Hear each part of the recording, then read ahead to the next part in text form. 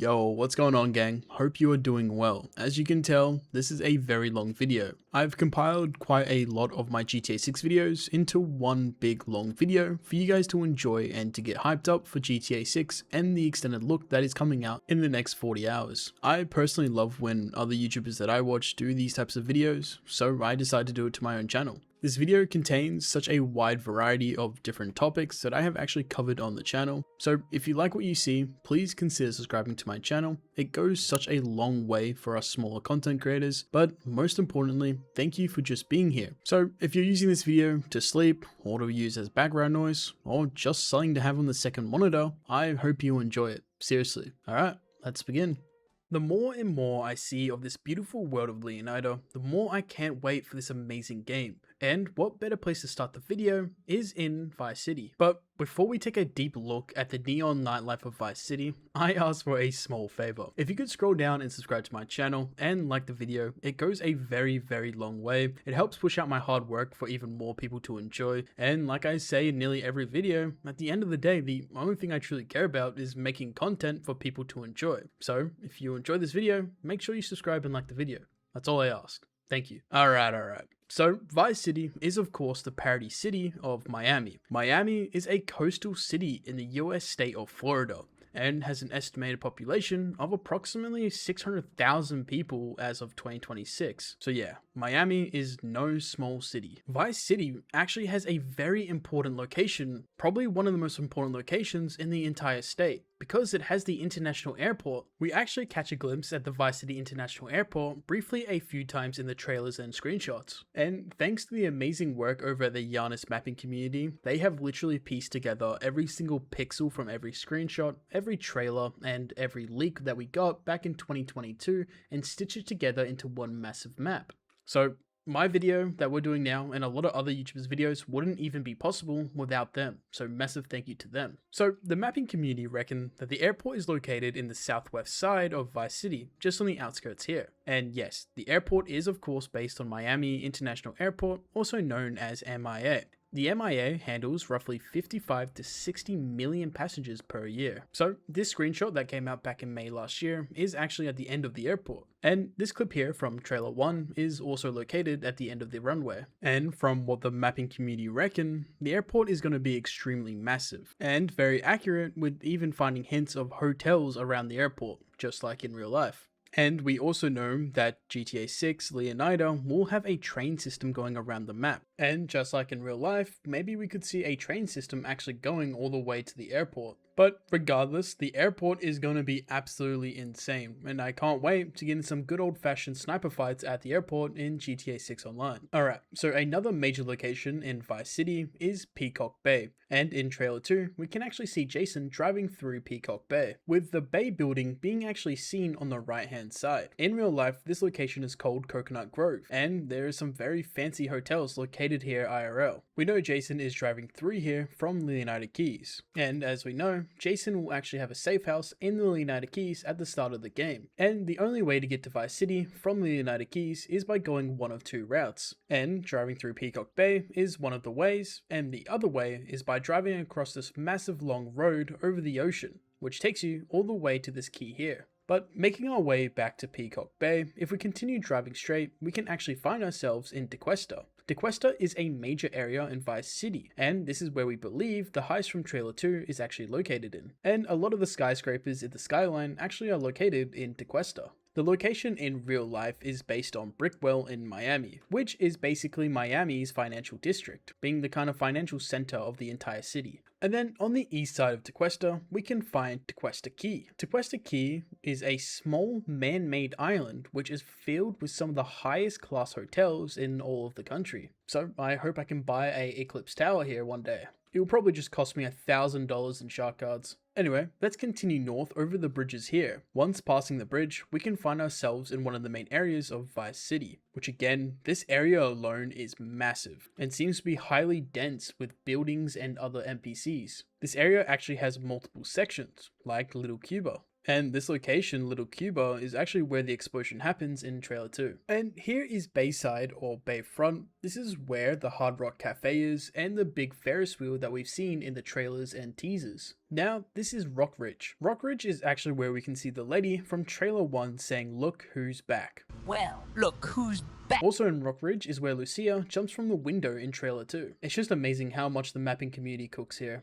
Rockridge is also located to the clip from trailer 2 where Jason's driving through while the cops are arresting someone. This is in this location as well. And these two screenshots here are also located in Rockridge. But coming above Rockridge, we actually can find Lel Perel. I think I butchered that, but this is where the rumored car shop is actually located. And then coming over to Crosstown, this is probably one of the most important locations for the story. As we know, the Jack of Hearts is actually located here. The Jack of Hearts is owned by Booby Ike, who is a big time gangbanger in the city who's gone legit. I'll be doing a deep dive video on Booby Ike and Draquan Priest probably in the next few weeks, so stay tuned for that. And if we continue to head north, we have Stockyard, which is of course the parody of Wynwood. But if we come south from the crosstowns, we can actually find the Vice City Stadium, which is based off the real life stadium of the Kaseya Center, which is home to the Miami Heat in real life. And in GTA 6, the basketball team of Vice City is actually called Vice City Narcos. So, fun fact for you. If you continue to head north from Stockyard, you actually end up in Waning Sands, which is North Miami. Unfortunately, we haven't seen anything from North Miami yet, or the Waning Sands, so we're just gonna have to wait until the game comes out, or for Rockstar to actually drop a trailer or anything. But we're not done with Vice City just yet. Between Vice City and Vice Beach, we actually have a lot of cool islands that populate this area. Starting at the bottom, we can actually find an island which is based off the real life island of Fisher's Island. In real life, Fisher's Island actually has a pretty big golf cart and surrounding restaurants.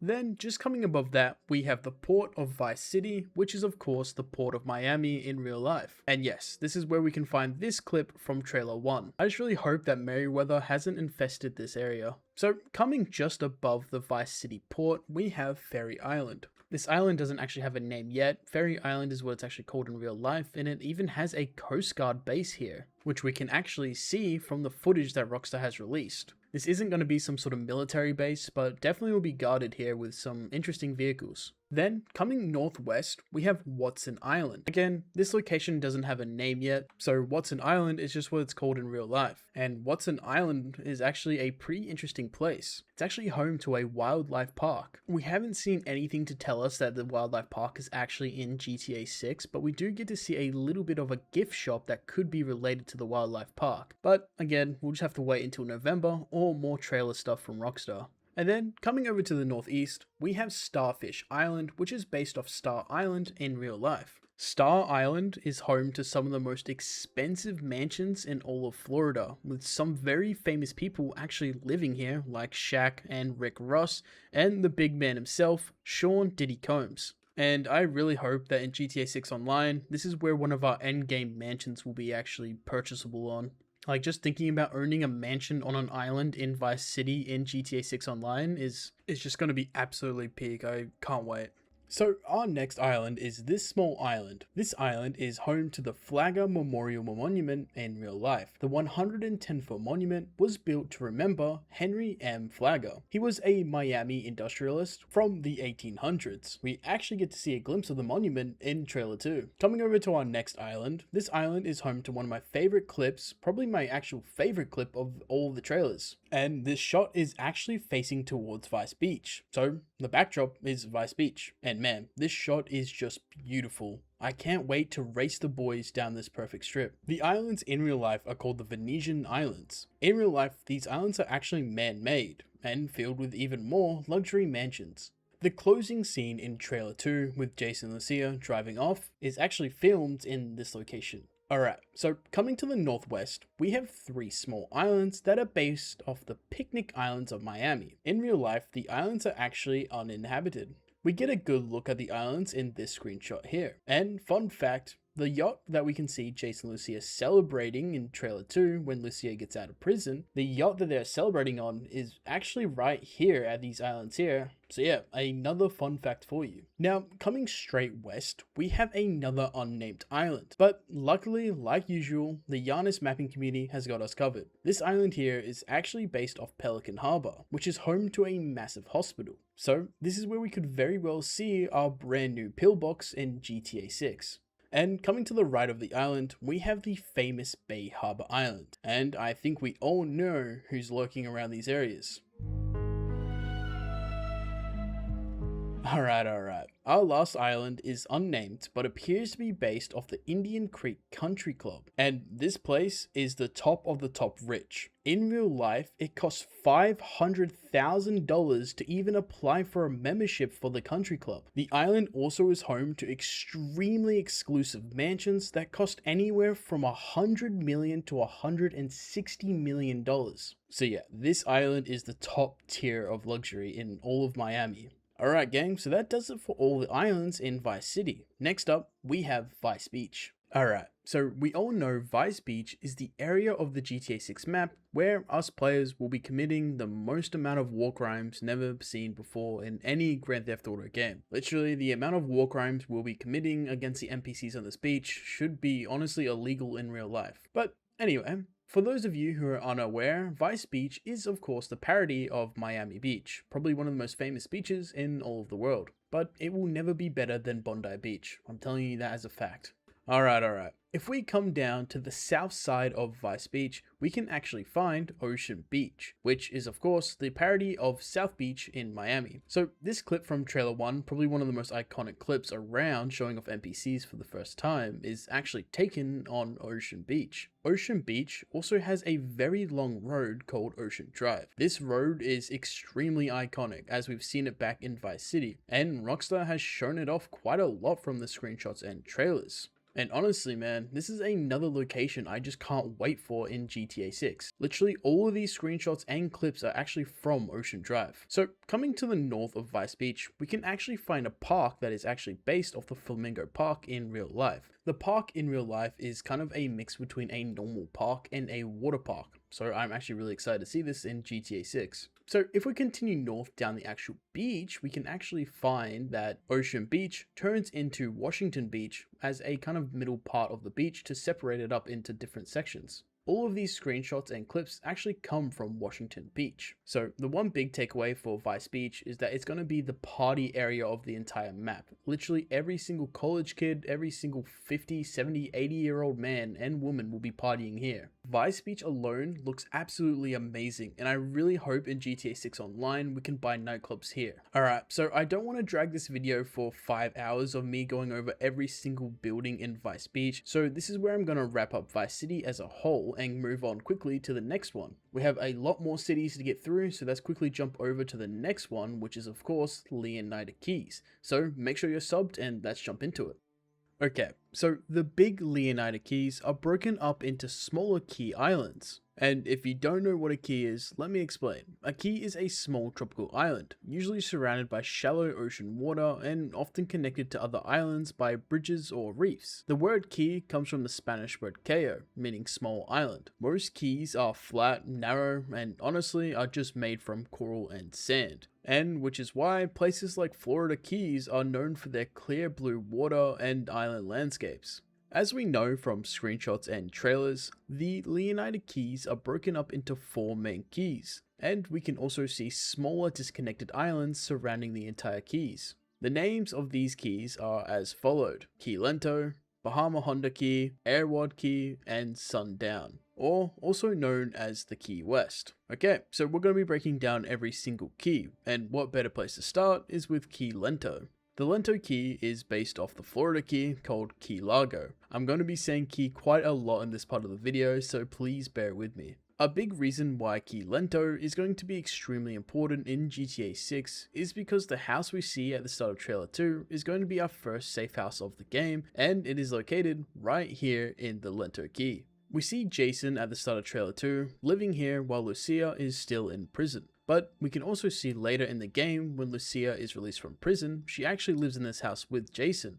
She's seen wearing an ankle monitor after a long day of doing community service work. The mapping community have pieced together where they believe the safe house is located, and they believe it is located in the most northern part of the United Keys in a small neighborhood. The real life area, which the area is based off, is actually called the Big Pine Key in Florida. And this house here is what the mapping community believe was the reference used when making Brian's house. I kind of see the whole United Keys as a sort of retirement home for the local populations of Stranger and Freaks. A kind of mix between rich retired elders in a super nice house, with a lot of retired people just partying out the remaining years of their life without a care in the world. Looking through the screenshots, we can find a couple new locations here. Like in this picture here, we have a tourist shop called the Wonder Whale, which appears to be based off the Rain Barrel Village in Florida, which has a massive lobster sculpture out front of the shop. And in GTA 6, we have a whale. We also know about another very important location in the Key Lento. There is a bar called the Rusty Anchor,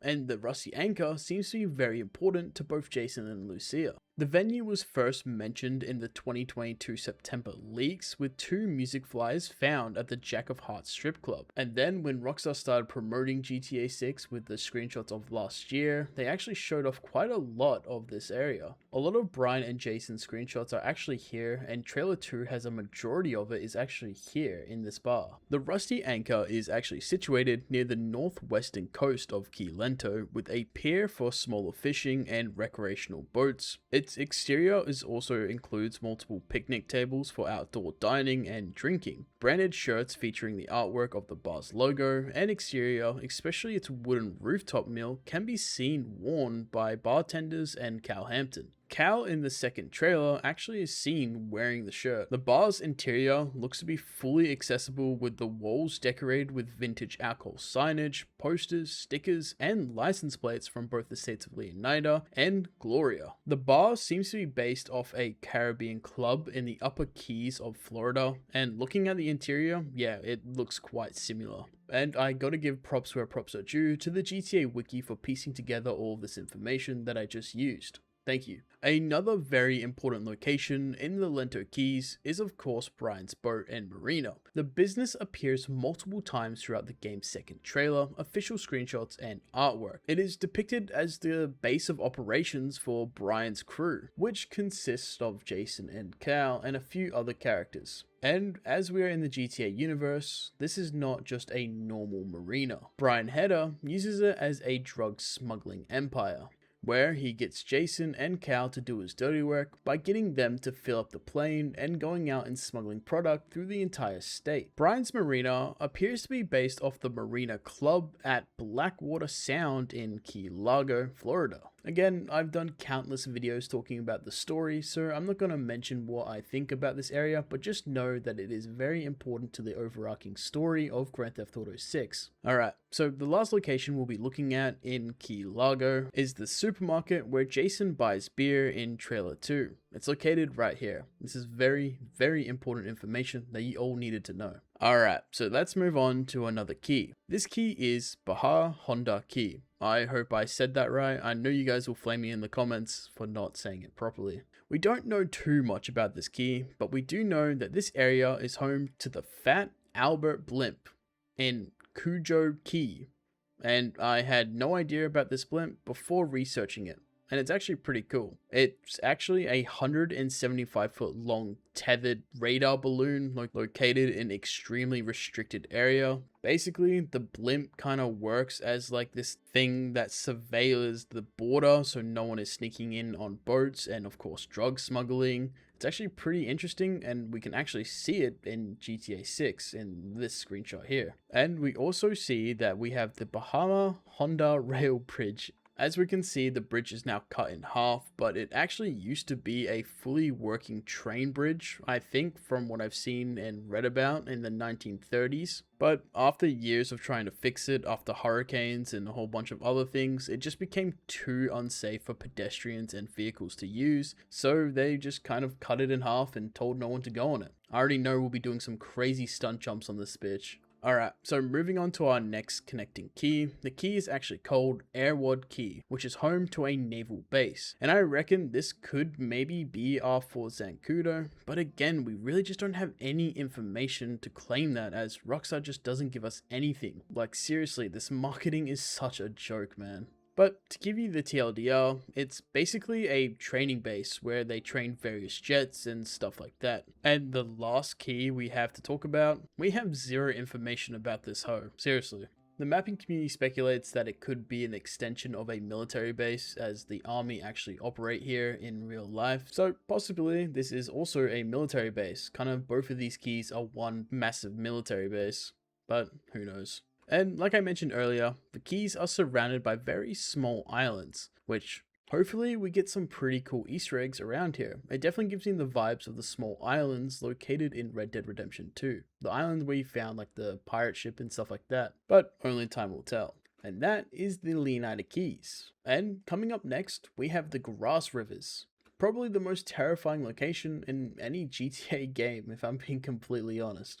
Alright, so the Grass Rivers is one of the most highly anticipated locations in GTA 6, and this is what Rockstar actually says about the Grass Rivers. Welcome to the wetlands, the untamable jewel of Leonida's crown. You never know what lies beneath the surface of this primordial expanse. The gators may be the most famous attraction, but there are far deadlier predators and weirder discoveries among the mangroves. And this location is of course based off the Everglades National Park. The Everglades is a 1.5 million acre wetlands preservative on the southern tip of the US state of Florida. It's often compared as grassy, slow-moving river. The Everglades is made up of coastal mangroves, sawgrass, marshes, and pine flatwoods that are home to hundreds of animal species. Among the Everglades' abundant wildlife, there are actually quite a lot of endangered species in the Everglades, like the leatherback turtle, Florida panther, and West Indian manatee. Yeah, so if it isn't obvious, I got all that information from Google, so blame Google, not me. But from what I've researched, there's over 360 bird species,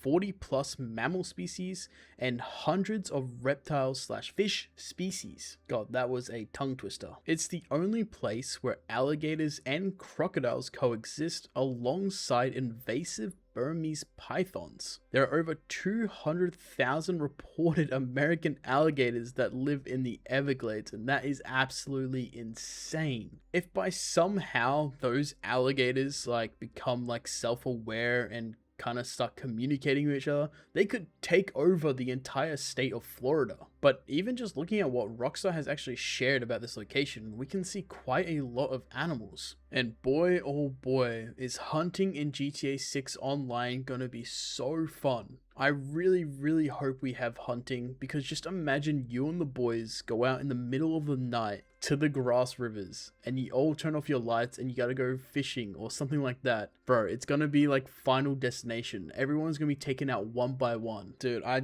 can't wait for GTA 6 Online. If it isn't obvious, I'm so sick of GTA 5. But anyway, let's continue with the video. The Grass Rivers is also home to Watson Bay. We know it's called Watson Bay by this water tower here, found in the screenshots. This town seems to be home to a lot of restaurants and a few motels. We can even see a fire station. This town is based off the Cedar Keys in real life. The Cedar Keys is an island off the northwest coast of Florida in the Gulf of Mexico. It's known for the Cedar Key National Wildlife Refuge, a group of small islands with trails and rich bird life. Cedar Key is also home to a museum state park, and the entire population of this town is 736 people as of 2026. And that is pretty much all we've seen from the Grass Rivers. But I should add, in between the Grass Rivers and Vice City, we have a small little town called Hamlet, which is based off the town of Homestead. And the reason why I bring this up is because right above Hamlet is Leonida State Penitentiary, where we can see Lucia is locked up at the start of the game. I just thought I should mention it here. But let's move over to Ambrosia. Rockstar Games describes Ambrosia as the following on their website: keeping Leonida sweet. The battle for the health and wealth of Leonida begins here. In the heart of Leonida, American industry and old school values still reign supreme, whatever the coast. The Allied Crystal Sugar Refinery provides the jobs, while the local biker gang provides almost everything else. Okay, so this alone gives us quite a lot to break down. And another grid fun fact, the word ambrosia means something sweet, and we know that the main income for the area is the sugar refinery. Kind of like how Paleto Bay has the Cluck and Bell factory, it's kind of like that in this town. And the company who owns the sugar refinery are called Allied Crystal, and they don't seem to be playing fair, but we'll get to them later.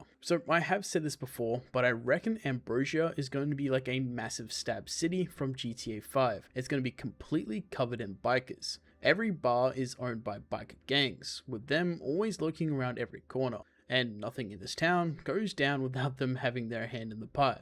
So I definitely suspect that Jason and Lucia will definitely cross paths with these bikers quite often. And these bikers, from what Rockstar has showed us on their website, is that the bikers are a part of the final chapter MC, as we can see it's written on their jacket, and the club was founded in 1982. Alright, so let's move over to the geographic locations of Ambrosia and the real life counterparts. So this massive lake that is shown in the screenshots is most likely called Lake Leonida, and it takes up a massive area of this county. And on the southwest side of the lake, we have the main town of Ambrosia, which is based off the real city in Florida called Clewiston. The city is nicknamed as America's sweetest town due to it being a central role in Florida's sugarcane industry. The city is also renowned for its incredible freshwater fishing. So maybe, just maybe, there's a legendary fish in the big lake. We also can see that Ambrosia is split up into different areas. We have the sugar fields, which can be seen in this screenshot here,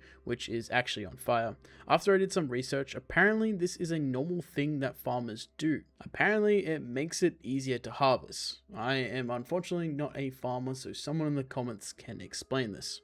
The mapping community also speculated that we could see a motorsport park in Ambrosia. We actually get a glimpse of one in the screenshots. And in real life, we do have the Hendry County Motorsports Park in this area. So it definitely adds up that we could see a motorsport park in Ambrosia. Then, coming to the main workforce of Ambrosia, we have the sugar refinery area, which we can see have a lot of silos. Again, this whole area is owned by Allied Crystal.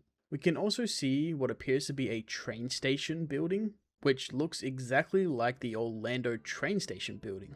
And also located in Ambrosia County is the Waste Transfer Service building, which is basically where all the trash in all of Leonida ends up. This is actually based off the real life counterpart called South Broward Waste to Energy Facility located in Fort Lauderdale, Florida. Alright, so I mentioned Allied Crystal earlier. Allied Crystal is an agriculture company specializing in sugar production in Ambrosia. The company owns and operates the Allied Crystal Sugar Refinery, which of course provides a large share of the employment in the region. This seemingly allows the company to have a strong political influence within the town, as it's shown by its logo and slogan appearing directly on campaign yard signs. The company seems to be pushing a new major candidate named Aaron Hernschel. We really don't have much evidence that this is a corrupt company, but I have a gut feeling that this company is up to some sketchy stuff, especially having that much power in this area and with so many bikers hanging around. It definitely makes you think. But again, we have to wait until we get more information, or just wait until the game comes out to see the crazy world of Ambrosia.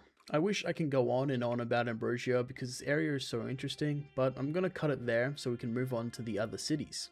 And next up, we have Port Gellhorn. Port Gellhorn is a large coastal city located on the western side of Leonida. Unlike Vice City, which is clearly designed as a flashy centerpiece of the map, Port Gellhorn is honestly hidden away. From what we see from the screenshots and trailers, it looks like Port Gellhorn has large commercial districts, heavy industrial zones, seaport infrastructure, train lines, and highways. And what I saw, and a lot of other people see, is dense forests and grassy fields surrounding a pretty rundown town, not gonna lie.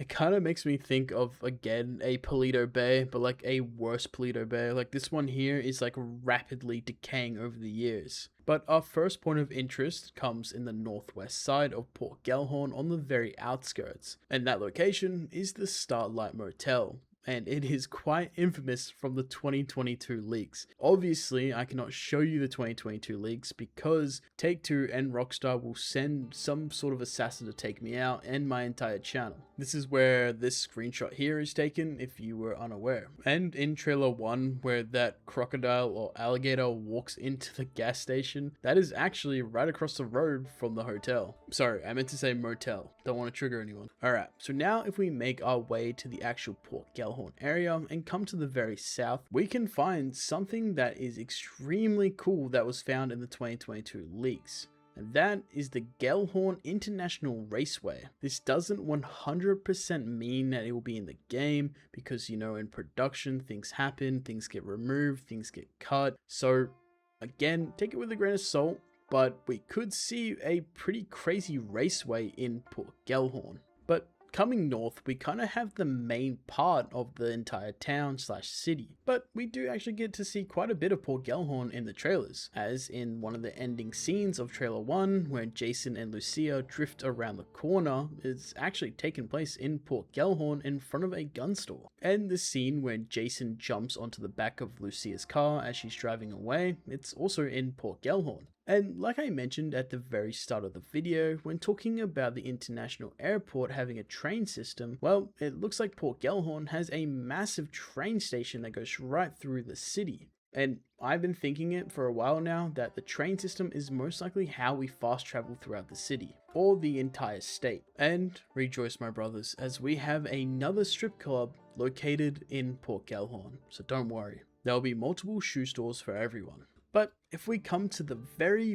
north point of Port Gellhorn, we can actually find the reason why it's called Port Gellhorn, because it has a massive dock, which the docks are actually connected to a massive energy refinery that seems to be powering the majority of the state of Leonida. Okay, so now your question is probably, what is Port Gellhorn based after? Like, what cities inspire this area? Well, it's kind of a mix of a few. Panama City and its neighboring Bay County. It also looks like Parker Callaway and Springfield, and the seaport of Port Gellhorn seems to be a rendition of Port Tampa Bay in Tampa, Florida. The city name appears to pay homage to Martha Gellhorn, an American novelist and journalist who covered the US invasion of Panama in 1989. And all that information was gathered by the GTA Wiki. Massive shout out to them once again. So without dragging this video out even more like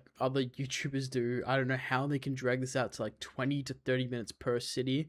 But since we're covering every single city, we are going to move on to the last but not least of the cities or areas of GTA 6. And that is Mount Calaga National Park.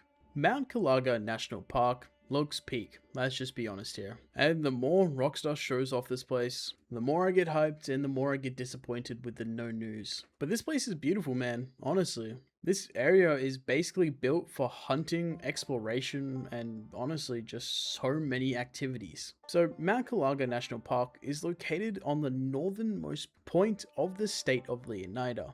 And from everything that Rockstar has shown so far, this may be my favorite spot on the entire map. Let's quickly start off with the comparison to the real world life inspiration. So the landscape appears to be inspired by Georgia and northern Florida. The canyon resembles Providence Canyon State Park in southwest Georgia, while Mount Calaga itself closely resembles Table Rock Mountain in western North Carolina. Even the name Calaga comes from the Cherokee word meaning east or sunrise. The river following through the park appears to be based on the Swanee River, which runs through northern Florida and southern Georgia. And yes, I know the very long running theory slash schizo conspiracy theory that Georgia is going to be a secret state that Rockstar hasn't showed us yet, but is an entirely new map. Yeah, look, I'm happy with what we have. I'm not going to get that schizo talking about it. But unfortunately, just like some of the other cities, Mount Calaga has very limited information from Rockstar. We see a handful of screenshots that depict hunting and other activities like kayaking, and just like in the new screenshots we got, we saw Jason kayaking, so to me that proves that kayaking is going to be a thing we can do. But other than that, it's just kind of a nature park. I know that sounds really lame, and I wish I could like in depth more to you without saying some bullshit, but we know that the county is called Kelly County and connects to Ambrosia Hill, which is a mountain, and we also can see Mount Leonida, which looks pretty tall. Definitely don't think it's as tall as Mount Chiliad, but we can see a Weasel News helicopter flying above it. And that's pretty much it. I'm sorry that that was kind of lackluster because, you know, it got to the point where Rockstar really just kind of stopped giving us information, which stops the mapping community, stops more information and research on the GTA wiki, and stops my imagination without getting too wild and making a complete speculative video. I wanted this video to be kind of based in facts. So yeah, I hope you guys enjoyed, and thank you for being here. If you're still here at the end of the video, that really means a lot. So I'm sure a lot of you are aware that our first safe house in Grand Theft Auto 6 is named by the community as Jason's house. This ran down beautiful beach house is actually not Jason's. You see, the man who owns the actual house is letting Jason live there rent-free. That man is Brian Hedder. Brian is a local legend, probably the most notorious smuggler in all of Leonida. You see, we have no clue how Jason knows Brian, but we do know that Brian is the leader of a underground smuggling crew. The crew consists of Brian Hedder, Jason Duvall, Cal Hampton, and this person here who's actually not named officially by Rockstar Games, but was actually leaked to be named Donnie. And also part of the crew is Brian's third wife, Lori Hedder. This makeshift crew is very important to the overarching story of Grand Theft Auto 6, but that's a story for another day. Alright, so you know how I mentioned earlier that Jason lives there rent-free? Well, he does, kinda. You see, when trailer 2 first opens, we can see Jason fixing some leaks on the roof. And then Brian pulls up. You know what, I'll just play the entire clip for you. What you doing up there? I'm just fixing some leaks. Seriously, dude, you got some time on your hands. I got some properties with paying tenants. Oh, that's why you came by? Just go get me my checks. See you, Brian. Love you, Jason. Okay, so what we gather from this is that Brian owns multiple properties across Leonida, and Jason lives there as long as he goes and collects checks and other things for Brian. And if we come to Rockstar Games website, they give us a little bit more information on the renting situation between Brian and Jason. And Rockstar says the following: Brian's letting Jason live rent-free at one of his properties, so long as he helps with local shakedowns and stops by for Lori's sangria once in a while. And like I mentioned earlier, Lori is Brian's third wife, and a sangria, for those of you who don't know, is a cocktail drink. Okay, so now we get the kind of general story idea behind the house. Let's take a look at more of the details we find in the trailers and screenshots. So the location of the house is set in the Leonida Keys, and thanks to the Giannis mapping community, we have a good idea where this safe house is actually located. And again, for the people out there who are watching this video who have no idea what the mapping community is, it's basically a large group of people from all around the world who come together and analyze every single pixel from every trailer, every single screenshot, and every single leak that this game has ever had. And they gather all that information and piece together a massive map of what they believe the GTA 6 map will look like. And man, do they do a hell of a good job. And I actually reached out to get help on this video from a member of the mapping community and fellow GTA 6 creator. Salco is a great GTA 6 creator. I'll leave a link in the description for his channel, so make sure you go show him some love. And thanks again for your help with this video. Okay, so the Leonida Keys is separated into different keys, which are just mini islands, and from what we gather from the mapping community, that Jason's house is actually located in Key Lento. And Rockstar actually based this key from Key Largo in Florida, if anyone was wondering. And we can see from the trailers and screenshots that the safe house is actually located right on the water, giving us a perfect access to water vehicles. In this screenshot from the Ultimate Edition, we can see that the safe house has a ramp that leads directly into the water. And in another Ultimate Edition screenshot, we can see Jason using a kayak just a few meters on the water from the safe house. And this kayak is actually labeled as a Ultimate Edition only vehicle, so I hope that we can actually find other kayaks laying around the place and that this isn't locked behind a paywall. Anyway, so the house that the mapping community believe that Rockstar used as a reference is this house here. Okay, so let's continue to break down the exterior before we jump into the interior. So coming back to this pre-order screenshot, we can see some very cool details, like for example, this basketball hoop. It's been long speculated and rumored that GTA 6 will in fact have a basketball system, as we know that Take-Two, the parent company of Rockstar, also makes the NBA 2K games. So could this be Rockstar hinting that we can play basketball in our backyard of this safe house? I'm not sure, but it is a really cool detail and a cool feature if they decide to add it. Okay, so as I mentioned earlier, Rockstar shows off these ultimate vehicles and we can see Jason's car here. This car isn't locked behind a paywall, I think it's just the livery that Rockstar is talking about, but we can see that Rockstar has placed the car right here, and I believe that this is where we store our cars, right under the house. So kind of like how in Red Dead 2 where you leave your horse at the camp, I believe that that's kind of the idea here with the cars. And then over at the boat ramp is where you store your boats. We also can see this bike here is Jason's Dinker bike, and I reckon that just like with the car, you store your bikes and maybe smaller vehicles right here. And taking a look right behind the bike, we can actually see the kayak that I was talking about earlier. So I'm speculating that once you buy the Ultimate Edition, you can walk down here, pick up the kayak on your shoulders, and then drop it down in the water, and then begin your voyage?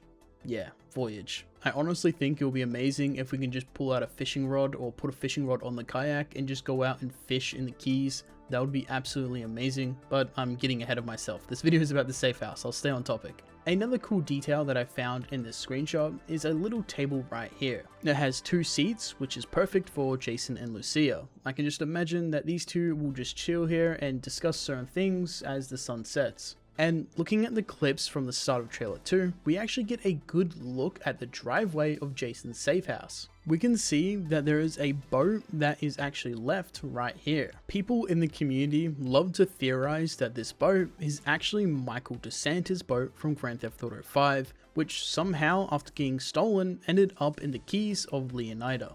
Dad? Wait! You're the guy from the dealer! Jimmy, get your fat ass out here!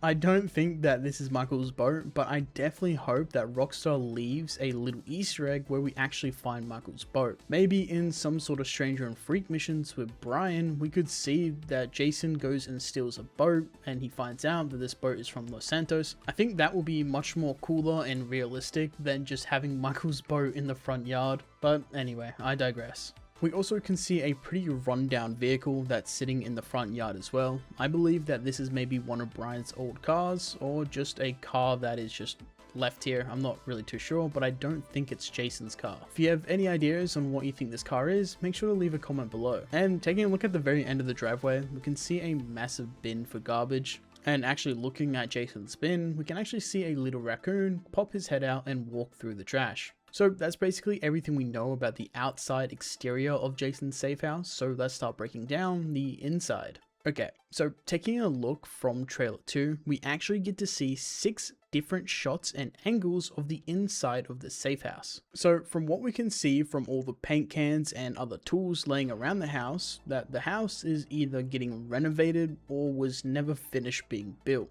As we can see, this room here is still being built, with no door and drywall still exposed. It would be cool, and I am speculating here, that we could see Jason do some sort of handyman stuff around the house, and slowly work on the house like what we saw in Red Dead 2 with John building his own house. Maybe if we want to pass time, we could see Jason just pick up some wood and start doing some, repairs, as we saw at the start of trailer 2 with him fixing some leaks. Or maybe as the chapters go by, we can see the house transform as an indicator of time being passed. And for those of you who don't watch my other videos, Rockstar Games did confirm with the pre-orders that GTA 6 will have a chapter system for the story mode as Red Dead Redemption 2 had. You see, if you come to the website where Rockstar Games explains the Ultimate Edition and all the perks that come with pre-ordering that edition, they mention this paragraph. Ultimate Edition bonuses are threaded across all aspects of Jason and Lucia's story, with new items uncovered behind each chapter. So yeah, chapters are coming, which is absolutely amazing. So what we could see with this safe house is maybe at the end of chapter 1, the house is still broken down. And then we'll go to chapter 2, which may be a few weeks or maybe a few months after the events of the end of chapter 1. And we can tell this by maybe the house being changed, as Lucia is now out of prison and has time to maybe help work on the house and other things like that. But that is just classic grid speculation. Okay, so coming back to more things we find in this safe house, we can see that Jason or Lucia or maybe just Brian own a snake. Yeah, that's pretty interesting. We actually get to see a glass box where they keep the snake. I'm not sure if you call it a habitat or like a cage or a snake box. I'm not too sure, or a snake tank, like a fish tank. Again, these are some things that I've never asked the questions for, and I'm not going to Google because it's funny that you guys correct me. But anyway, it's a orange and red kind of looking snake. It's pretty much impossible for me to look up what this snake is. I know I'm Australian and I should know exactly what type of snake this is, but I know that it is a snake. So there you go. Okay, so we also can see that Jason actually owns a PlayStation parody console, which yeah, this thing looks exactly like a Wi-Fi router, which means that is a PlayStation. We also catch a glimpse of the controller, which looks like a DualSense controller or a DualShock controller. I guess there's a difference, but yeah, we can actually see one of them sitting on the counter as Jason's sleeping. And in the same shot, we can see a painting of a boat, or maybe a picture of a boat laying on the ground. I think it's safe to say that this boat in this frame is most likely the boat that's outside of the house. And a detail about boats, which I should mention about Brian Heder, the person who owns the house, is that he actually owns a Brian's Marina, which is like a boat warehouse, which is not too far from the safe house. So this is probably why there's a lot of boats and stuff like that. We are in the Keys, so boating is very common. So yeah, I just thought to mention that. So from all the screenshots we can gather, I believe that this room back here is most likely the bedroom. I've actually pieced together a very high IQ intelligent blueprint of the house. No other GTA creator could ever create something of this high quality. So yeah, I'm just that goated. Okay, so looking at my Picasso painting, I built this. We can see the front door at the top here, as we saw at the very start of trailer 2. And then coming to the right is actually the bedroom, as I speculated earlier, is where Jason sleeps. And then to the left is kind of like that unfinished room. I'm not too sure what this is. I don't know if we'll see it actually be finished and built, but who knows. And then coming in front of that, we have the living room where we saw Jason sleeping as Lucia jumps on him after doing a long day of community service.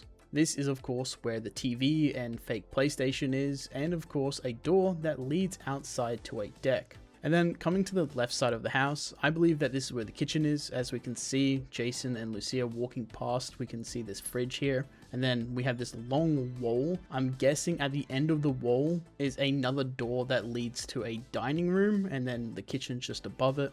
Again, this is a very high quality, high advanced tech level blueprint, so I'm guessing that this is 1,000,000 times correct. Legally, that is a joke. We also can see that there's a small little room underneath the house that like connects where like the pillars are. There's like this little room. I believe that this is maybe like a workshop or crafting area where you can come down and craft bullets and guns. I feel like that would be super cool place to start like crafting shit and other things, but again, that is just grid speculation. So that is the Jason safe house, the most information we have about any other safe house. And I do believe that this is the safe house, which is our very first one that we live in. And Rockstar actually confirms this by Lucia saying this clip as she's walking through the house. Actually, I can't play the clip because of copyright, but she does say, "Trust me, this place is just the start for us." And after all my research, I believe I have some of the other safe houses that we could definitely see from the leaks and other kind of speculative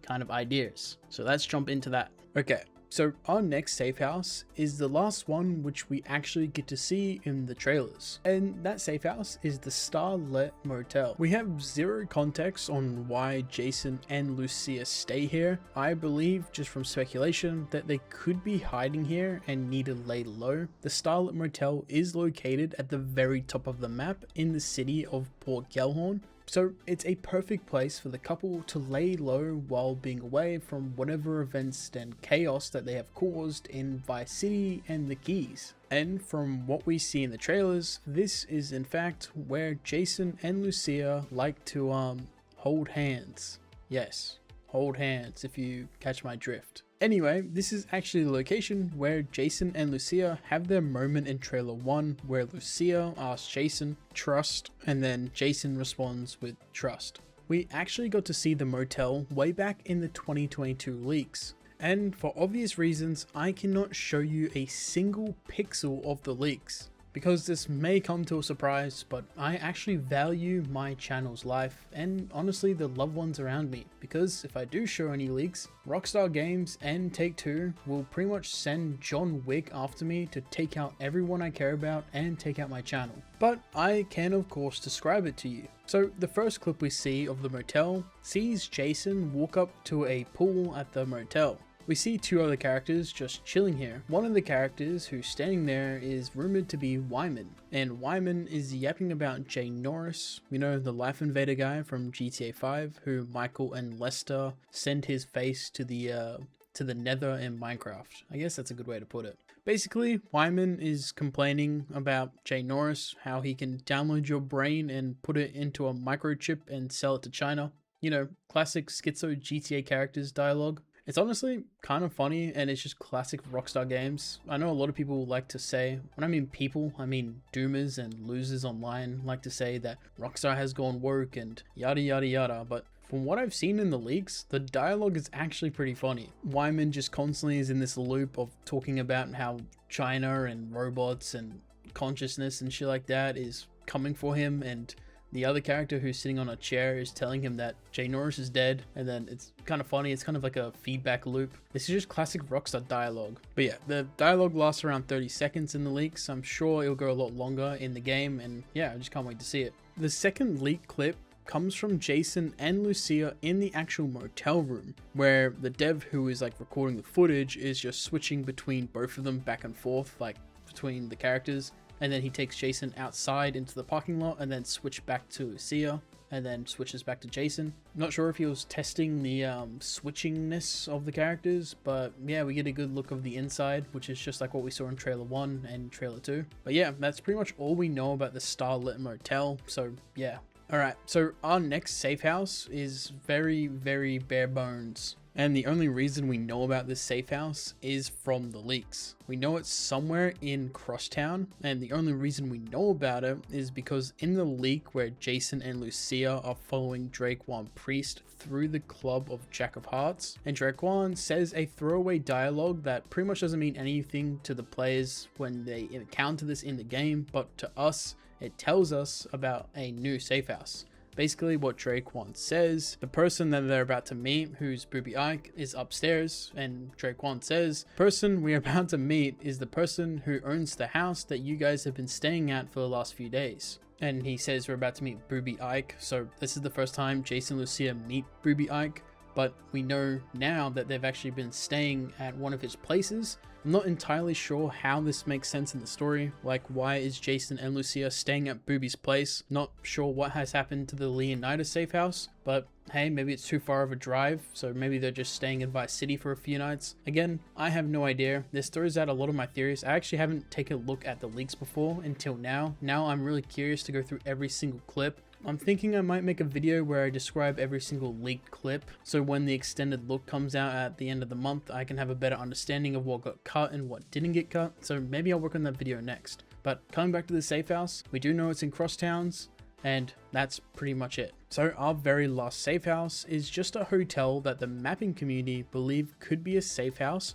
just from pure speculation and nothing else. The hotel in real life is called Hotel W Miami, and in GTA 6 it's called Hotel Y. There's a few leaks that take place inside the hotel, so that's why they believe it could be a safe house, but again, we really don't know. So yeah, I'm hoping that we get a really cool mansion or like a really nice penthouse to end the game in, which I'm sure we will. But other than that, that's pretty much all the safe houses we have to break down. I do want to speculate real quick about what I believe could be in the safe houses, like what mechanics. I think it's pretty obvious that we will have some sort of like bed that we can sleep in that will obviously skip time, so if we need to get to certain times throughout the day, we can just sleep, just like we've had with all the Red Dead games and GTA games. Another mechanic is definitely, I think crafting will definitely be here in some sort of capacity, kind of like how we have the campfire in Red Dead 2. Maybe we could see like 3D printing weapons and stuff like that, and of course just like cooking and stuff like that. And I reckon there will also be some sort of storage system, as I'm sure a lot of you know that weapons in GTA 6 will not be having the ability to have 100 guns in your back pocket. It will be kind of like a Call of Duty system from what we know from the leaks. You can only hold one like heavy AR, one pistol, some grenades, that sort of thing. So being able to store higher weapons in your safe house is most likely what we're going to see on launch of the game. So this is where I am going to wrap up the video. If you're still here watching the video, I really appreciate that. Thank you for being here. Seriously, I really do mean that. Again, like I mentioned at the start of the video, if we somehow get 20k subs by the end of the month, I will buy someone in the comments GTA 6. So if you haven't subscribed, make sure you scroll down and make sure you're subscribed. Some people just forget that they're not subscribed to people. I do that a lot and then I realize and subscribe. But hey, if you don't want to subscribe, that's totally fine.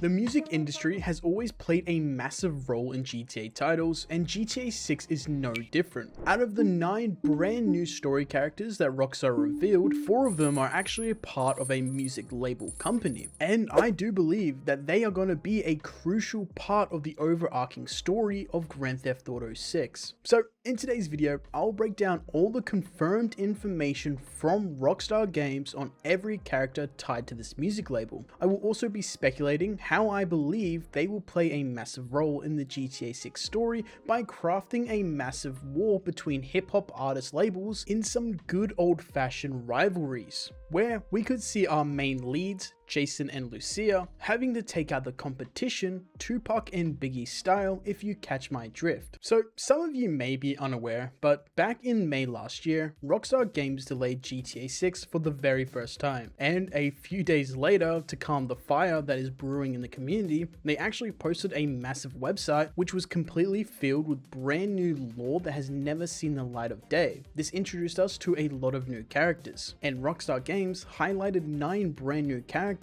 which will have major roles in the storyline. And like I mentioned earlier, out of the 9 characters we saw, 4 of them are actually tied to one company. That company is Only Raw Records. This is a brand new up and coming music label ready to take over the entire music scene of Vice City by any means possible.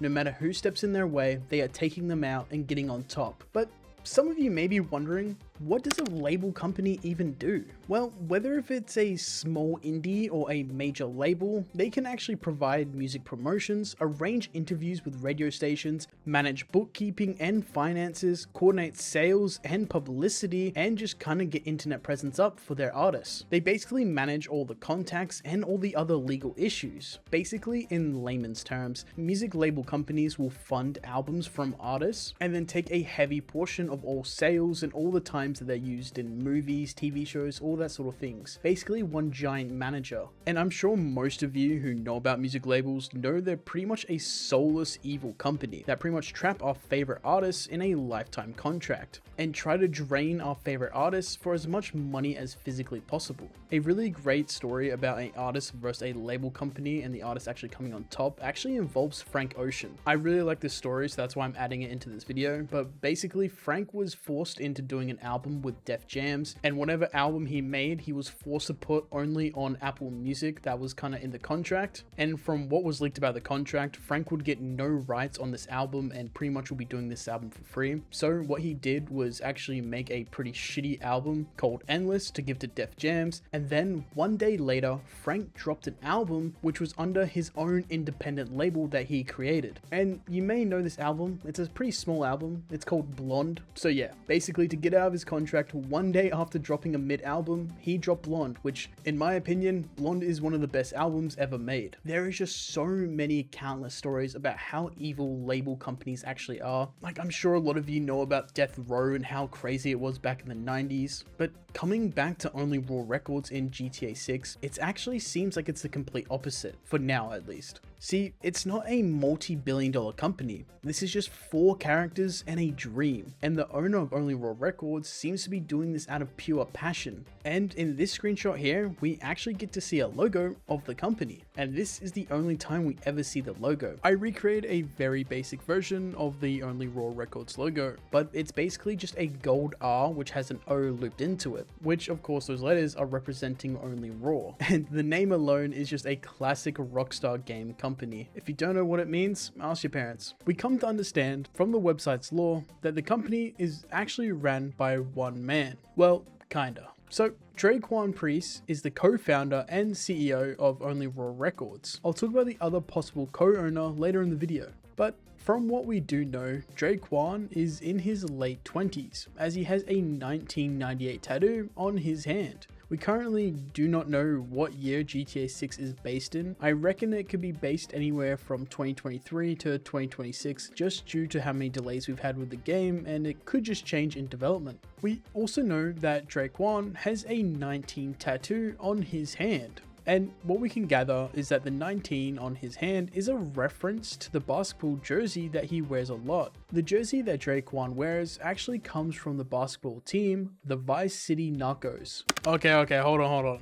Future grid here. I actually got this wrong and didn't realize until I was editing. I'm not sure exactly how I've made this mistake, but he's not actually a fan of the basketball team. He's a fan of the NFL team. I think what confused me is that he's wearing a Narcos hat in this clip right here. So somehow I mixed up my brain, but he is a fan of the Manatees.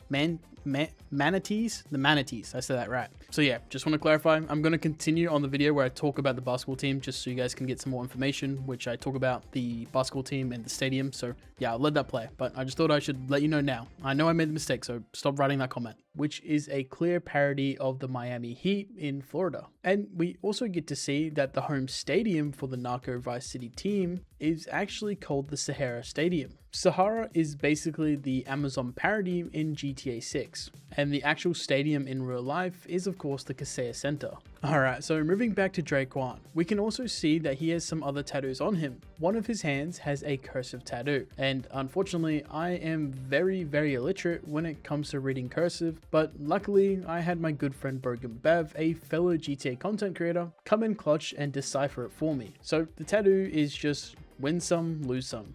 It's not that exciting. But also strangely, Draquan shares a tattoo with Booby Ike. But this may just be a common generic tattoo, so I'm not going to look too much into it. We'll get into Booby Ike up next. And Draquan is known to wear a chain around his neck. That chain is actually a Only Raw Records chain. So that's it for his appearance. But who is he and what does Rockstar have to say about him? Draquan was always more of a hustler than a gangster. Even when he was dealing on the streets to make ends meet, breaking into music was the goal. Dancers are like my A&Rs. If the record's hit, DJ's gonna spin it. You're with the label now. Now that he's signed the real dimes, Draquan's days of booking acts into Booby's strip club might be numbered as he sets his sights on the Vice City scene. Okay, so from what Rockstar tells us here, Draquan started working at the Jack of Hearts club as someone who books artists to perform at the club. He also does dealing on the side to make ends meet, but now music is finally taking off and it has his full attention. And it comes to no surprise, but pretty much every single screenshot we see of Draquan, he's standing out front of the Jack of Hearts. Once we get to Booby Ike, we'll deep dive into the Jack of Hearts. So, as for how Draquan knows Jason and Lucia, that's anyone's guess, but I have a pretty good guess later in the video. But the only time we see Draquan in the trailers, it's with Jason, so maybe these two are having some sort of bromance. But they better just not tell Cal. Anyway, that's enough about Draquan. Let's jump over to the big man, Booby Ike. Booby is a local Vice City legend and acts like it. One of the few to transform his time on the streets into a legitimate empire spanning real estate, a strip club, and a recording studio. Booby's all smiles until it's time to talk business. And that's what Rockstar has to say about Booby Ike. And yes, his club is called the Jack of Hearts. Nice one, Rockstar. So his legitimate empire is real estate, and Rockstar mentions a recording studio. I think it's pretty safe to say that all the screenshots of Drake 1 and the real dimes in a studio is of course in Booby's studio. I think before Drake 1 and Booby created their partnership, Booby seems to be involved with the music industry to some extent, as we can see him wearing a gold vinyl pendant on his chain. And taking a look at Booby's tattoos, we can actually see that each one of his fingers has a unique special tattoo. And after analyzing it, I think it helps build the character of Booby Ike. The first finger we can see has a diamond tattoo on it, symbolizing to me money and wealth, something that Booby has always been chasing. The next tattoo is of a musical note, and again this confirms that I think Booby has a strong connection with the music industry before he met Drake 1. The next tattoo is of a bullet. Remember, he is a legit business owner on paper, but deep down Mr. Ike definitely has a background in crime. We know this as Rockstar leaves a quote on their website for Booby, which states, "The club money paid for the studio, the drug money paid for it all." Coming up to his next tattoo on his finger, it has a K and a club, and I came to the conclusion that this is a reference to the King of Clubs card, which definitely symbolizes that Booby sees himself as the king of clubs, like nightclubs and strip clubs. He's the king. And coming over to his other hand, it follows the same pattern of tattoos on each finger. So this one here is a tattoo of a heart with the letter J, which to me is a direct reference to, yeah, you've guessed it, the Jack of Hearts, his very own nightclub. The next tattoo is of a crown, a king's crown. More symbolism of Booby being the king. His next tattoo seems to be covered by this gigantic gold ring of a lion. And yes, the lion is also wearing a crown. And as we all know, the lions are the king of the jungle, just like Booby is the king of the clubs. Or maybe this is Rockstar telling us that Booby Ike is the king of Vice City. Okay, so coming to his final finger, and after this we can stop talking about Booby's fingers, which is a crazy sentence to say out loud. But the last tattoo is of a $sign, so yeah, more of his goals of wealth. And funnily enough, I actually found a mistake from Rockstar when I was deep diving and analyzing every single screenshot and footage of the game for this video. Because if you come to this screenshot here, Mr. Ike is holding a double cup. He's double cupped up right now. And if you take a look at his fingers, you can see that he has no tattoos. And yep, I'm cancelling my pre-orders, and I think you should as well. This is definitely going to be a Cyberpunk launch now. It's going to be unplayable. Nah, okay, all jokes aside, this is not really a big deal whatsoever. It's just a screenshot. And honestly, Rockstar could just say this is a screenshot before he got the tattoos and completely just fucked me up. Or maybe it's someone else holding the cup and is slowly feeding him some lean. Anyway, let's move on to the rest of his tattoos. We can honestly see just some pretty generic tattoos when it comes to the rest of his tattoos, nothing really important. Like, we have a tattoo here of a kid flexing cash. We also can see a gambling tattoo with a few cards and a few dice being thrown. He also has two different word tattoos, but there's no good screenshots of him where the tattoo is visible enough for me to try to make out what it reads. So yeah, we're just gonna have to wait. Another thing about Booby is that he has a small scar on his cheek. And yeah, not too sure why he has one. We have such very limited lore on all these characters, so I don't think Rockstar has time to explain the scar on his cheek, but I thought it was interesting enough to add. And another very important thing about Mr. Ike is that he loves gold. He's so dripped out with gold that he has gold grills, and even his phone is covered in gold. And if you're wondering, yes, the magazine of his gun is also gold. But we still have one more bit of information that Rockstar adds on their website. Top quality cuts. Booby might seem like he's just out for himself, but it's his partnership with the young aspiring music mogul Drake 1 for Only Raw Records that he's most invested in. Now they just need a hit. So look, a lot of people in the community believe that Booby is going to be our secret villain who's going to betray everyone. And honestly, I just don't believe that whatsoever. Rockstar even says he's all smiles until it's time to talk business. And Rockstar tells us straight up that he values the partnership with with Drakewan a lot and that he's investing all of his time into that partnership at Only Raw Records. So it makes zero sense to me that he's just going to switch up on us. And like I mentioned earlier when talking about Drakewan, I'm not entirely sure if Booby is a co-owner of Only Raw Records, but when Rockstar does say partnership, I think that could mean he's a co-owner and a heavy investor. So yeah, again, it doesn't really make sense for him to be the villain.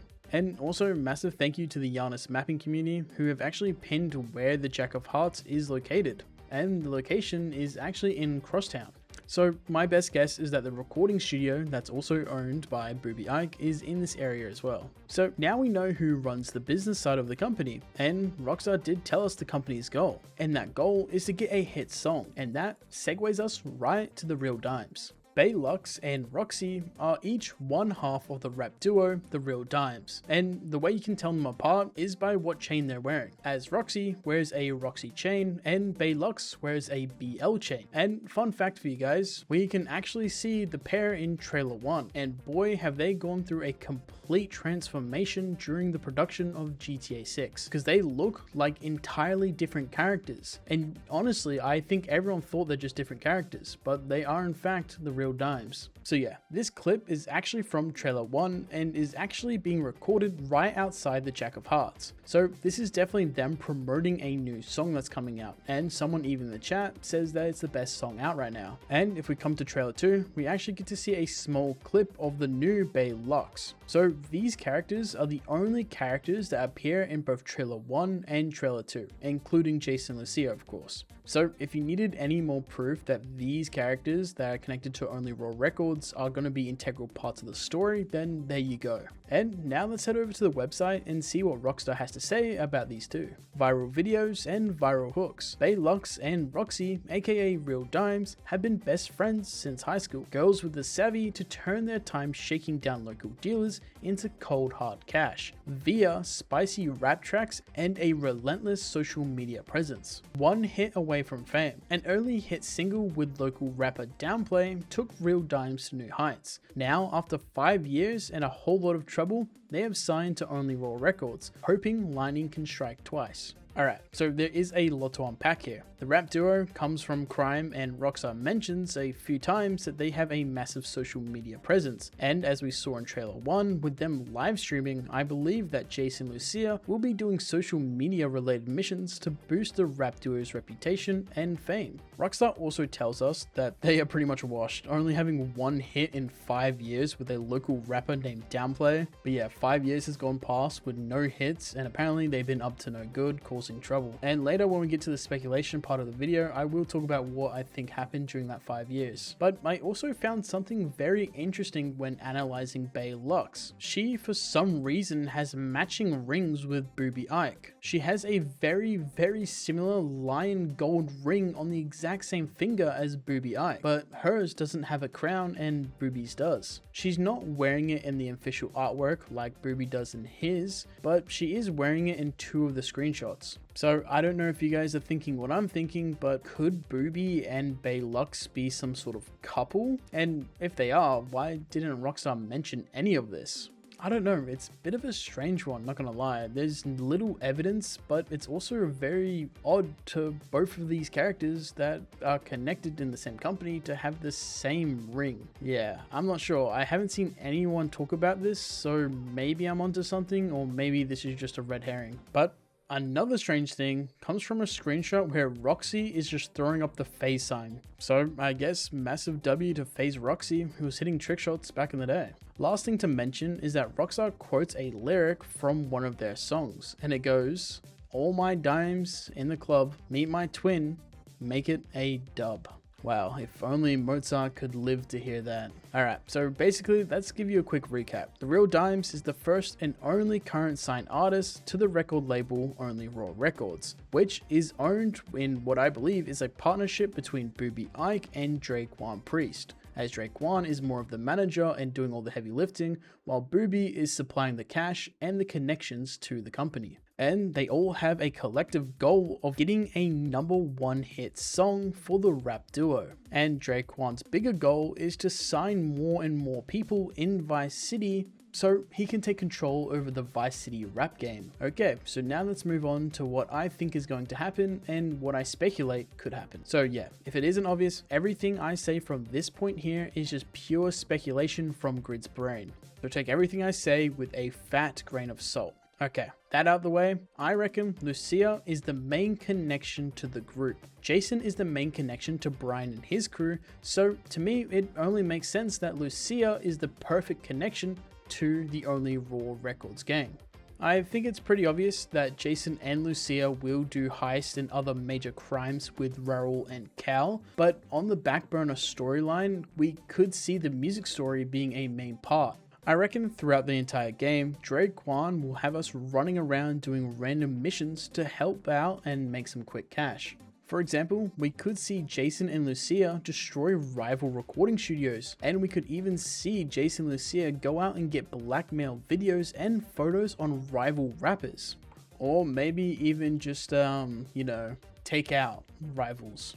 As Rockstar tells us and shows us, the Real Dimes have a strong social media presence, so we could see our main characters increase their following count by doing random world events to boost their reputation. Like maybe we can go around the map and destroy certain posters that belong to rivals, and maybe even go and shoot up rival concerts. Another theory I have on why I believe Lucia is the connection is due to the fact that we could see that Lucia needs to get a real crime-free job as she's fresh out of prison and still on parole. So we could see her quote-unquote get a real job by working at the Jack of Hearts or working for Only Raw Records, because on paper it is a legal job. But Rockstar also mentions that the Real Dimes were up to no good in the last 5 years. So like I mentioned earlier, that's where we could see that the Real Dimes met Lucia. And that is the connection on how she got that job at the club.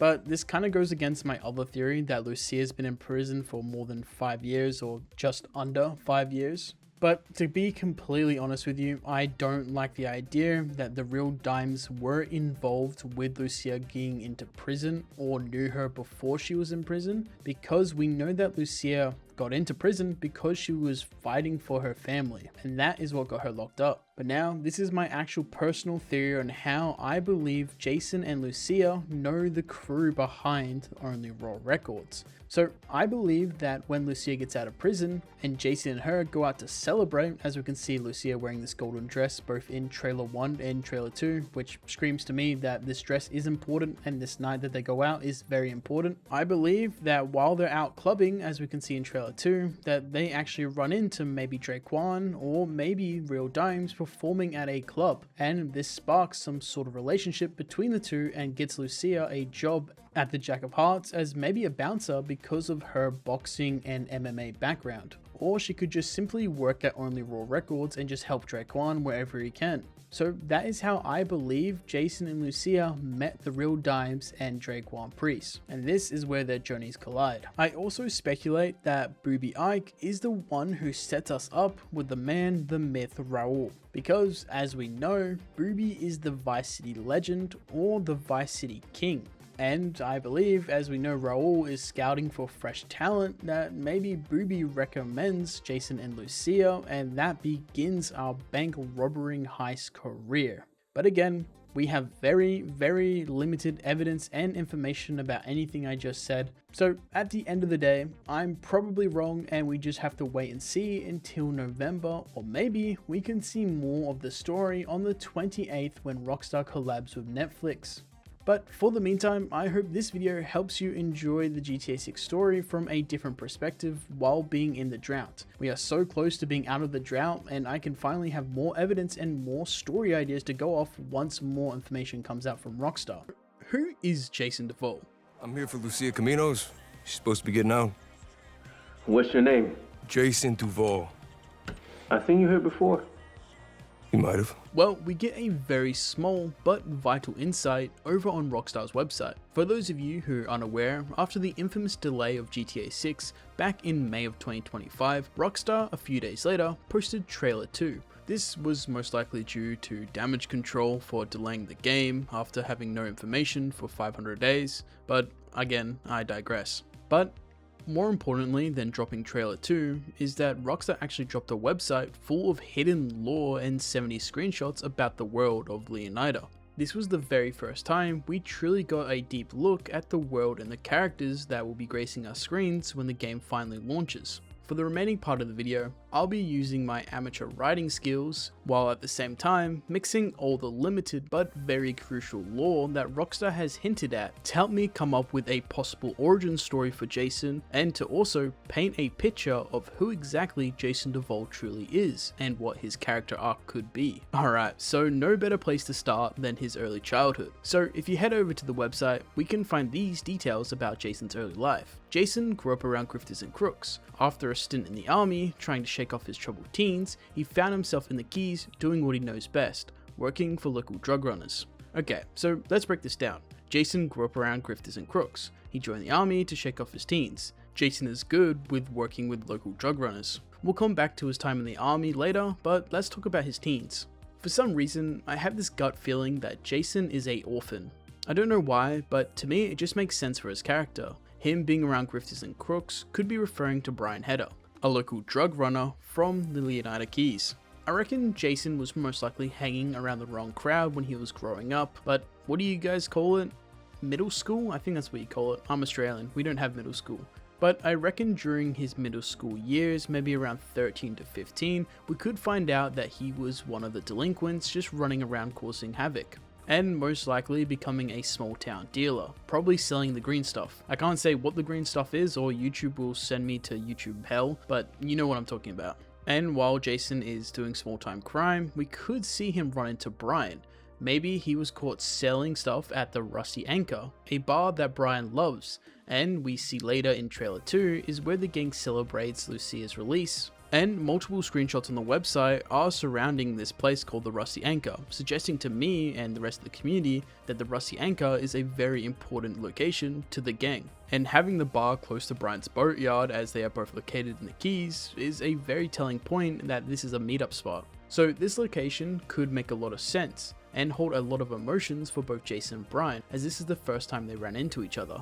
I believe their first encounter may not be so nice. As I mentioned, Jason could be there either selling product or just sneaking into a bar, and Brian, being a local legend, is there and kicks them out. This is where I feel Brian would do some tough love to try to convince Jason to go and live a normal life, go to college, that sort of thing. But since Jason is in his troubled teens, he doesn't listen and runs off. But this wouldn't be the last time Brian will see the punk kid. We could see Jason selling again, but in more of the town of the Keys, and Brian spots him at the corner of his eye, the young lad that he has previously seen at the Rusty Anchor. And I think this is a good time to mention another key character, Cal Hampton.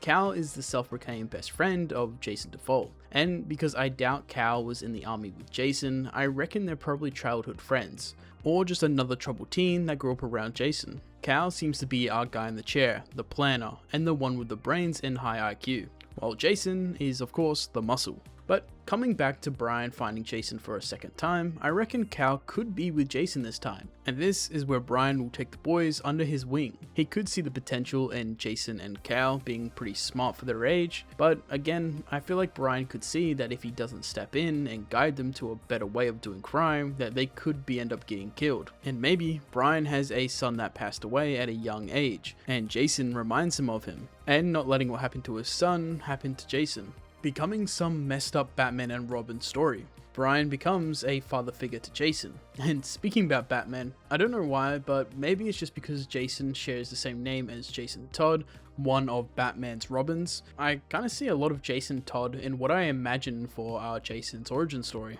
And you might be thinking, here goes Grid on another tangent, but hear me out. I may be crazy, I probably am, but Jason Todd's origin story kind of fits our Jason's story, and could even give us insight to what we could see. Look guys, Rockstar hasn't given us anything, so I'm doing my best to come up with story beats. So let me quickly recap Jason Todd's origin story. Jason Todd was born in Gotham. His father was sent to prison when Jason was young. When he was released, he never came back to Jason and his mother. Jason's mother was a drug addict. While Jason was growing up, he was surrounded by what you could say are grifters and crooks. He started at a young age stealing parts off cars. In the middle of the night, he would go up to parked cars and steal their tires and what other things he could scavenge from them. He would then sell them to a chop shop to help make money for him and his mum.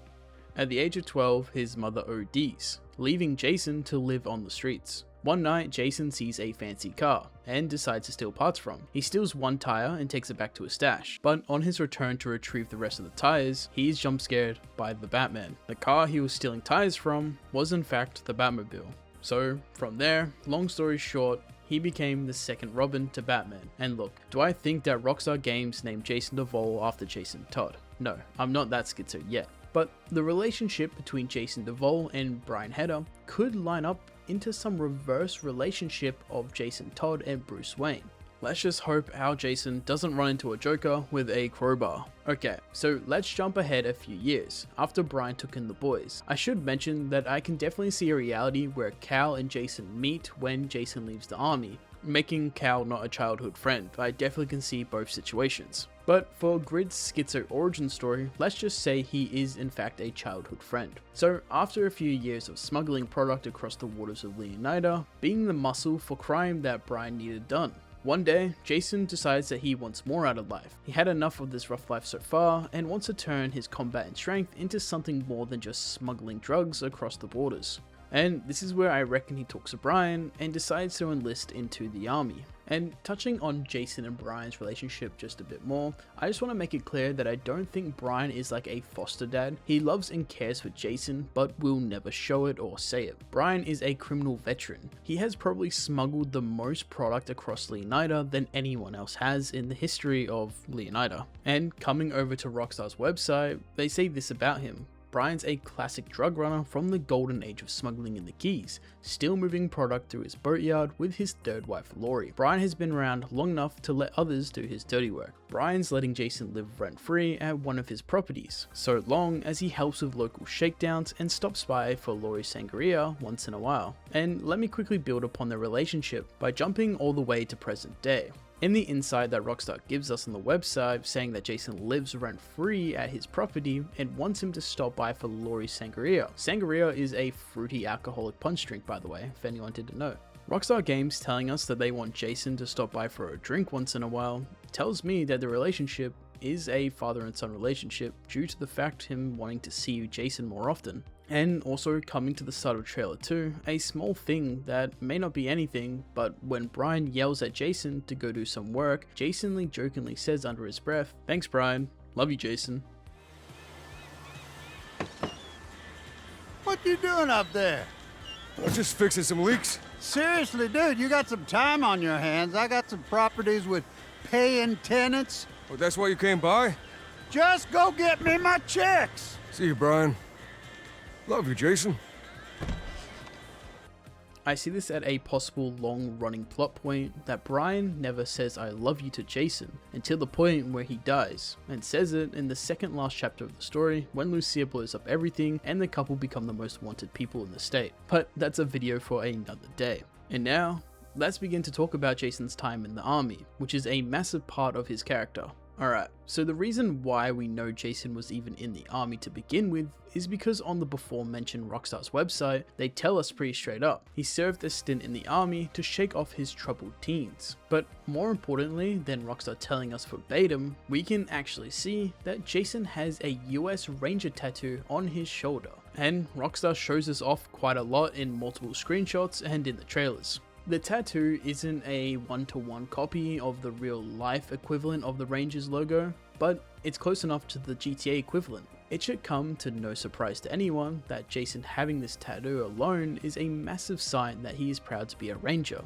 And I'm actually from Australia. I don't really know too much about the US Army, even though I'm first generation Australian. My parents are from the States and my granddad served in the Marines. So you would think that I would have some knowledge about the military. But unfortunately I do not. But I did do my research, and I'm sure someone will comment if I got something wrong, but I tried my best when researching. From what I gathered, the Rangers aren't to be messed with. Their literal tagline is "Rangers get it done." These guys are badass. I mean, honestly, every US branch is pretty badass. And it's believed from overanalyzing Jason's tattoo that he is in fact a part of the 75th Ranger Regiment, as he has a Marauder's parachute skull tattoo, and written on his tattoo we also see the text, Be Co, which obviously means that Jason was a part of the Bravo Company. A Rangers company generally consists of around 100 to 150 Rangers, all organized into several platoons, led by accompanying officers and senior NCOs. They're capable of conducting independent raids, air assaults, and other special operations. Okay, so now we know what type of soldier Jason is, but what exactly is the 75th Regiment? And what is the journey to join them? Well, I found the following. I didn't actually write this part, I found a good synopsis online that probably will explain it better than I can. The 75th Ranger Regiment is one of the US Army's Special Operation Forces. It's an elite light infantry unit designed to deploy anywhere in the world on very short notice. The Rangers' primary missions include the following: direct action raids against high-value targets, airfield seizures to allow larger forces to land, special reconnaissance and surveillance, hostage rescue and personal recovery, counter-terrorism operations, supporting other special operation forces such as the Green Berets, and other special force operations. Unlike conventional infantry, Rangers specialize in fast, high-risk missions where speed, surprise, and precision are critical. Becoming a Ranger is extremely demanding. The journey to become a Ranger is typically them starting off by enlisting in the US Army, completing basic combat training and advanced individual training. Attend airborne schools to become qualified to use parachutes in the military. They must also complete the Ranger Assessment and Selection Program, also known as the RASP, an intensive course that tests physical fitness, mental resilience, marksmanship, navigation, and teamwork. Only those who pass the RASP are assigned to the 75th Ranger Regiment. Many Rangers later attend the United States Army Ranger School, which is a separate leadership course open to soldiers from across the Army. Graduating from Ranger School earns the Ranger tab, but it does not automatically make someone a member of the 75th Ranger Regiment. So yeah, Jason is a Special Forces badass. So coming back to our timeline of GTA 6, it's safe to assume that Jason joins basic training somewhere between 17 and 20. For the sake of convenience, let's say he enlists at the age of 20. But of course the year can vary. So coming up with our timeline, at the age of 20, he enlists into the army. Age 20 to 21, he completes basic training and joins the 75th Ranger Regiment. And then from the age of 21 to maybe around 26 or older, he serves with the Rangers, potentially deploying multiple times. And then at the age of maybe 26 or 27, he leaves the army. During Jason's time in the Ranger Regiment, he was most likely deployed in Afghanistan or Iraq, as these are the only confirmed deployments by the US government. But there is a lot of other countries that are widely believed to be places where the 75th have been deployed, but the US government have never confirmed this, because the 75th are special forces who do secret special forces things. So his time in the army isn't something that people should sneeze at, because it molded Jason from being a street rat into both physically and mentally being the strongest person in any room he enters. And you can tell in trailer 2 and even trailer 1 that Jason is quite cool-headed and calculated, being depicted as a quiet person. And Rockstar also shows off that his combat skill rivals John Wick. When I first started thinking about Jason's time in the army, I thought it would be some badass story where he's kicked out for being a badass who is just so badass that he doesn't take shit from anyone because he's a badass. But the more I think about it and the more I expand upon it, it honestly makes sense to me that he may have just simply left. Obviously it's not going to be some cut and dry story where he just leaves, but I do reckon that in his final deployment, he is in an operation that goes south, and he may be the only sole survivor. The mistake in the operation could be from the higher ups, or could be Jason's fault, or may just be a freak accident, but regardless of whose fault it is, it causes Jason to leave the army. The trauma for being a sole survivor could be a part of his character's journey, but I believe that Jason's internal conflict come from two different places. One being that no matter what Jason does in his life, all roads lead to him being a criminal in Leonida. Just like how CJ feels bound to Grove Street, Jason feels bound to becoming a criminal and he can never change. And his second internal conflict is Lucia. I'm not entirely sure how Jason and Lucia meet, but I do believe it's just after he leaves the army, when he first arrives back in the Keys. and this is when Lucia first arrives from Liberty City. The two will hit it off and begin their Bonnie and Clyde spree of small time crime, and slowly ramping up to bigger and bigger crime, until it leads to Lucia ending up in prison. I feel like during this era, before Lucia is locked up, Jason and Lucia are just young, dumb, and you could say that they are hot together, just like the Trailer 2 song. Man, I'm a genius. Jason most likely struggles to fit back into society and believes him being a criminal is just who he is. He can't change it. But again, over the course of the story, he finally realizes that he can change. So, during this time, Jason and Lucia are having the time of their life, but all great things must come to an end. And that's where, I believe, a few years after they meet, Lucia is out alone one day when she runs into someone from her days in Liberty City. And if you had a chance to watch my prologue video, you will know that I believe that Lucia's parents were killed in Liberty City by a crime family. If you want the full context, make sure you go watch that video too. I will make a video where I compile all my theories into one big massive video. But coming back to that day where Lucia is locked up, I believe upon seeing this person from Liberty City, she, without thinking and acting purely out of rage, attacks this person in public, which causes a massive scene and gets her thrown in prison. And in trailer 1, when she is asked, "Why are you here?" referring to why she is in prison, she responds with, "Bad luck, I guess." Lucia, do you know why you're here? Bad luck, I guess. I see her saying bad luck is her referring to just bad timing, as maybe the cops were close by. This scenario explains why Jason wasn't also arrested, and explains why Rockstar says on their website fighting for her family landed her in Leonida Penitentiary. Sheer luck got her out. Lucia has learnt her lesson. Only smart moves from here. I think this sets up her reason to be in jail pretty well, and she is locked up for a few years. Now for Jason on the other hand, having lost Lucia, his partner in crime, he heads back to the Keys and begins to work with Brian and his crew once again. Brian's crew consists of Cal Hampton, Brian Hedder, Laurie Hedder, and this guy, who is rumoured to be named Donnie. This was leaked by an ex-Rockstar dev, which the leaks were later revealed in court to be real. During this time while Lucia is in prison, we can see Jason take on more of a bigger role in Brian's smuggling crew, as Rockstar mentions on their website that Brian is letting others do his dirty work.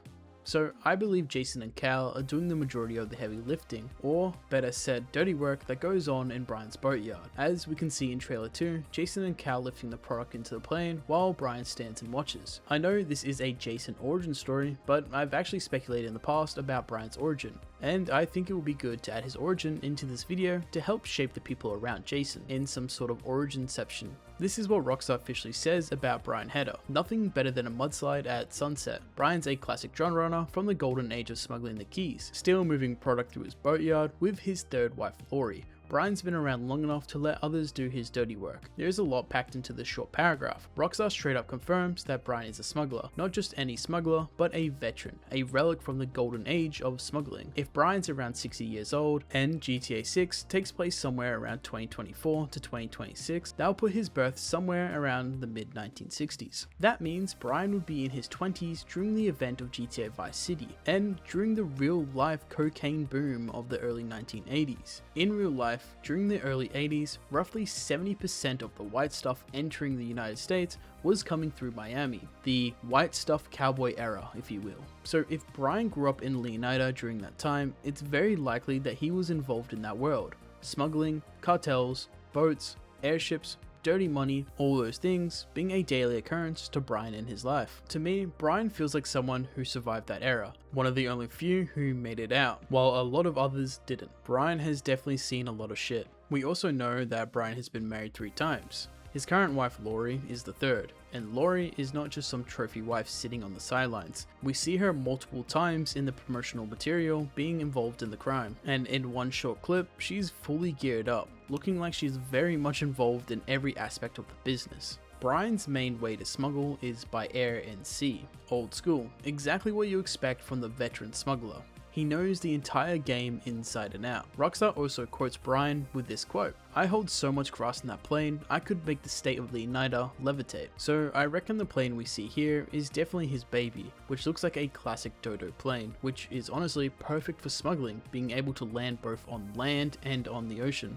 And to make Brian's origin even more interesting, I've come up with a theory that connects Brian and GTA 6 to GTA 5 Online, and that is of course Cayo Perico, baby. The island that Cayo Perico appears to be based on in real life is called Norman's Cay, aka Cayo Norman, or Cayo Norman, whichever way you say it. Norman's Cay is a small island used by the Medellin cartel. It is used as a transshipment base for smuggling the white stuff to the United States. And it's also used as a private party island. Just like how in GTA 5 Online, we see that Cayo Perico is a party place for multi-billionaires. Cayo Perico's airfield also bears a lot of resemblance to the real-life Norman Cay's airport. The shape of the island appears to be based on Kanoan, a small island belonging to St. Vincent.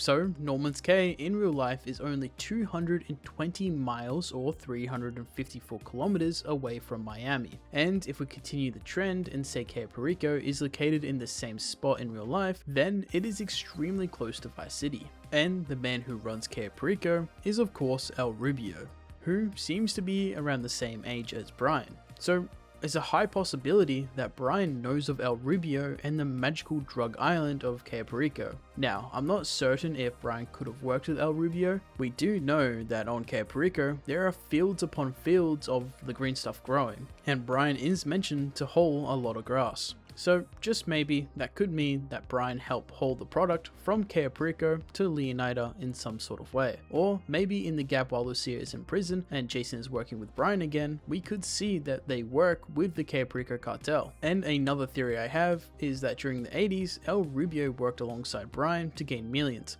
while Brian only got the scraps, and maybe this led to a conflict between them. Because El Rubio ended up with a private fortress on his own island, while Brian is still living in the Keys. But hey, that's enough schizo for you guys. So coming back to while Lucia is still in prison and Jason is working alongside Brian and Cal, I believe that maybe Brian could plant some seeds in Jason's head, and those seeds begin to shape the story.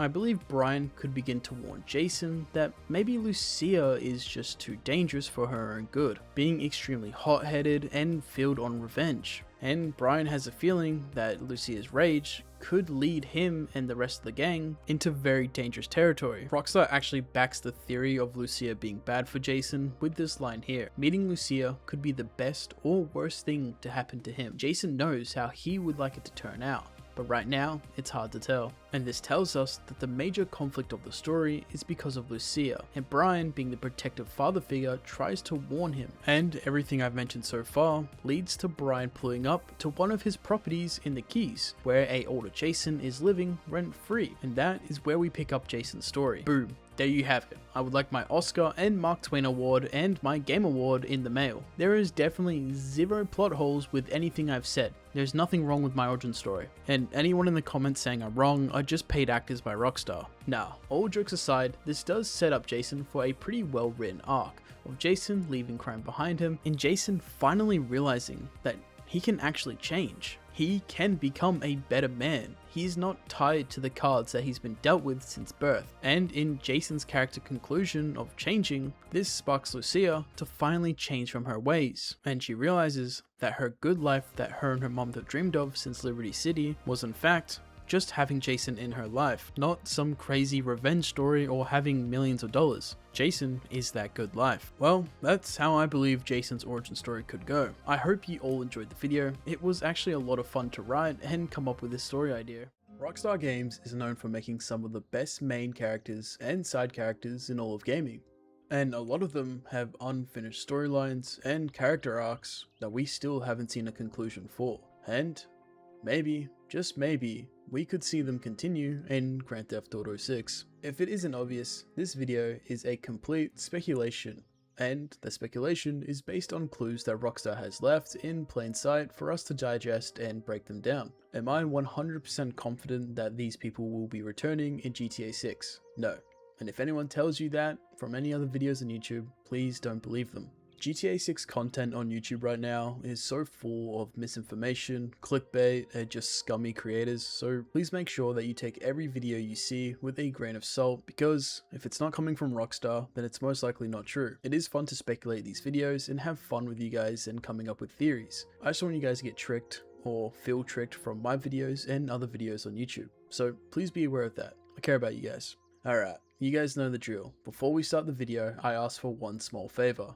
If you can scroll down and subscribe to my channel and hit the like button, it means the world to me and it pushes my video out for even more people to enjoy. Because honestly, at the end of the day, the only thing I really truly care about is for people to enjoy my content. So I hope you enjoy this video. Alright, so starting off with the man who I honestly really do hope we see in GTA 6. Out of everyone I mentioned on today's video, he is by far the one I want to see the most, and strangely has a lot of connections to Grand Theft Auto 6. And the person I'm talking about is of course Juan Strickler, or better known as El Rubio. And this is why I believe the connection is so strong. Alright, so we all know this tiny little island that has made us gazillionaires, and boy, looking back at primetime Cayo Perico, it was honestly so beautiful. The insane payouts, the glorious cooldowns, man, what a time. But you get the point, this place has become home to a lot of players and a lot of grinders. But past all the GTA dollars and insane solo speedruns, doesn't it seem a bit odd that this DLC is so different from literally every other DLC we have ever had in Grand Theft Auto 5 Online? Like, just think about it for a second. Rockstar went all out for this DLC, and honestly, it's probably the most well-made DLC GTA Online has ever had. This island is so heavily detailed. Another possibility on why Rockstar went so hard with this DLC is because they actually reused a lot of assets from Red Dead Redemption 2, where the Vanderlyn gang finds himself in Guarma.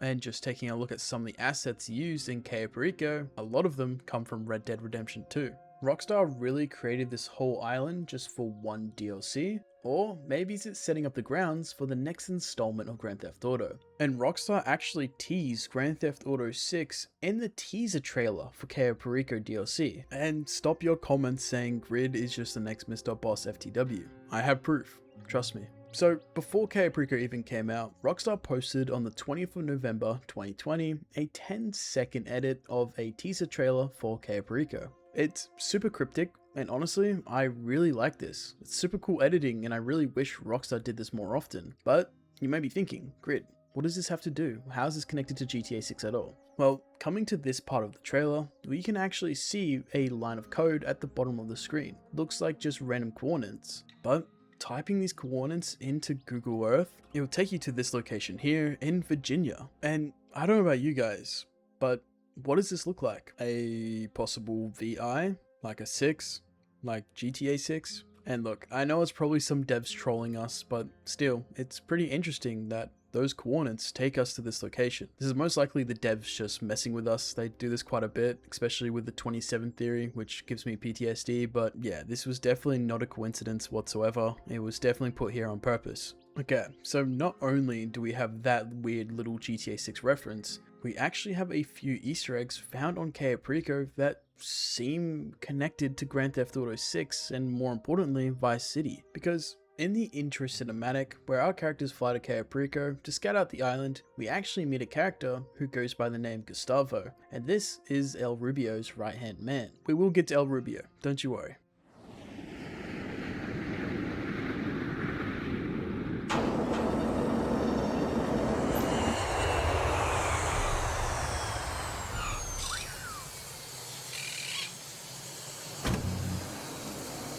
Oh my god, it's beautiful! Woo! I'm gonna need a shower. Ooh, me too, it's hot! Come on, get on with it. Oh, fuck me. Balmy, innit? Here, a word in your shell like. Now you're really gonna start sweating when you see our host. But let's hope he's got enough up his nose he won't smell the deception, eh? Nah, just winding you up. He will most certainly be spangled. Oh, here he is. Davy! Welcome to paradise. Ah, Monsieur Rubio! Hold me, Blondie, eh? All right, can you show us where to set up? Of course. Where's Gustavo? I mean, guys, you gotta come back, huh? Gustavo, hit it. I told you not to go anywhere. Take our friends to the stage, huh? Show them the setup. You think you could do that? You feed the panther. Okay, so now if we come to the 2002 game of Grand Theft Auto Vice City, we can find a man who is wearing what appears to be the exact same shirt as Gustavo, the man from GTA 5 Online. This character from Vice City is Gonzalez, the right-hand man to the drug lord in Vice City named Juan Cortez. So another detail that people like to mention is that yes, both of these characters start with the name G, and both their names could be a first and last name, which is why some people think it's the same character. Now, speaking about El Rubio, his real name is Juan Strickler, a massive drug lord and the king of Cayo Perico, and the massive drug lord in Vice City is also named Juan. Another crucial detail that people add to this theory is that at the start of the game where Tommy, the main character we play in Vice City, is speaking with Ken Rosenberg, Ken mentions that Juan Cortez helped set up deals well away from the Vice City's established thugs. People like myself like to think he's talking about stuff so far away that he could be referring to Cayo Perico, but in reality, he's most likely just talking that Vice City thugs won't be involved with the deal. But don't you worry, I got even more evidence to go over. A small but interesting detail is that both Juan Cortez and El Rubio both have party lifestyles where they throw parties quite often. And we know that El Rubio's island is mainly used for producing certain products and also throwing massive parties for the uber rich. Okay, so this next part is where the theory that Gustavo and Gonzalez are the same person kind of breaks the GTA canon, but also adds more ties to the character, strangely. So, spoilers for the GTA Online DLC, but Gustavo, El Rubio's right-hand man, is later fed to El Rubio's panther and killed because he forgot to feed El Rubio's panther, who he loves dearly. Well, I think he loves dearly. And in Vice City, Gonzalez is also killed by Tommy. Both characters have pretty brutal death as Gonzalez is chased down by Tommy with a chainsaw. Rockstar doesn't force the player to use a chainsaw, but does give you one at the start of the mission, which people say is the canon way of ending him. It is very strange to see so many references to Vice City and GTA 6 multiple years before we even got a trailer. So now let's get our tinfoil hats on and start speculating on some connections between both Cayo Perico and Vice City or the entire state of Leonida. Key word here is speculate. Cayo Perico is considered one of the most secure private islands in the entire world, and the location of a private island compound of the world's most notorious drug dealer, Juan Strickler, aka El Rubio. It also contains an untold fortune in art, gold, and drug money that is scattered across the entire island. Like any good hidden lore, Rockstar never tells the player directly the history of the island, but they do leave some very interesting details hidden beneath the shores. On the island, we have El Rubio's goon, who patrol the island and act like a private army. Well, I guess they don't really have to act, they are pretty much a private army. We can hear one of El Rubio's men talk in Spanish and say the following. Cayo Perico. Ni siquiera sabían cómo se llamaba antes de llegar. So this is actually pretty interesting. Them not knowing the name of the island before turning it into this empire tells me that El Rubio didn't buy the island. He came, he saw, he conquered. And name Cayo Perico is translated to the white stuff in Spanish. Thanks for the amazing work over at the GTA Wiki. They actually did a lot of research with this and found the real influence of the island. The island appears to be based on the Norman Cay, aka Cayo Norman, a small island used by the Medellin cartel as a transport base for smuggling white stuff into the United States. It also acted as a private party island for cartel and cartel associates, just like Cayo Perico. Also a point to note that Cayo Perico's airfield also bears some resemblance with the real-life Norman Cay airport. The shape of the island appears to be based on a small island belonging to St. Vincent. No, not St. James. Relax, guys.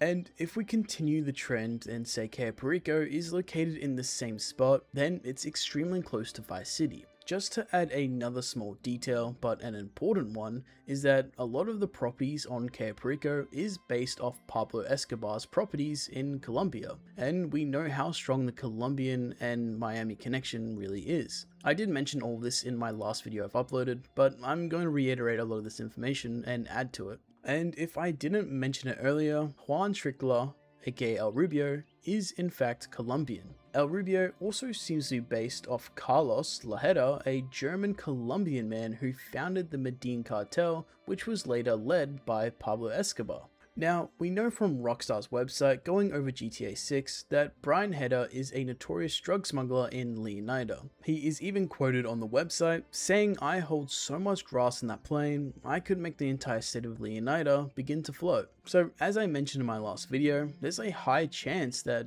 Brian Hedder could have worked with El Rubio or have some idea who he is and the magical drug island of Cayo Perico. Now, I'm not entirely certain if Brian could have worked with El Rubio, but we are aware that a lot of fields in Cayo Perico are filled of the green stuff, so maybe that could mean Brian hauled product from Cayo Perico to Leonida. And look, I know what you're thinking, Grid, that's a big stretch. And yeah, I know, Rockstar really doesn't give us a lot of stuff. But yeah, I am grasping at straws here. Alright, so let's say in this delusional world where this is true, maybe we could see Jason helping with Cayo Perico cartel by moving product or just doing dirty work, as we know Jason helps Brian a lot. Again, I went over this in my previous video. So to get even more schizo, let's take a look back at the Project Americas leak of 2018, which was 2 years for Cayo Perico, which a lot of the details mentioned could actually line up as Cayo Perico being a teaser for GTA 6. Let me explain. For the people watching this video who don't know about the Project Americas leak, let me break it down.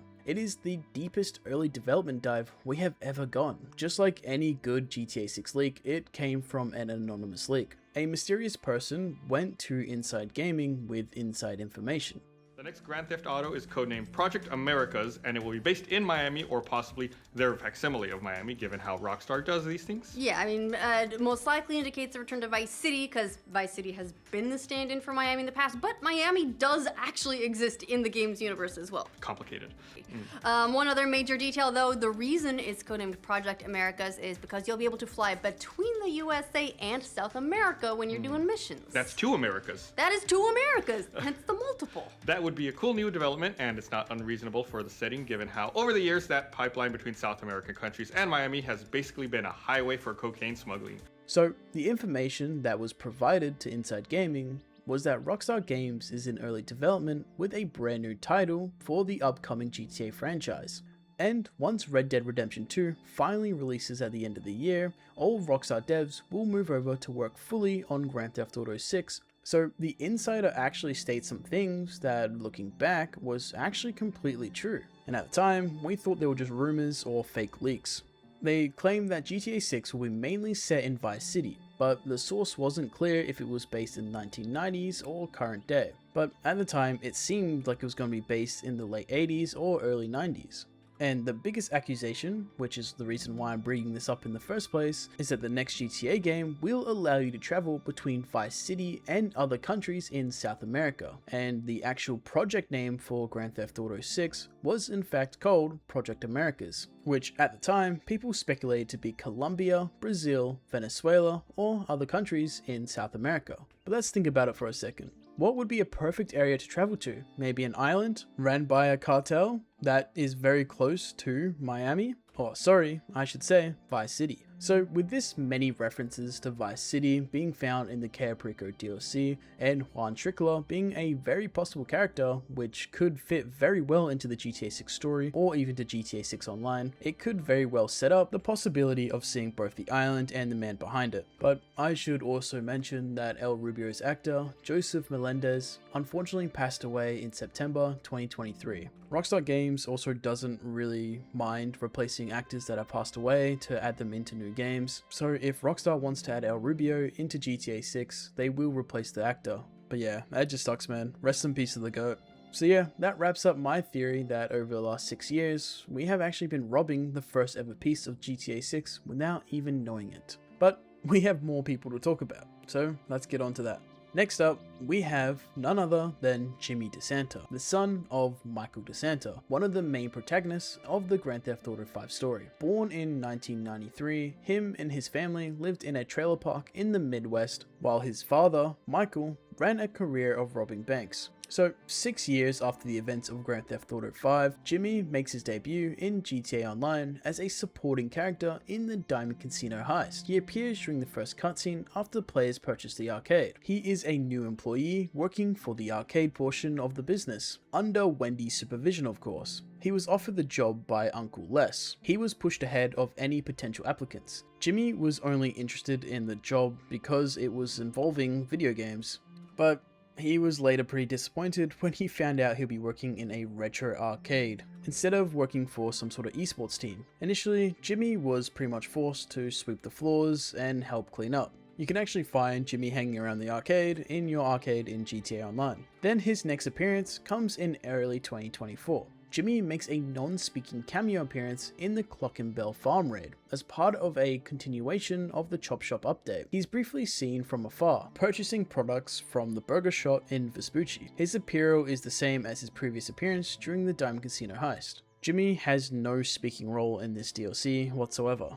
And then, in late 2025, it is revealed by both Michael and Amanda that Jimmy, their beloved loser son, is finally moving out after all of these years, indicating that Jimmy has made enough money from his arcade job to afford his own place. So yeah, the last information Rockstar gives us on Jimmy is that he's moving away, which again, this doesn't really tell us that he's moving directly to Vice City, but honestly, I think it's Rockstar hinting that Jimmy is finally moving out and we could see him in the streets of Vice City. I don't think Jimmy will be playing some sort of massive role in the GTA 6 story. I reckon he'll either be a small little cameo, maybe an Easter egg, or a Stranger in Freed mission where we actually have a little side quest with him. Maybe, just maybe, we could see him help find Michael's boat in Vice City. Again, Rockstar adding that he finally moved out could either be teasing GTA 6 or just a throwaway line. Let me know in the comments what you think. Okay, coming up next, we have the Madrazo family.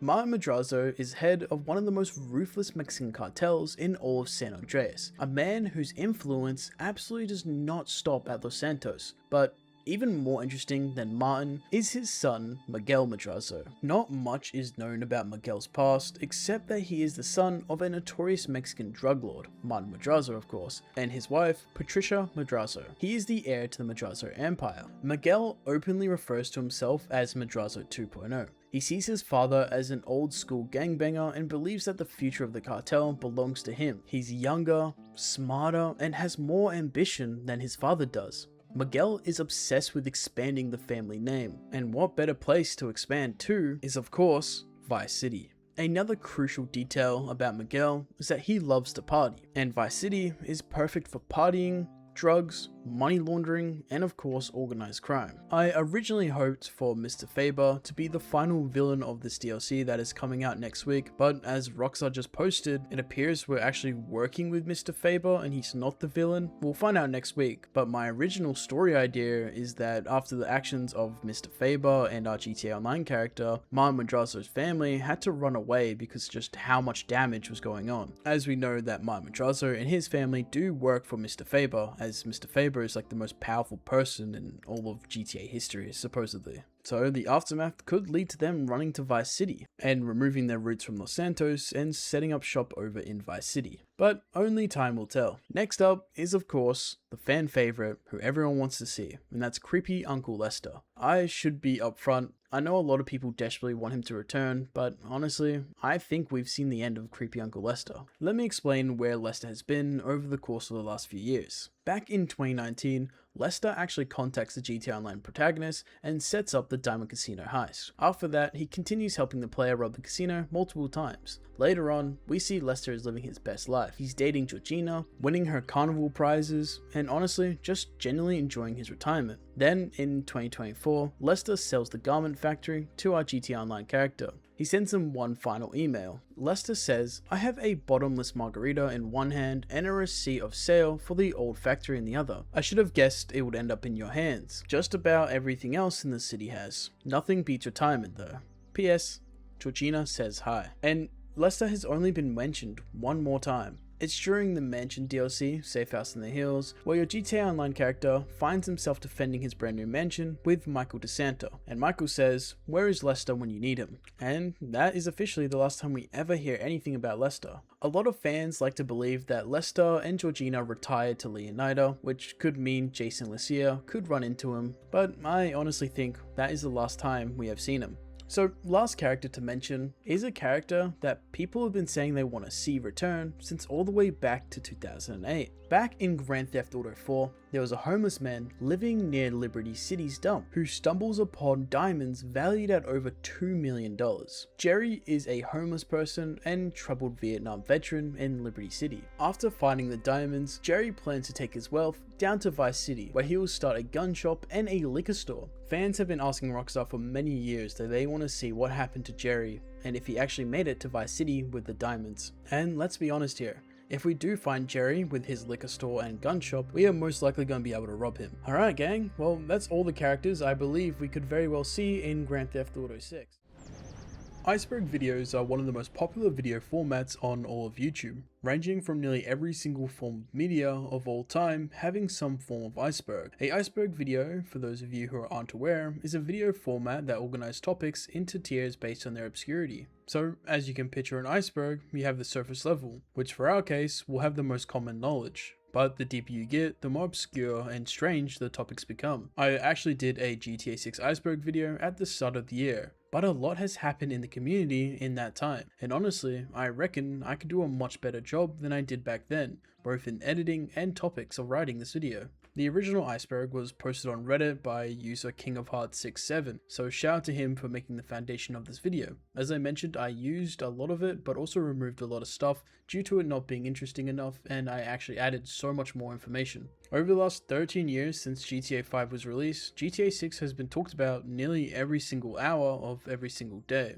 And it has sprouted some insane theories, crazy development scandals, and even the biggest leaks in gaming history. So, starting ourselves off at the top of the iceberg on tier 1 is no better place to start than GTA 6 YouTubers. So, as we all know, Grand Theft Auto 6 is milked so much here on YouTube, but some people take it way too far. Some of these crayon-eating YouTubers you may know as Mr. Boss FTW. Mr. Boss FTW is by far the worst one out of them all. The stench of desperation that reeks from his entire channel is honestly pathetic. He is the only legacy clickbait slop channel still going, and of course he's now using AI to generate his thumbnails. This loser has been doing GTA 6 videos since 2015. That's over a decade. Like, come on bruh, time to put the fries in the bag. But of course there were other major players during this time, like Lispy Jimmy and 0.live. Lispy Jimmy transitioned into milking as much money as he could off Fortnite. Like the video right now, you have 5 seconds. And if you like the video, I'll be picking you guys from the comments that comment your epic usernames. And to the point where his channel died and he just stepped away. I'm sure he's gonna be back when GTA 6 comes out. While 0.live transitioned to kids GTA content, which, bro. I mean, hey, get your money, but still, holy. Don't worry, buddy. I'm on my way. Put that coffee down, Franklin. We gotta go, my days. No way. There's just been an explosion. And that's literally where Michael lived. But yeah, unfortunately, these guys will return when Grand Theft Auto 6 comes out, and many, many more will also be created. Even now, there's even more GTA 6 slop channels than actual good GTA 6 content creators. It's unfortunate that being a GTA 6 creator, you're usually stereotyped as like a clickbaiting scumbag, but we actually have some of the best creators on the entire platform in the GTA community, like Astro Soup, Jetro, Sav, Bogan Bav, MCT, VPA. These are amazing creators who also are categorized with these slop channels, which really does suck. But yeah, there's definitely so many terrible channels in the GTA 6 community. I could give you a whole list of them, but those creators know exactly who they are. So I'm just gonna move on to the next topic. We got blank before GTA 6. Okay, so I'm sure if you're around in the GTA 6 community at all, even just looking at Twitter replies, you would see we got blank before GTA 6. It's a pretty common thing. It's honestly just a massive meme at this time. It's been around for so many years now. It's actually insane. Even top comments on my channel are usually something like, we got blank before GTA 6. It's honestly just a fun meme that's been circling around since the dawn of men, since how long it's taken GTA 6 to release. Alright, so next up we have Vice City. So we all know that one of the biggest areas will be causing havoc in GTA 6 is of course Vice City. We actually knew about GTA 6 having some connection to Vice City way before any trailer came out, with pretty much every so-called insider coming out mentioning that Vice City was going to be one of the main areas in Grand Theft Auto 6. And then in 2022, when the leaks happened, it confirmed that yes, GTA 6 will take place in Vice City. Alright, so next up we have the GTA 6 house. The GTA 6 house refers to a house found in the GTA Definitive Edition, which was released on the 11th of November 2021, which saw the remaster of 3 games: GTA San Andreas, GTA Vice City, and GTA 3. And calling them a remaster is honestly kind of a joke. These are pretty terrible remasters, not gonna lie. But anyway, this topic refers to an image that was added to the Lil Probe coffee shop in San Andreas. Players notice after entering this UFO themed coffee shop that pictures on the wall are from other Rockstar properties, and every image featured some sort of UFO. Players speculate that they figured out the locations for these photos in other Rockstar titles. Like this photo here is obviously taken in the Sonora Desert of GTA 5, this one is from North Chumash, Cassidy Creek Bridge, possibly a house in Polito here, Mount Gordo Lighthouse, Red Dead Redemption 2 Guarma, Vinewood Hills Communication Tower, Sandy Shores Airfield. So we now established that these photos are from other Rockstar properties. There is one image though that stands out like a sore thumb, and this is where people believe that a GTA 6 link is here. Players like to point out that this house looks like it could be very well from a neighborhood in Florida, and could very well be the first ever image we have ever seen of Grand Theft Auto 6. The community has been torn on this photo. Some believe that it is definitely GTA 6, while others think it's just some random house. It would be cool if we see this house in GTA 6 as a little Easter egg that Rockstar has put in, because so many people have talked about it and it's wide speculated that yeah, this is the first house we've ever seen from GTA 6. But only time will tell. Let me know down in the comments if you think this is actually from GTA 6 or just some random image Rockstar made. Alright, so next up we have the Hopium streams. Hopium is the play on the other meme or slang word, copium. Hopium is a fictional drug that makes you feel so full of hope, you're blind to anything that'll take away your hope. One of my favorite things from the GTA community is Hopium. At one point, it brought the community together in a positive way during the drought. After trailer 1 was released, we thought we would get a constant stream of content for Grand Theft Auto 6. We were very, very wrong. Week after week, Rockstar stayed silent. Well, not completely silent. Rockstar Games post on every Tuesday, Thursday, and Wednesday on Twitter. It's typically one of 3 different types of tweets: GTA Online, Red Dead Redemption 2 Online, or Circo Loco. Circo Loco is a club in Spain that Rockstar promotes. And this is where the man himself, TGG, comes into play. Mr. TGG is one of the biggest GTA channels on the entire platform. He's been covering GTA 5 and GTA 6 news for many, many years. On the 27th of November 2024, or day 1027 of no content from Rockstar, TGG went live for the very first time to do a Hopium stream, where he would talk to his chat and wait for Rockstar to post at their normal times, hoping that it would be a GTA 6 related thing. This is where the birth of Hopium began in the GTA 6 community. TGG with a few thousand people in his chat, just interacting and having a good time. At the end of the day, all the people in his chat, and himself included, are just fans of Grand Theft Auto and Rockstar games. After so many years of just no information, the fanbase actually kind of turned on everyone, all the content creators, even myself. People who were doing Hopium streams, just having fun with their chat, got pretty much bombarded by these doomers in the community, saying that GTA 6 is going to get delayed again, GTA 6 is woke, GTA 6 is terrible, pretty much just flooding the entire community with hate. And honestly became so toxic in the last 6 months, it was really bad. Like, it was really bad. And then on May 21st, 2026, TGG released a 6-minute video where he decides that he is done with Hopium streams. They've become too toxic and he just doesn't want to do it anymore. Something fun that he created for him and his community has turned into something so negative and toxic that it's just not worth it, and it's ruining his fanbase and his mental health. Hey guys, this is going to be a bit of a different video. I've never really made a video like this, so bear with me if I go off topic, if I yap a bit. I'm not good at doing these, so I'm going to try. I want to talk about what's happened with the channel and GTA 6, to be honest, over the past couple weeks or few weeks,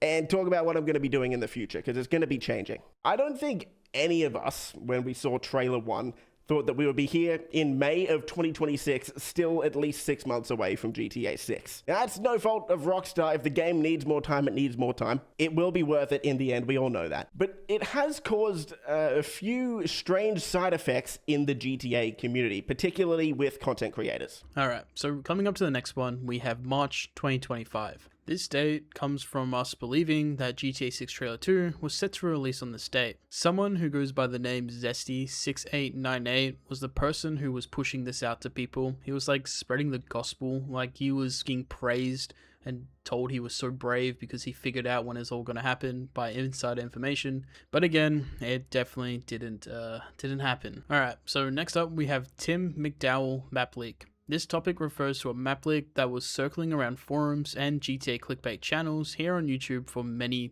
months. The map is apparently from a Rockstar employee who decided to leak the GTA 6 map. It showed a modern Vice City inspired by Miami with multiple islands and landmasses, long highways connecting cities and rural areas, saying it was going to be 10 times the size of GTA 5, but unfortunately, I hate to break it to you guys, but this Tim McDowell is not a real Rockstar employee, and the map was a fan-created map which was inspired by the Project America leaks. Yeah, stuff like this happens pretty much daily in the GTA community, especially with GTA 6. People saying they're either ex-Rockstar dev or an ex-insider, or hell, their dad works for Rockstar Games. But at the end of the day, it's all bullshit. And speaking about even more bullshit, comes to our next topic, 198E5 map. Once again, this is a concept map made by a fan who thought they were just having fun by photoshopping a map and creating a cool piece of art, when in reality, every single GTA 6 clickbait channel took it and started saying that this is the GTA 6 map. And the name, it doesn't come from some secret code at Rockstar Games, which people really thought that his name, 198E5, was some secret hacker working inside Rockstar Games, but in reality, it was just some guy on Reddit.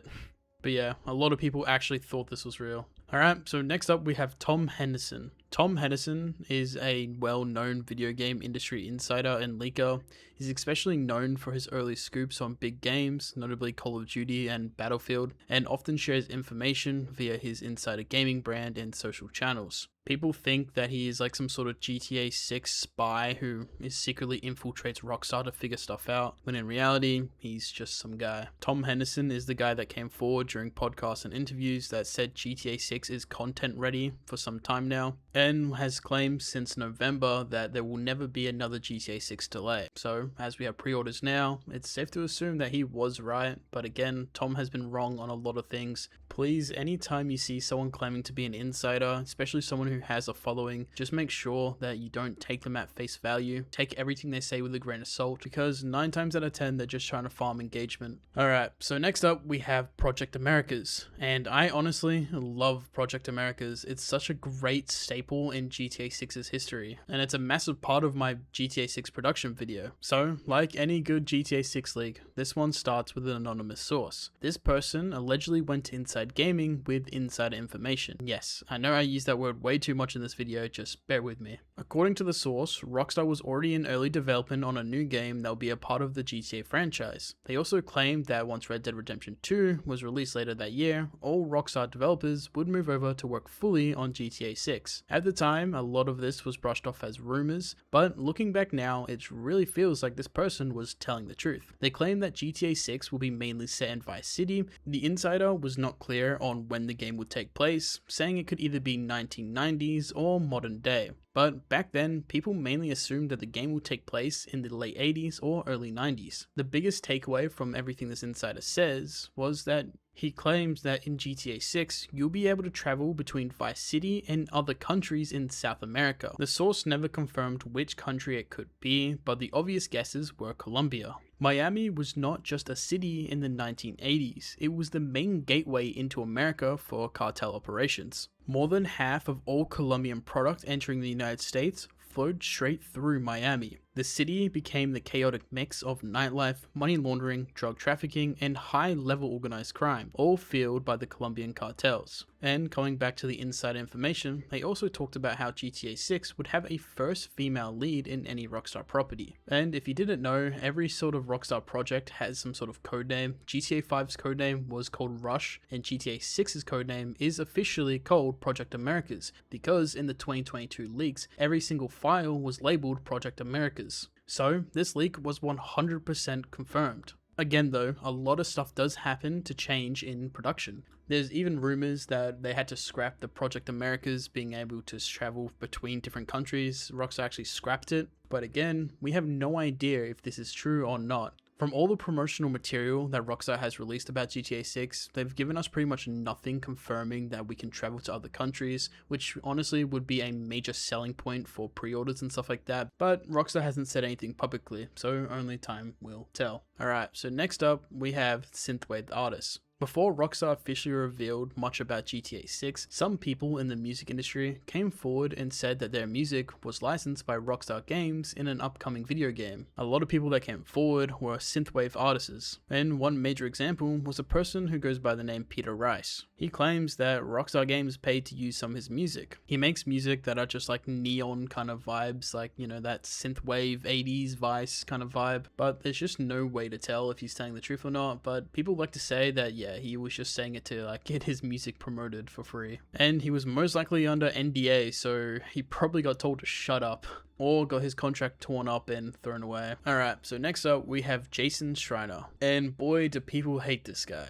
He is another kind of journalist and like kind of like an insider for reporting on video games. And the video games he usually talks about is of course GTA 6. Writes for Bloomberg and often shares updates based on his contacts that he has inside Rockstar Games and their development studios. His reputation online is pretty much 50-50. People either say he's telling the truth or people say he's a liar and they shit on him. Schreider has repeatedly said that the game's original release window of fall 2025 was increasingly unlikely based on what people told him at Rockstar Games. He said that the staff didn't actually believe the date was realistic and suggested it would slip into 2026, and he was unfortunately right. When the game was delayed to November 2026, Schreiner later clarified that the delay was not caused by the recent firing of all those staff members and the accusations of Rockstar Games using union busting, but he said simply reflected normal development decisions and timing around Take-Two's owner call. Schreider was also one of the first journalists who acknowledged that the GTA 6 leaks were real during 2022. All that being said, Jason doesn't officially speak for Rockstar Games, he just reports based on insider conversations and industry knowledge that he has. Whether over the years his reputation has been built on the good side or bad side, he does have a reputation inside the community. Alright, so we briefly mentioned it in the last topic, but we're going to mention it here fully, and that is union busting by Rockstar Games. In late October 2025, Rockstar Games, the developer behind Grand Theft Auto 6, terminated the employment of 30 to 40 employees across their UK and Canada studios. The company officially stated that these terminations were due to gross misconduct. Rockstar alleges that the employees had shared or discussed confidential company information on Discord in violation of internal policies. Rockstar Games' parent company, Take-Two Interactive, has consistently defended Rockstar Games, stating that it was unrelated to the workers organizing a union and was purely based on misconduct concerns. However, the Independent Workers Union of Great Britain, the labor organization representing the game industry workers, including some at Rockstar Games, accused the company of union busting. Basically what union busting is when a union is formed inside a company when they reach a certain amount of employees who join the union. It's usually around 200 people, and a union pretty much just helps employees have more rights and have more of a say in their work ethic. And apparently at Rockstar Games it's super bad, their work lifestyle, so a lot of them decided to make a union, and they created a Discord where they would talk about this union. And in Rockstar's eyes, they saw this as them spreading GTA 6 news and leaks inside this Discord and decided to fire them. While in reality, the people who claim that they're just forming a union were just in there to form a union, and that Rockstar Games only fired them because they would reach the quota of 200 employees to start a union, and then vice versa, everyone is like in a he say, she say kind of thing. And at the end of the day, a lot of people lost their jobs. And it hit especially hard because it was just before the holidays of December. So massive protests actually erupted outside Rockstar Games and Take-Two offices in Edinburgh and London, with the fired workers and union members all supporting and demanding the reinstatement of the dismissed employees and condemning Rockstar Games for their actions. Over 200 current Rockstar staff signed a petition urging management to reverse the firings and reinstate the affected employees, according to Game Developer. And as of me rewriting this iceberg video, we do have an update on the situation. Rockstar Games filed to dismiss the court proceedings, but the judge said no, and the trial is set for September. So yeah. Again, at the end of the day, this situation just sucks for the employees who lost their jobs. Again, I kind of give you a TLDR about the whole situation. If you want to learn more about it, I highly suggest you guys go and do your research about it, because again, union busting is a very real thing and actually affects a lot of people around the world, and multi-billion-dollar companies get away with it very, very often. Alright, let's move on to a less depressing topic. And that topic is February 4th. February 4th, 2022 was the first ever confirmation from Rockstar Games that Grand Theft Auto 6 was real. Rockstar posted to Twitter the following statement. Many of you have been asking about a new entry in the Grand Theft Auto series. With every new project, our goal is to always significantly move beyond what we've previously delivered. We are pleased to confirm the active development for the next entry in the series is underway. Yeah, this was the biggest news drop we have ever gotten from Rockstar Games regarding Grand Theft Auto 6. Up to that point, there was no information for 9 years since the release of GTA 5 about GTA 6. Some people thought GTA 6 wasn't even gonna happen. Man, honestly, can you really blame them? And as soon as Rockstar did this, the whole internet went absolutely crazy. Finally, our grand delusions of a Grand Theft Auto 6 was finally coming into reality. But unfortunately, Rockstar Games didn't give us a single update until they were forced to tell us a year later due to the leaks. And then from September 2022, nothing happened until December 1st, 2023, when they announced trailer 1 was coming out. And just having a retrospective look at what has happened over the last 5 years since Rockstar tweeted this, the actual marketing run for GTA 6 has been so terrible. It's actually been, I can't believe it. We've had 2 trailers, 140 screenshots, pre-orders only just coming live a few weeks ago. And that's it. That's all we have. Alright, so next up is the Miami Scout. This references to images of letters that got leaked online from business owners in Florida who got approached by Take-Two Interactive. Take-Two essentially asked these business owners if they could send some scouts to their properties for them to use in an upcoming Rockstar game. The other letter that was actually leaked online was Take-Two asking a hotel, if they could use the whole side of their hotel to add a massive mural of their upcoming game to help promote it. So these are the letters that were leaked online. Dear the Guild, we hope that this message finds you well. We would like to reach out to you regarding an advertising opportunity on your property, the Guild downtown located in Miami especially. We are interested in placing an advertising poster on the exterior side of the parking garage that is visible from Biscayne Boulevard.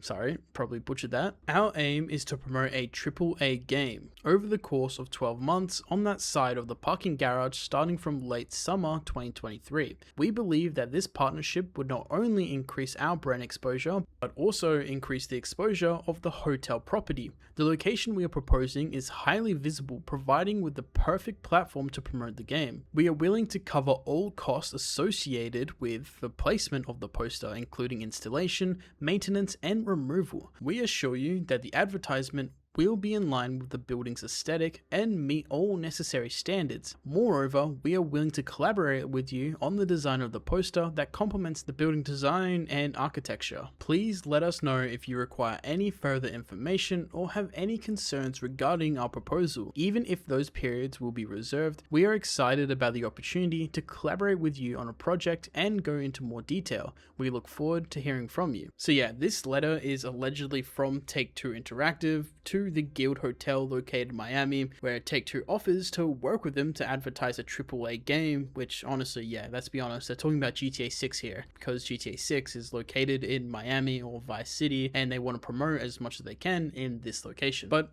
again, the letter does say summer 2023, so a lot of us like to speculate that if this letter is real, that this was the original start of the marketing for GTA 6, but due to stuff like COVID happening, the leaks happening, major things that they didn't foresee happening, made the game be delayed and even pushed back to 2026 November. So maybe, just maybe, we could actually see this sort of deal between Take-Two Interactive and the guild take place in the coming months. Again, this is all just speculation, and online sources claim that this is real, but we have no proof of that happening. So again, like I said before, with a lot of topics here, we're just gonna have to wait and see what happens in the future. So yeah, as I mentioned, there was another alleged letter from Take-Two Interactive. A bit of this letter was actually blocked out, so I'm just gonna have to just read what it says, so it might not make sense starting off, but just bear with me. So it goes blank, Rockstar Games, a video game development company. They have a group of researchers and developers scheduled to come to Florida this October to scout the location for their video games. Their research crew will be here in South Florida between the dates of October 14th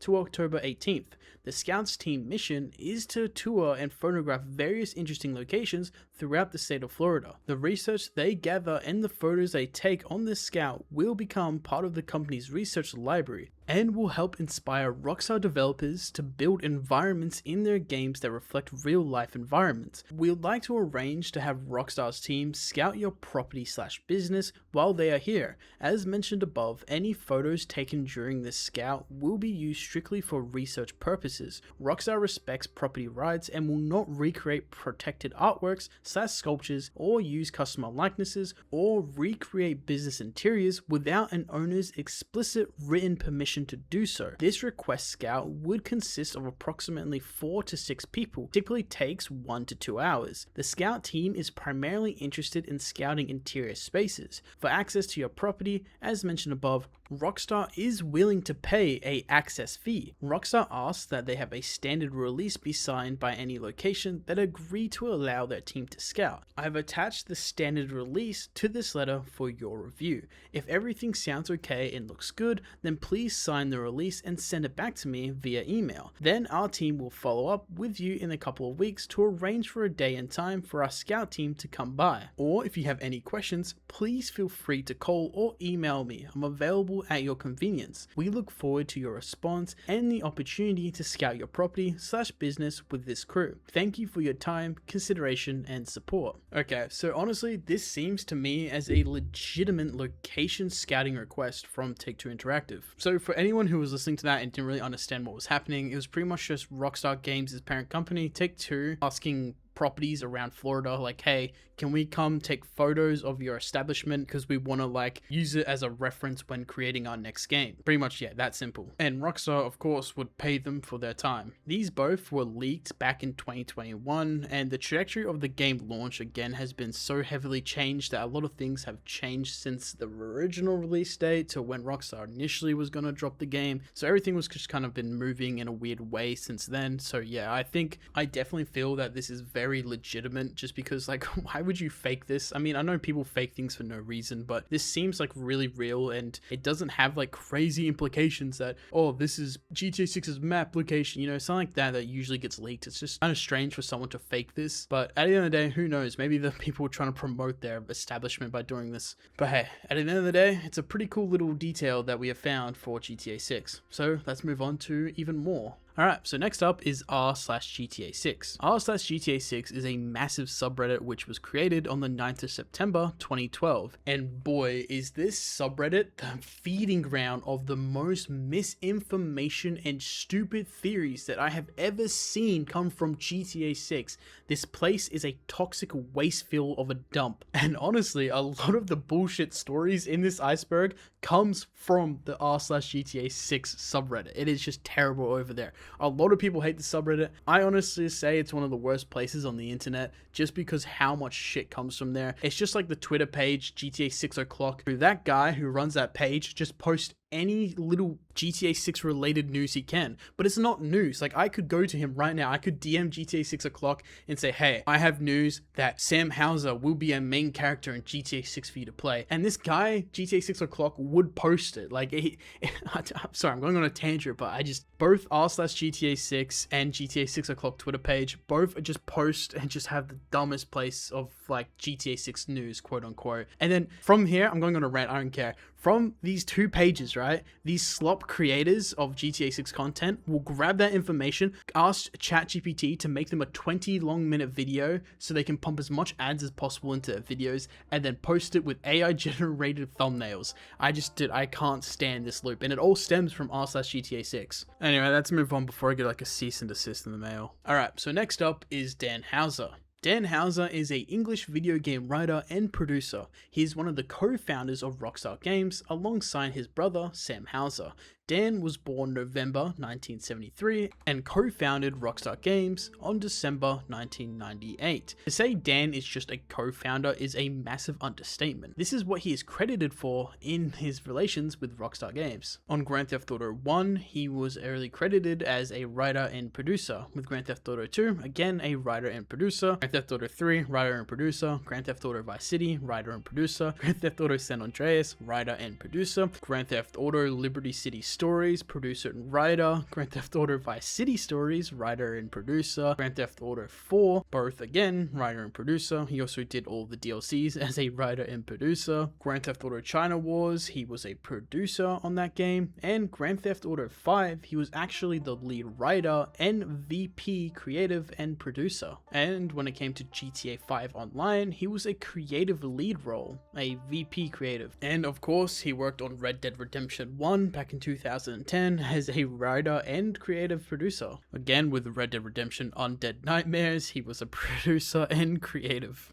And with his massive game Red Dead Redemption 2 2018, he was a co-writer of the game and exclusive producer. But his credits don't end there. I'm just gonna speedrun the last of these because you guys already know he's a creative and producer. So he was a creative and producer on Bully, Max Payne 3, LA Noire, Midnight Club Los Angeles, and he was actually a writer on the game that was scrapped by Rockstar, which was called Agent. But you may be thinking, Grid, you forgot one game. And yes, Dan Houser is not officially worked on Grand Theft Auto 6, or he's not credited to work on it. That doesn't mean that he hasn't given any input to his brother Sam and the other people who still work at Rockstar Games. I'm sure Dan's spirit still lives on there. But yeah, Dan officially left Rockstar Games in 2020, primarily due to the immense workload and long development cycles of massive projects like Grand Theft Auto 5 and Red Dead Redemption 2, feeling he couldn't do another game to that scale. However, reports also suggest creative differences between his brother Sam Houser over the company's shift from story DLCs to focus more on online content, with Dan preferring narrative depth over endless online content, which yeah is pretty base, not gonna lie. Dan actually founded a new gaming company in 2021 called Absurd Adventures, with its headquarters located in Santa Monica, California. He also works with Laszlo, a longtime producer of GTA games and other Rockstar titles. Not only does Dan have a lot of gaming projects in the work, he also has published his novel called A Better Paradise. And Dan Houser has actually come out into the public eye a lot more, since him and his brother have been known to be very private with very limited information on these two, even having zero pretty much interviews or anything. But Dan has come out doing podcasts with Lex Freeman, which I really enjoyed this watch, and he even made a surprising guest appearance at the Game Awards last year, where he was the person announcing Best Narrative Game of 2025, which shocked the entire gaming industry. I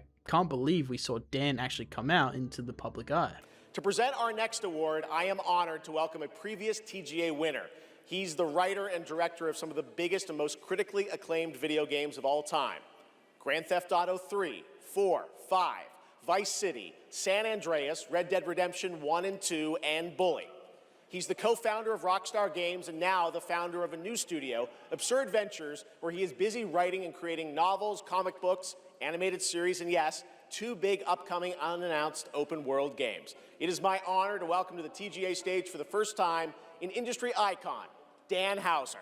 Sam, on the other hand, is still a very, very private person. But again, as I mentioned, Dan Houser is unfortunately not working on GTA 6. but honestly, I think it's well deserved for him to step away because I think another game would probably kill him. Alright, so that's enough of Dan Houser. Let's move on to another topic, 4chan. This is referring to how much fake material comes from 4chan that ends up on the GTA 6 subreddit. And as we all know, 4chan loves being 4chan by fueling misinformation and just trolling every single community known to mankind. And GTA 6 fans, being the most loud and obnoxious fans of all of gaming, they were also in the iron sights of a lot of people trolling them from 4chan. Alright, so this next one is called The Mexican, and this refers to the debunked early rumor that the protagonist would be a male criminal nicknamed The Mexican, which spreaded back on the internet a fucking decade ago, and everyone just said that, yeah, GTA 6, his main character is going to be called The Mexican, and he's going to be in GTA Mexico. It was a massive deal back in the day,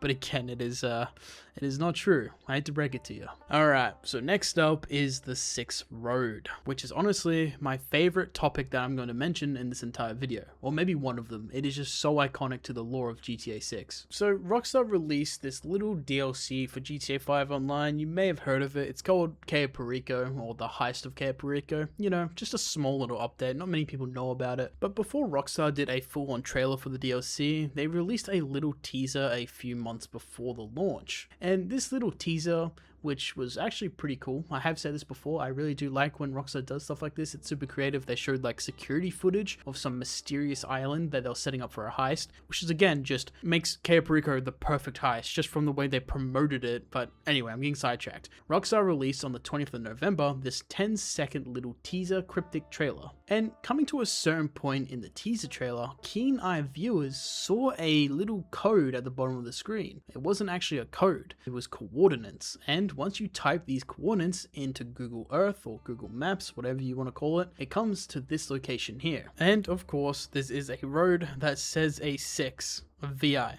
So yeah, there is no doubt in my mind that this isn't Rockstar devs trolling us or teasing us with GTA 6, because pretty much 2 years later from this was when we got the first ever news about GTA 6, so this was definitely just some devs fucking with us, like we'll mention later in this video with the 27th theory. But yeah, this was the first ever teaser from Rockstar Games. You cannot sit here and comment on this video and say that this is a coincidence. I refuse to believe anyone that says this is a coincidence. I don't believe you. So our next topic is domains names registered, and this is referring to that Rockstar Games actually doesn't own GTA6.com, which is actually pretty funny. So yeah, if you go to this website, you're met with an error with the host, which is pretty funny. Alright, so moving on to another topic we have is Florida. As we all know, that GTA 6 is not just based in Vice City, it is actually the whole state of Florida, which Rockstar has parodied the entire state as Florida and called it Leonida. So from what Rockstar has shared, we currently know that the state of Leonida is home to 6 major cities. Vice City, which is Miami, the Leonida Keys, which is the Florida Keys, the Grass Rivers, which is the Everglades, Port Gellhorn, which seems to be a mix of Panama City, and the port of Tampa Bay. And we'll also see Ambrosia, which is based on Clewiston, Florida. And last but not least, we have Mount Calaga National Park, which seems to be based on Georgia and the northern side of Florida. And apparently there's even rumors of even more locations coming, but again, we just have to wait and see. But this is all official from Rockstar Games website. Alright, so our next topic is rockstargames.com/GTA 6. So, back in May of last year, Rockstar Games announced that GTA 6 will be delayed from fall 2025 to May 26, 2026. Following this delay, to help with the morale of everyone being mad and just quickly doing a little PR stunt, Rockstar threw together Trailer 2 and also released a whole website where they showed every city that I mentioned in the last topic, giving each city a breakdown and kind of like a lore dump. But not only did we get that, we also got 70 screenshots and we got major character development on different characters in the story, which were introduced by their full names, who their relationship is with Jason and Lucia, and stuff like that. It's super cool when Rockstar does stuff like that, but when they don't do anything for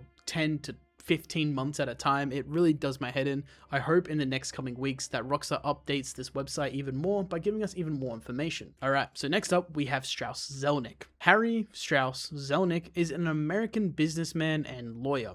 He is the founder, CEO, and managing partner of a private equity firm, ZMC, the chairman and CEO of video game company Take-Two Interactive. Take-Two Interactive is the parent company of Rockstar Games. Strauss Zelnick is a pretty big meme in the community, which people like to toy with him because he's the only one that does interviews who's that high up in Rockstar Games and Take-Two Interactive, while, like I said earlier, Sam Houser likes to just kind of live a private life. Strauss Zelnick is the one doing press tours, going on podcasts, going on pretty much news television, and just talking about stocks and stuff like that. And the whole time he's just being bombarded with GTA questions, and he's just become a very big meme in the community. Hell, even my head moderator on Discord and YouTube, my boy Hugos, his profile picture is even Strauss Zelnick. And there was even a time during this year when Strauss Zelnick came out about like talking about GTA 6, and we were still getting no information, that people started getting really upset with him for not talking about GTA 6, so they made their profile pictures Strauss Zelnick, and it was a pretty funny situation.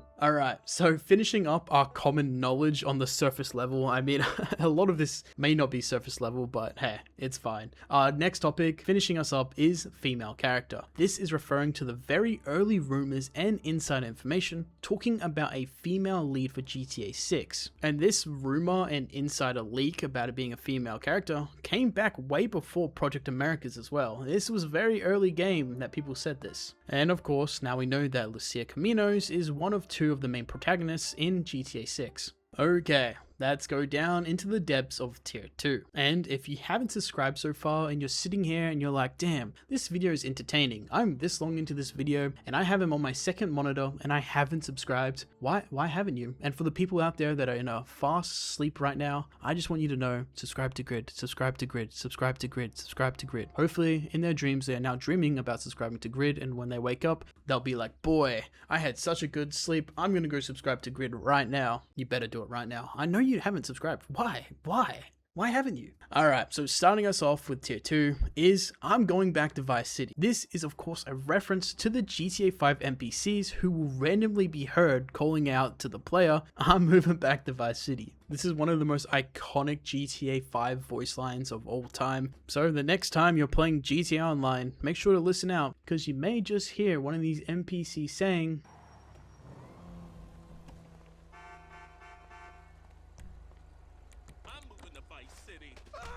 Alright, let's move on to the next topic, and this one is 27 Theory. I actually made a whole entire video about the 27 Theory, and the reason I actually made this, I haven't probably said this publicly yet, but the reason I made this entire video was because I was talking to TGG on his stream, and we talked about the 27 Theory, and I was like, hey, I should do a Netflix style kind of documentation on the entire 27 Theory. So I'm just going to use that segment of my video just to slap it in here so you guys will understand, because this is a crazy time period for the entire game.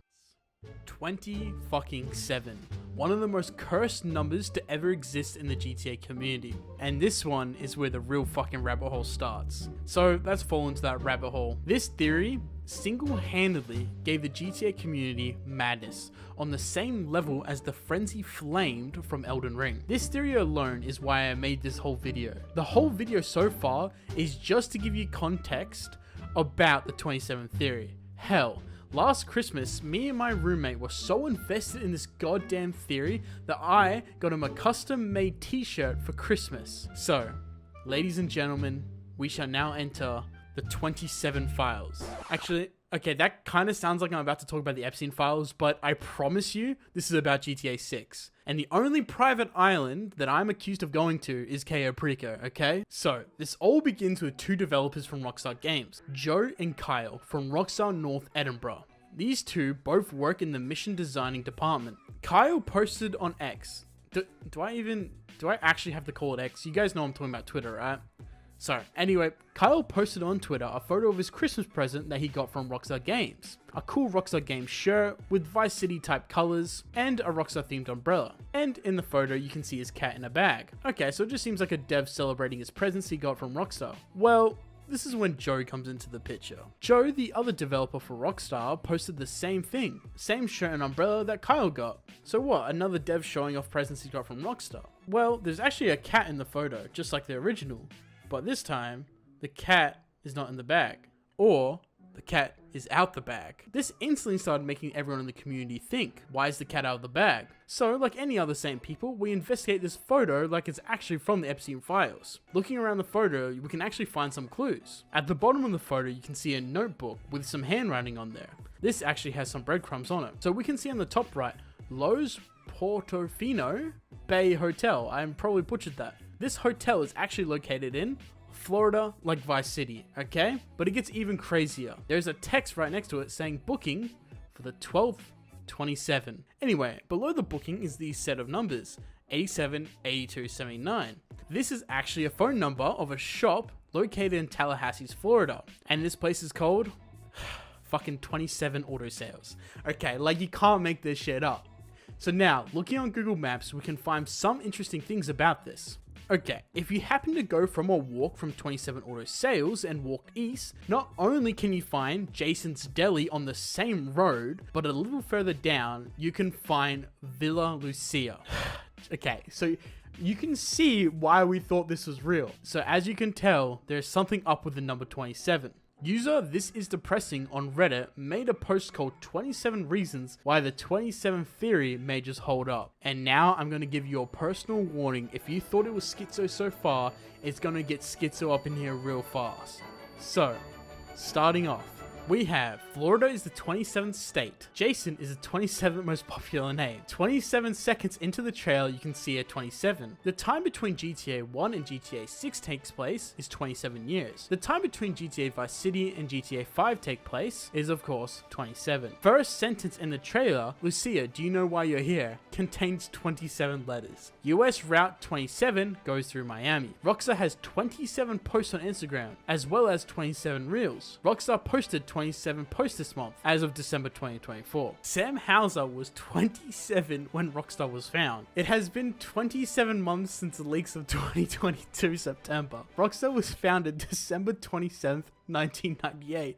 1 plus 9 plus 9 plus 8 equals 27. On the 1-year anniversary of Trailer 1, Rockstar posted a picture of a helicopter with the number 27. GTA 5 has 27 peyote plants. The official user of 27 Auto Sales posted a GTA 6 art last night. In the Roman numerals, 27 is XXVI, and this has a VI in it. Rockstar Games turns 27 in 2025. Miami is Florida's 27th congestional district. I don't know what the fuck that means, I'm Australian. The 27th video on Rockstar's YouTube page contains Jason in its title.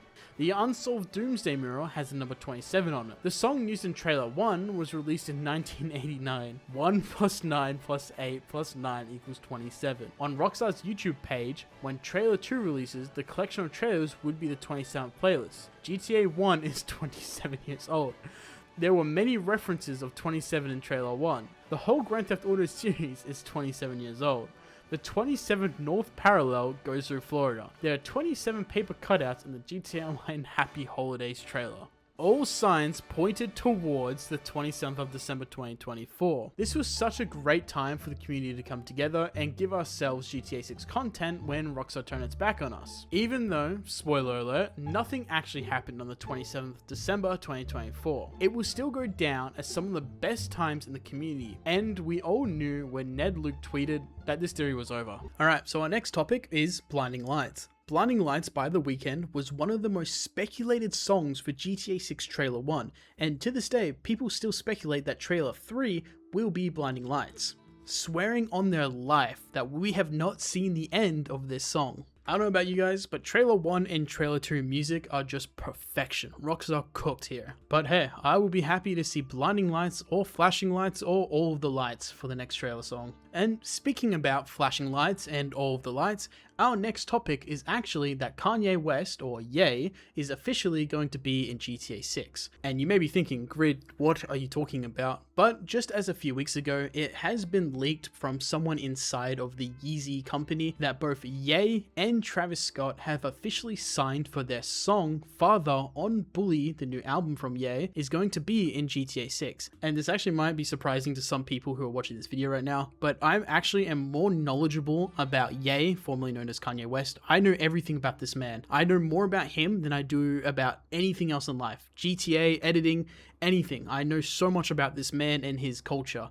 I do see these leaks and it does seem pretty real to me, but again, take it with a grain of salt. I'm just mentioning this because how much I love Ye, but yeah, his song Father has been seen to sign a contract for it to be used in GTA 6 on the radio. Alright, so moving into our next topic, we have Don't Do That. So I probably butchered that. This is a dev phrase found in the 2022 leaks. And I have actually gotten a very reputable man who goes by the name Blind Fury, a king or a representative of the Scottish community. He has confirmed to me that this is in fact a Scottish relic, kind of like their poem in life.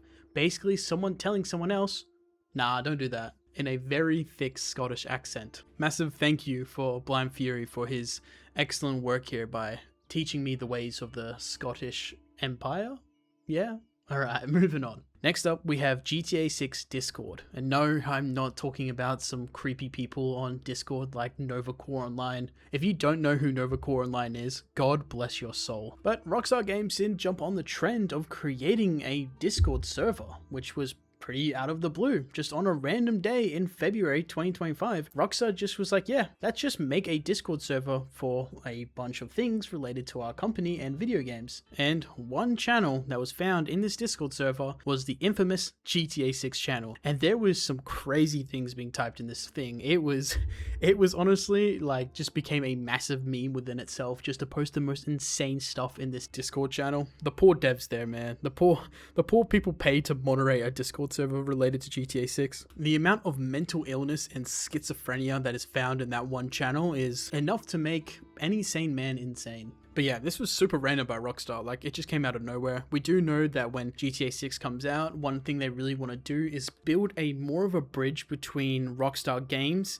their creators, and their creator communities. That's what I've been told, and what I've been seeing is that yeah, Rockstar is looking to have a open relationship, which is crazy to say because how closed off they are. They want to bring back that community interactingness that they had with previous titles, and this is early evidence of that said promise. Alright, so next up we have Jack-O-Lantern leak. This is a reference to a massive fake leaker who went by the name Jack-O-Lantern 1982, who was like this guy who pretended that he was a massive leaker and was some guy who worked for Rockstar Games and then was fired, and this is all he knows about GTA 6, but he would go on record and say that the game was set in 1970s and it followed a male protagonist who was one guy versus the world, and a young Martin Madrazo was a massive part of the GTA 6 story, which is kind of funny to think about. Hate to break it to you guys, but I don't think that this is true. Again, we could still see maybe all this promotional stuff has just been one big troll by Rockstar, and the game is actually set in 1970, and this Jack-O-Lantern guy was a whistleblower, and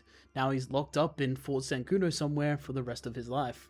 Only time will tell. Alright, so next up we have Quincy World. This is a supposed leak of a Disney World parody that will be featured in Grand Theft Auto 6. Quincy World is named after the GTA 5 character who was a kid's cartoon animator who got involved with some crime and may or may not be involved with the body that is found in the GTA 5 mineshaft. This so-called Quincy World has been debunked as not being real and seems to be the work of 4chan trolls, but people to this day still think Quincy World is real and is going to appear in GTA 6. As much as I would love to see a Disney World parody, I don't think it's going to happen, but I would love to be proven wrong, man. Seriously, that would be so sick. Alright, so coming up next is Guy A. Fawkes. This is referring to the actor Guy A. Fawkes, posting on Twitter this tweet. Exciting, stay tuned, something coming real special. Yours truly, camera emoji,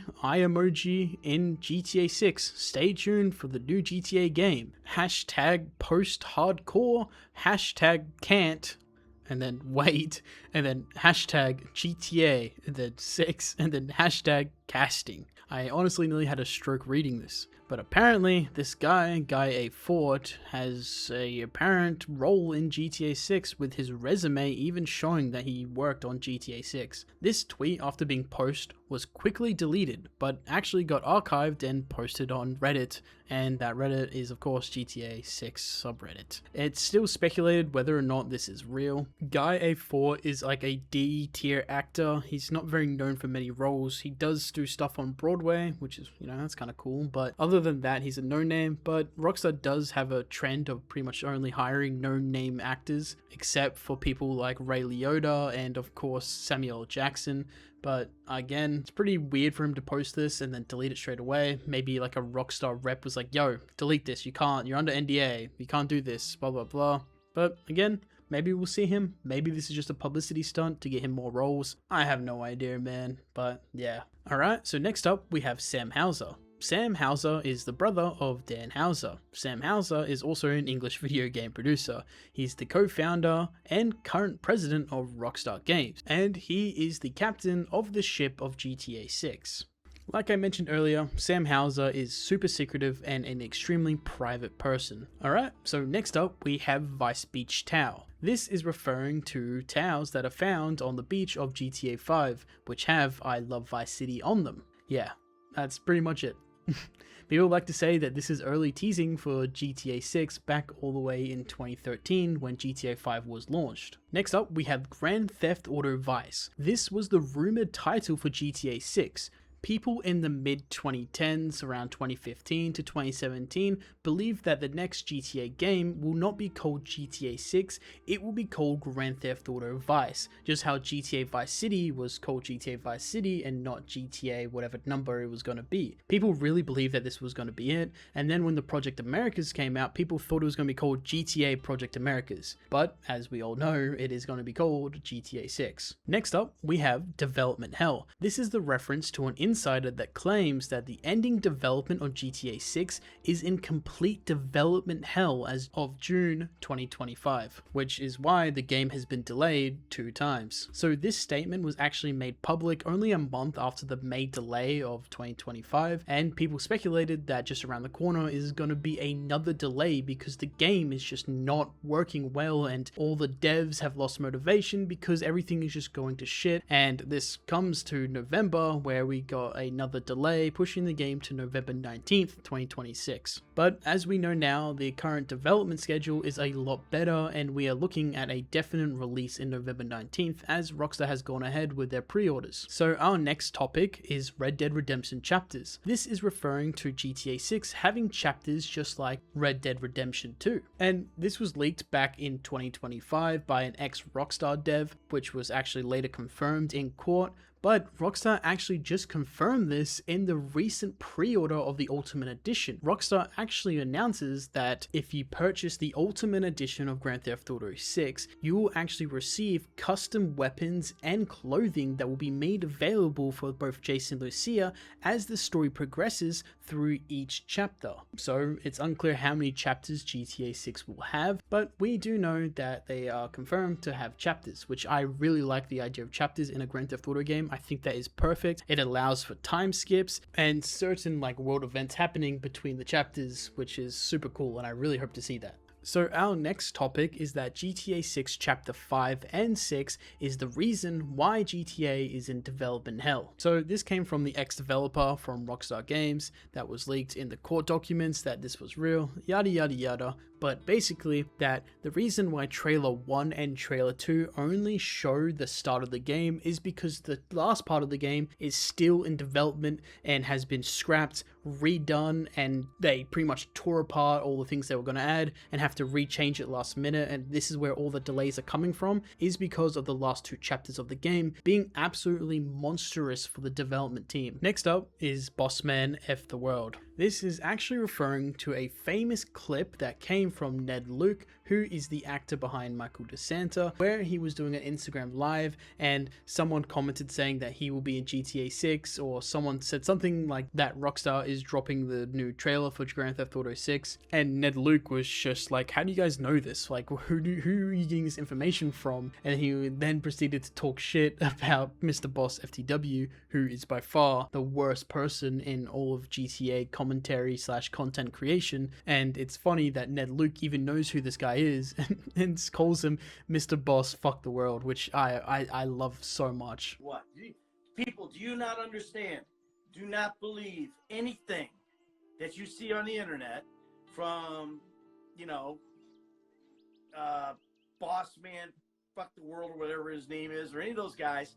Don't listen. Alright, we are now entering the depths of tier 3. Make sure you've liked and subscribed. I'm gonna make sure everyone has liked and subscribed who've made it this far. If not, I'll track you down. Alright, so first up is our topic called LinkedIn. This is referring to when the community was so starved for information during the drought of GTA 6 content that we just had no information from Rockstar. So what we did to track the progress of their marketing was seeing what job applications Rockstar was looking for. Yeah, we were down bad, but we did find some pretty interesting things during this time. That Rockstar were looking for people to work in their New York office to help with printing like posters and stuff and putting them out on the streets of New York, which is pretty cool. It was early signs of the marketing, but that was over 2 months ago and we still haven't seen any physical marketing on the streets. Alright, so our next topic is Best Buy, and if you guys are aware, this was a pretty massive deal only a few months ago. A person on Twitter by the name FrogBoyX1 Gaming tweeted out a post saying, "Looks like GTA 6 pre-orders are coming very soon." He attached an image which appears of a Best Buy listing for GTA 6 pre-orders. And in the image that showed a date of May 18th to May 21st that Best Buy will be running a little promotion during the time that GTA 6 pre-orders go live. So initially this guy was called out for being some sort of like scam artist, you know, the classic you're just faking it for like retention farming and stuff like that. And honestly, as soon as I saw this, I was like, nah, this has to be fake. But the legend, the GOAT, TGG, instantly contacted Frogboy and asked for proof, which after TGG got confirmation, he said that this was real, and it is real. This was a real email sent by Best Buy regarding GTA 6 pre-orders. Of course, we later found out that nothing happened, and I think this was just an honest mistake by Best Buy. Maybe something has gone wrong and accidentally sent out the emails too early. Maybe this was the original release date for pre-orders, but something went wrong. But yeah, as soon as the May 18th came along, nothing happened. So yeah, Best Buy took a bit of an L here, but hey, a month and a few weeks later, we officially got the announcement for GTA 6 pre-orders. But honestly, looking back at May of this year, it was probably the most like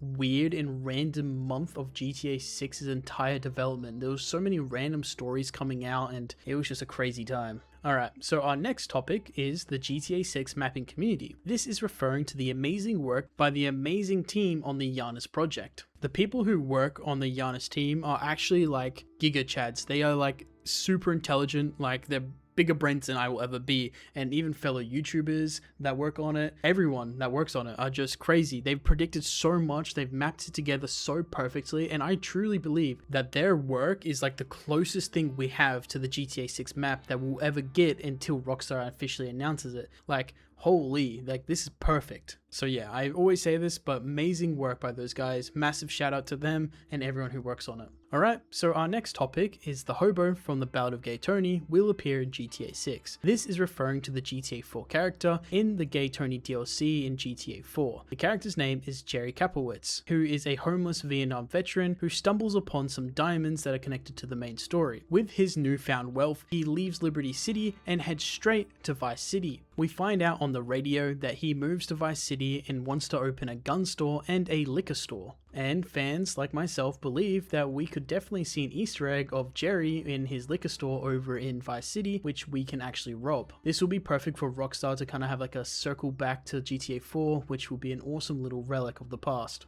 Alright, so next up we have Lenzy Benzy lawsuit. Former Rockstar North president Lenzy Benzy actually sued Rockstar's parent company Take-Two for $150 million back in 2016. Benzy alleges that he was forced out of Take-Two and Rockstar Games after a sabbatical and he was denied his share of his royalties from the Grand Theft Auto games, claiming co-founders Sam and Dan Houser conspired against him. While the courts dismissed Leslie's claims, ruling the royalty emails didn't match the mandate equal splits, they agreed Benzy was owed certain royalties, and the lawsuit ultimately ended in a confidential settlement in 2019, which both sides bearing their own costs. Leslie Benzy, what a guy. This is a perfect segue into our next topic, and That is the GTA 6 killer known as Mind's Eye. Mind's Eye is probably the closest thing we'll get to a GTA 6 before GTA 6. If you want to know what GTA 6 is going to be like, buy Mind's Eye and load in right now and take a look. Nah, okay, I'm kidding. Do not do that. Whatever you do not buy Mind's Eye, because this game was...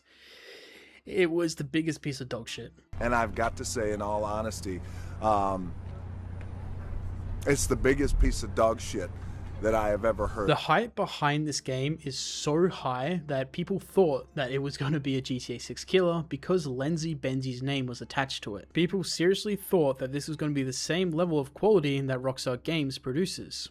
But when the game officially launched in 2025, it was probably the worst game that launched in both 2022, 2023, 2024, 2025, and 2026. It is terrible. It's basically unplayable. It was so bad that the developers of Mind's Eye were receiving so much hate that they said that the hate was actually paid for by Rockstar Games to make sure no one plays their game. I am not kidding. That is a real statement. Alright, so our next topic is rockstarcartel.com. So if you type in this URL, rockstarcartel.com, it will redirect you to Rockstar Games. It's a bit of a strange one. People like to speculate it has something to do with GTA 6 and the many cartels that will be in Grand Theft Auto 6's game, but we have no idea what this means. It's just kind of like a little secret Easter egg or secret little thing that people have talked about for many years. Alright, our next topic is GTA 6 Spotify playlists. So this is a major debate in the GTA community for many years, and it's pretty simple concept. Will GTA 6 have the ability to play any music linking your Spotify account? So if I connect my Spotify account to my GTA 6 social club, then when I'm in game in GTA 6 online, I can just play any music on my playlists into my car and people around me can hear that music. It is a feature that people have been asking for so many years now. It's honestly probably one of the most requested features other than Jason twerking, but it's not as clean and simple as just doing a partnership with Spotify, because a lot of artists probably don't want their music in GTA 6 for free. Well, by the artists I mean their label companies. We know how bad the label companies are. So if Rockstar doesn't pay these labels, then they're not going to do it for free. They're not just out of the kindness of their heart going to be like, okay, you want this album from our guys? Then here, take it. No, they're not going to do that. But what we could see is that Rockstar adds a feature where you can make a playlist of certain songs you like from the game. We saw this feature in games like Saints Row where you were able to do this. But a part of me kind of doesn't want this because it kind of takes away from the magicalness of just opening up your radio station and just hearing a random song that you never heard before and now it's your favorite song. Like the GTA 5 radio is some of the most iconic works of art ever created. Like Mozart has nothing on that. But this also begs the question, in the big 2026, since GTA 6 is based in modern day, who really uses the radio when there's things like Spotify, Apple Music, YouTube Music, these streaming platforms? Will Rockstar go down the route of having some sort of streaming platforms? Guess only time will tell. How many times have I said that? Take a shot every time I say that. Take a shot every time I say GTA 6. You will die. Alright, so up next is Game Informer. So, Game Informer is an American monthly video game magazine featuring articles, news, strategies, and reviews of upcoming video games and gaming console. And a few months ago, they pretty much ruined their entire reputation in the gaming industry. Game Informer sent out an email which was basically just a newsletter talking about current events and other things that was happening in the gaming sphere. And at the bottom of the newsletter, they had a small paragraph that said the following: on the magazine sides of things, we have basically shipped out our next issue, and we're excited to reveal that Redacted will be gracing its cover next week, but please don't tell my boss I told you that. So this email was sent out during pretty much the biggest hopium era GTA 6 has ever had. Literally, Rockstar hasn't said anything, and Strauss Zelnick was going on these kind of press tours saying the marketing was about to begin very soon. So we saw this as a very good chance of it happening right now. A big reason why people thought that Game Informer was teasing GTA 6 here is because they have nearly shown off every Rockstar title in the past. They even made a full magazine for GTA 5 months before it even came out, and the magazine had so much unreleased information and artwork. Plus, Redacted could be spelling out Grand Theft Auto 6. The hype was so crazy that all their social media was flooded with questions asking if it was GTA 6. And look, This was a pretty messy situation in the end because, spoiler alert, it was not the cover for GTA 6, but this all could have been avoided if they just said publicly, hey guys, we see that you really want GTA 6 to be on the cover. Unfortunately, we don't want to get your hopes up, so no, this is not GTA 6 related, but what we're about to show you is something we've been working on for a while and we're excited to share it with everyone. But they decided to take a gamble and use this free publicity to promote their magazine, and boy did it backfire. So, of course, without any confirmation from Game Informer, the hype in Hopium built up to an insane amount. And this was not the time to be doing a stunt like this because the fans were starved for anything and they were rabid. We had gone over 12 months with no new GTA 6 material other than delays. So on the 12th, Game Informer tweeted out that they'll be going live in a few hours to reveal their cover live on stream, and the hype of Hopium again was at a dangerous high. But about 30ish minutes before they went live, the cover leaked online, and of course it was not GTA 6, but was the new upcoming game, The Blood of the Dawnwalker. And let's just say their live chat was so bad. And I was there live watching it all unfold, and there was some pretty funny messages going in the live chat. Obviously, I don't condone like death threats on people and stuff like that, but the hatred that people were saying that was just kind of playful banter, like throwing tomatoes at them, was pretty funny, and they deserve to cop some shit for it, but like the death threats, that was, that's never okay. Whether you believe that they deserve the hate or don't deserve it, at the end of the day, this all could have been avoided if they just came out and said, hey guys, this is not GTA 6. Boom, everything would have been avoided, but they didn't say that. They even during the live stream was like kept saying everyone go buy their magazine. Like they knew something was up. They even said they like made jokes about, oh, there's a lot of people in here. Oh, I wonder why that is. Make sure you go buy our magazine right now, please. But let's move on. All right, we are now entering the levels of tier 4. Our first topic is the EastEnders. This is a reference to a popular British TV soap opera set in London. Fans joke about the wait, suggesting that EastEnders, a long-running show, is moving faster and getting more updates than GTA 6. It's just kind of like a British meme. I'm Australian, if you guys aren't aware. I'm kind of disappointed that people think I'm British or European. Ew, I'm Australian, I'm a true blue. I have no idea what the EastEnders is, but apparently it's a big meme in the good old British community. Alright, so next up we have the Hank leak. This is referring to the 2022 leaks where we saw Jason Lucia robbing a diner called Hank's Waffles. And this has become the most famous leak that was shown during the 2022 leaks. Obviously, I cannot show you the leak due to Take-Two probably sending out John Wick to come and take me out, but just imagine a very early build of Lucia and Jason robbing a diner together with the NPCs inside freaking out, telling everyone to calm down while they steal it, and then once they steal the stuff, then they go out and then the cops are there, then the dev who's controlling Lucia gets into a cop car, and that's pretty much it. But yeah, and Rockstar, just as of the new update only a few days ago, actually referenced this. In the new heist, one of the paintings you could steal is a painting called Trust, where we can see two people, which looks like a Jason and Lucia or Bonnie and Clyde, are robbing a burger shop restaurant. And the title Trust is referring to what Lucia says to Jason in trailer 1, saying trust, and then Jason was saying back to her, trust. A cool little Easter egg that Rockstar has done. And now coming to our next topic, we have Rockstar once again playing fun at the leaks of 2022. And it comes at the very start of trailer 2, where Jason is working on Brian's roof doing some repairs. Brian yells out, "What are you doing up there?" And Jason responds, "Just fixing some leaks." What you doing up there? I'm just fixing some leaks. Which, yeah, is obviously Rockstar kind of making light of the situation that had happened in 2022. Alright, so our next topic is GTA 6 Online. So GTA 6 Online will most likely, well, definitely break gaming industry than no other game has ever done. Probably being the most played game of all time, probably the most microtransactions ever bought, you get the idea. And I will most likely be spending thousands upon thousands of hours of my life in the GTA 6 lobbies for the next 15 years. But the reason why I added this to the iceberg video is that we actually know nothing about GTA 6 Online officially from Rockstar Games.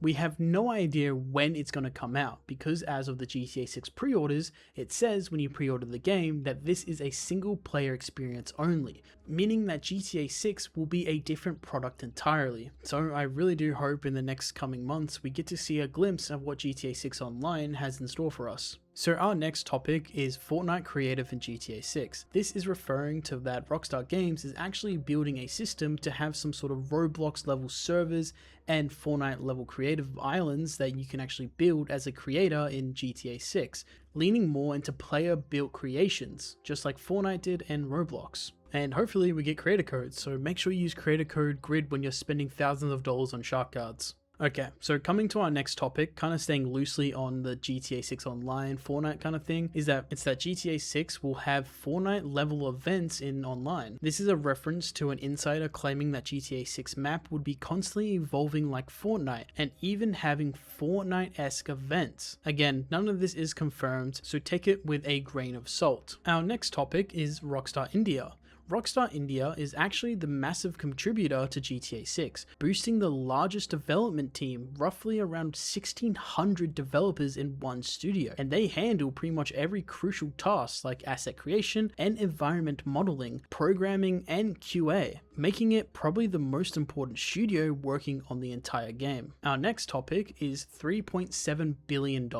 This is referring to the overall budget of GTA 6, where this was leaked 4 months ago that Rockstar North has spent well over $2.1 billion on salaries and wages since 2019 when the development started on GTA 6. This was confirmed in official UK government documents, and it even stated that the budget is going to well exceed $3 billion, and people have said that it will end up being around $3.7 billion. And this is absolutely insane. And that's why I think microtransactions are going to be a major thing in GTA 6 for Rockstar and Take-Two to get their money back, so expect a lot of cosmetic and probably pay-to-win stuff in GTA 6 Online. It's sad to say, but hey, at the end of the day, it's a massive corporation needing to make back on their ROI. Alright, so moving on to our next topic, we have the GTA 6 Joker. The GTA 6 Joker refers to Lawrence Sullivan? I think that's how you say it. Who is the real-life Florida Joker. He gained internet fame for his questionable appearance, inspired by obviously being the Joker. This guy is of course just a Florida man, like this is probably just a normal person in Florida. But anyway, after trailer 1 for GTA 6 came out, it was noticed that in the trailer there was a character that looked like a Joker kind of figure with dyed hair and like the makeup sort of thing, and this guy, the Florida Joker, came out and said that Rockstar stole his identity. And so this genius decided to sue Rockstar Games for $10 million. And unfortunately, or fortunately, that Rockstar Games has probably the best lawyers in the world and instantly got the case dismissed. But he wouldn't stop there. He kept harassing Rockstar Games online and even tried filling out more lawsuits against them. And then the actor who plays Arthur Morgan in Red Dead Redemption 2, Roger Clark, who told him to stop trying to sue them because he will never win against Rockstar. It's me. We gotta talk. No, you don't. You don't need to talk to them. They're not going to talk to you. They've had people like you trying to sue them for decades. They are lawyered up, man. They know exactly what they can and cannot get away with. If I were you, I would use the notoriety that they just threw your way to my advantage. Capitalize it on it somehow. You ain't getting a job in Home Depot with that face. Alright, so our next topic is that GTA 6 was only announced back in 2022 due to the backlash of the trilogy. This is a reference to how poorly the GTA Definitive Editions were received by players and critics at the time, causing so much backlash against Rockstar that they speculated the best way to go about the situation is to announce GTA 6 to help calm the fire and give them some good press and distract the player base, which it honestly did. Even though to this day people still complain about the trilogy, I personally don't have an opinion because I didn't play the games back then, but I can see that people online make some really good points about how bad this is for Rockstar Games and how much they fucked over their fan base by trying to get a quick cash grab. But yeah, it does kind of make sense for them to do something like this, because as soon as they announced it, they didn't give a single update until December of 2023. Alright, so our next topic is Rockstar equipment stolen. This is a reference to a Canadian woman back in 2020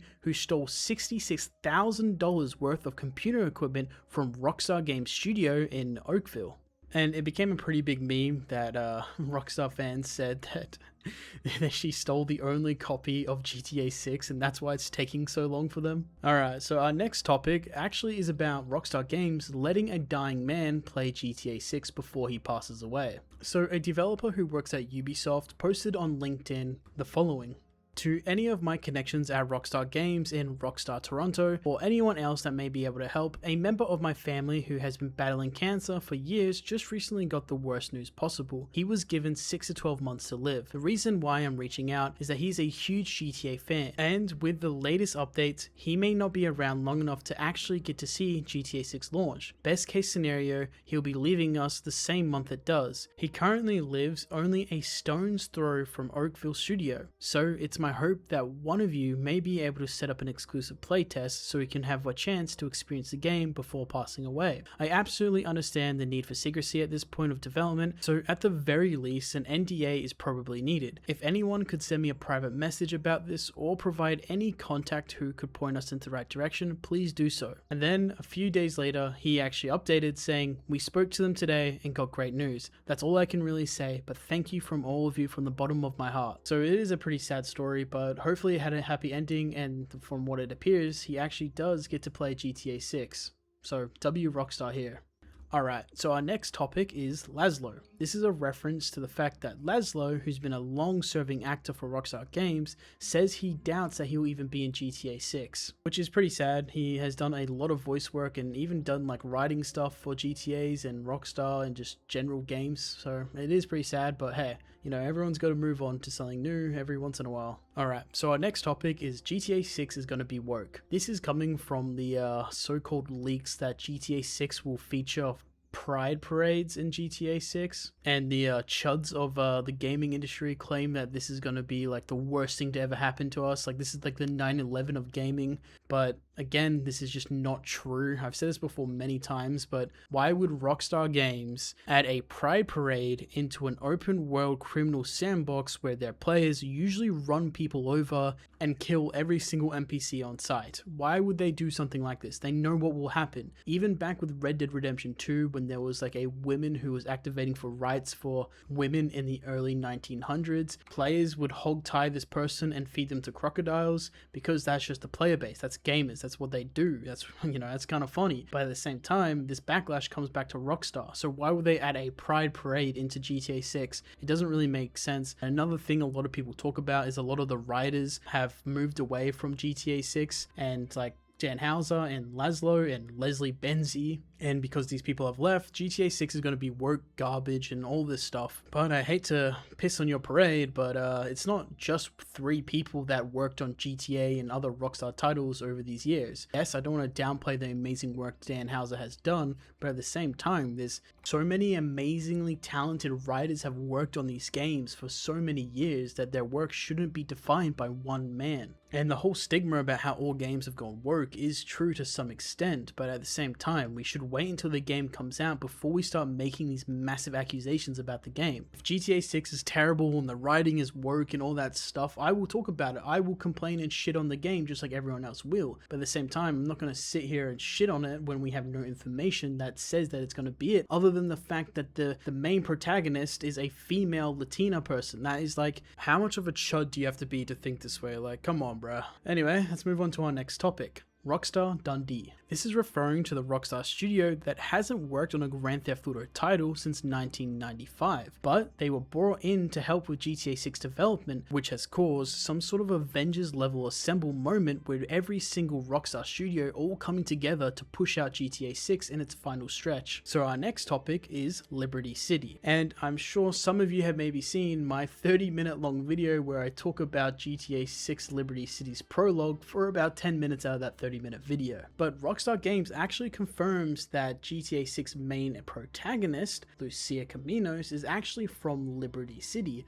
They confirmed this on the website with saying that the only thing that Lucia wants is that good life her and her mom dreamed of from her days back in Liberty City. And I believe that we very well could see that GTA 6 story could start with a prologue in Liberty City, just like how in Grand Theft Auto 5 they built an entire town of North Yankton Wellington for our prologue to start in.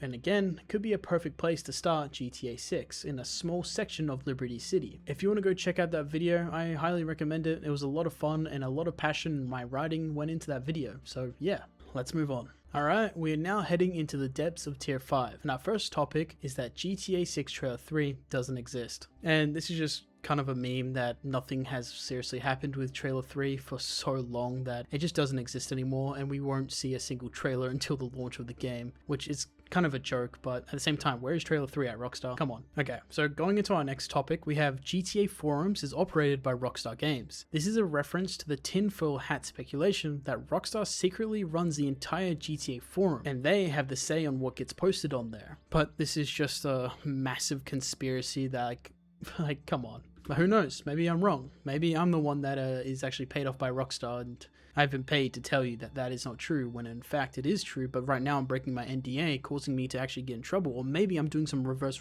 psychology. Okay, I'll stop. Okay, so our next topic is 2021 door. This is a pretty goofy theory, but it's actually talking about the doors located at the GTA 5 airport, and how by each door has a certain year on it, that these years actually mean something very important for GTA games. Like for example, we can see that the year 2013 is written on this door here, and people like to say that the 2013 is referring to GTA 5's launch, and then the 2014 is referring to the launch of GTA 5 on next-gen consoles, and then it has 2021. This is when people believe that GTA 6 was meant to release, so it was meant to come out in 2021, but it didn't. It was kind of setting up like a little teaser for it. Again, this is just the schizo shit that happens on a daily basis in the GTA community. Alright, so our next one is E&E is GTA 6. This refers to when Rockstar was hyping up a trailer for something that was coming up, and everyone speculated that it was going to be the trailer for GTA 6, but when the day finally came, it was in fact expanded and enhanced trailer for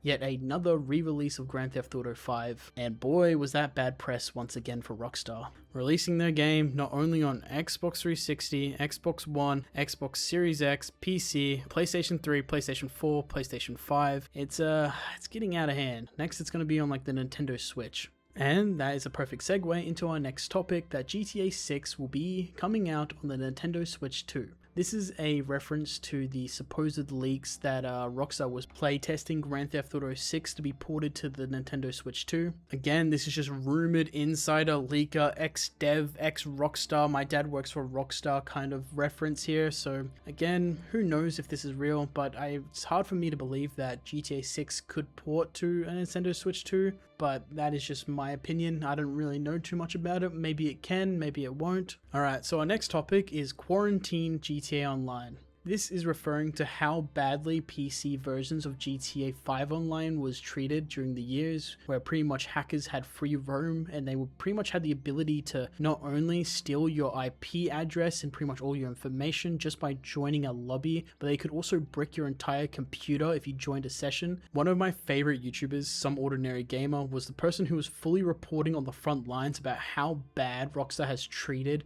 GTA 5 Online. It was a complete like apocalyptic nightmare of a fucking server situation, and Rockstar didn't do anything about it for so many years, and now it's going to the point when GTA 6 Online finally comes out to PC, people like myself want that PC players to be quarantined to GTA 6 PC servers only. You won't be able to crossplay between consoles and PC. Keep Xbox One and PlayStation 5 to themselves, essentially creating a console only crossplay, because yeah, we don't want to ruin the consoles players' experience because PC players are just so out of control. Alright, so our next topic is actually GTA 6 Online won't come out until PC release. This is a pretty dumb theory slash rumor going around that GTA 6 Online will not come out until it releases to Steam and probably the Epic Games Store on PC. So we console players have to wait 2 years until GTA 6 Online comes out, which I personally do not think is real. The only reason I added this is because a lot of people actually do believe this. I don't know if it's just PC players kind of rage baiting the console players, but hey, at the end of the day, I hope we only get a few months off launch between GTA 6 Story and GTA GTA 6 Online. Alright, so our last topic in tier 5 is the GTA 6 Glass team, and this is referring to GTA 6 having an entire team to work on solely glass related mechanics. Yeah, this is true. Rockstar has an entire team to work on how glass works in certain situations. This game is going to be like nothing we have ever seen before. Alright, we are now entering the final layer of our iceberg theory, and if you're still watching, thank you for being here. Seriously, that is crazy that you're still watching this. I'm actually losing my voice as I'm recording this. So if you've made it this far,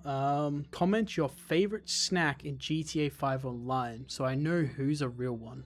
So our first topic is GTA 6 will be the last GTA game. This is referring to the reports that Rockstar Games wants to work on new IPs and move away from making sequels, like Red Dead Redemption 3 and GTA 7. There is no doubt in my mind that GTA 6 has been set up for us to play it for the next 15 years, and Rockstar has set up a very long roadmap of things to add for the game to continue the live service of GTA 6 Online and keep players playing. Our next topic is 10-year anniversary. And this is a reference to GTA 5's 10-year anniversary, where people believe that Rockstar Games would release the trailer for GTA 6 on this date. Again, in Rockstar fashion, nothing happened. The next topic is GTA 6's already released. This is referring to the fact that GTA 5 has evolved so much over the last 12 years that it has turned into GTA 6, or what Rockstar has planned for GTA 6 to look like, with them changing major decisions like removing all the cars off their website to be in a kind of like a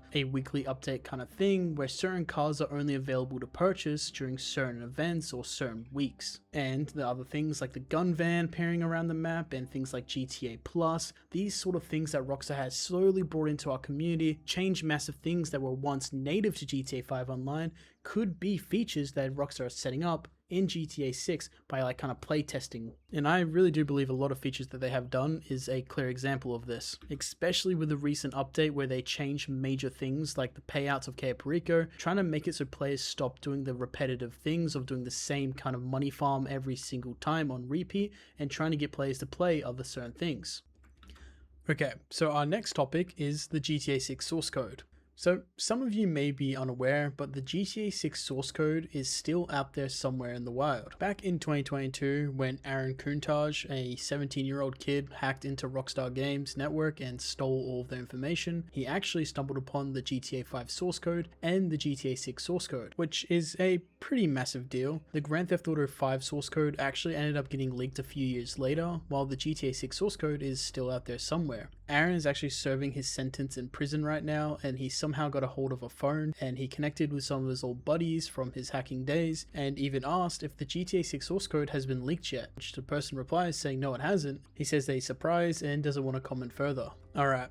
So our next topic is Jason and Lucia's honor. This is referring to the in-game feature that was leaked by the Rockstar dev, where instead of having a good and bad honor system, Jason and Lucia will actually have a relationship meter depending on how good the couple's relationship is. For example, if Jason does something Lucia doesn't like, the bar will go down, and vice versa. It's unclear if this has actually been cut from the game, but as from what we know at the moment, this is still going to be in the game. Alright, so our next topic is the Rusty Anchor. The Rusty Anchor is a bar location that is set in GTA 6, which will be the most important location for the crew. The venue was first mentioned in the September 2022 leaks, where we could see 2 flyers of the Rusty Anchor located in the Jack of Hearts strip club. The bar will later become prominently featured in the second trailer of GTA 6, and Rockstar features the Rusty Anchor multiple times on their website via screenshots. The Rusty Anchor is situated near the northwestern coast of Key Lento, with a small pier where we can see Jason and Lucia drinking in the second trailer. We can even see branded shirts featuring the bar. Overall, this seems like a getaway for the entire gang, some sort of meetup spot where they can sit back and relax. The bar looks like to be based off the Korean club in the Upper Keys of Florida, and taking a look inside the interior, it matches up pretty well with what we can find in the Rusty Anchor in GTA 6. Alright, our next topic is GTA Tokyo. This is referring to the fact that GTA 6 was originally meant to be located in Tokyo, but they later decided, due to the road system being too complicated, that it's better just to keep the entire GTA franchise located in America. So yeah, they even trademarked certain things regarding GTA Tokyo. Our next topic is 6 stars. This is referring to the fact that people believe that GTA 6 will have 6 stars. It was even mentioned in the leaks that they had 6 stars, but again, anything can be cut and redone from the leaks. And next up, we have by far the worst thing I'm going to mention on this entire list. And that is, of course, Jason is a cop. This is referring to the long-running theory that Jason Duvall, our main character of the game, will be an undercover cop. This is just not true. Rockstar will never make their main character an undercover cop because our characters have free will. And when I mean free will, I mean that we will be controlling Jason. And knowing the community, we will definitely be going on a killing spree on the beaches of Vice City. And no undercover cop can justify the war crimes the players of GTA 6 will commit. I honestly do reckon a lot of people who claim that they believe that Jason is undercover cop is just trying to rage bait us.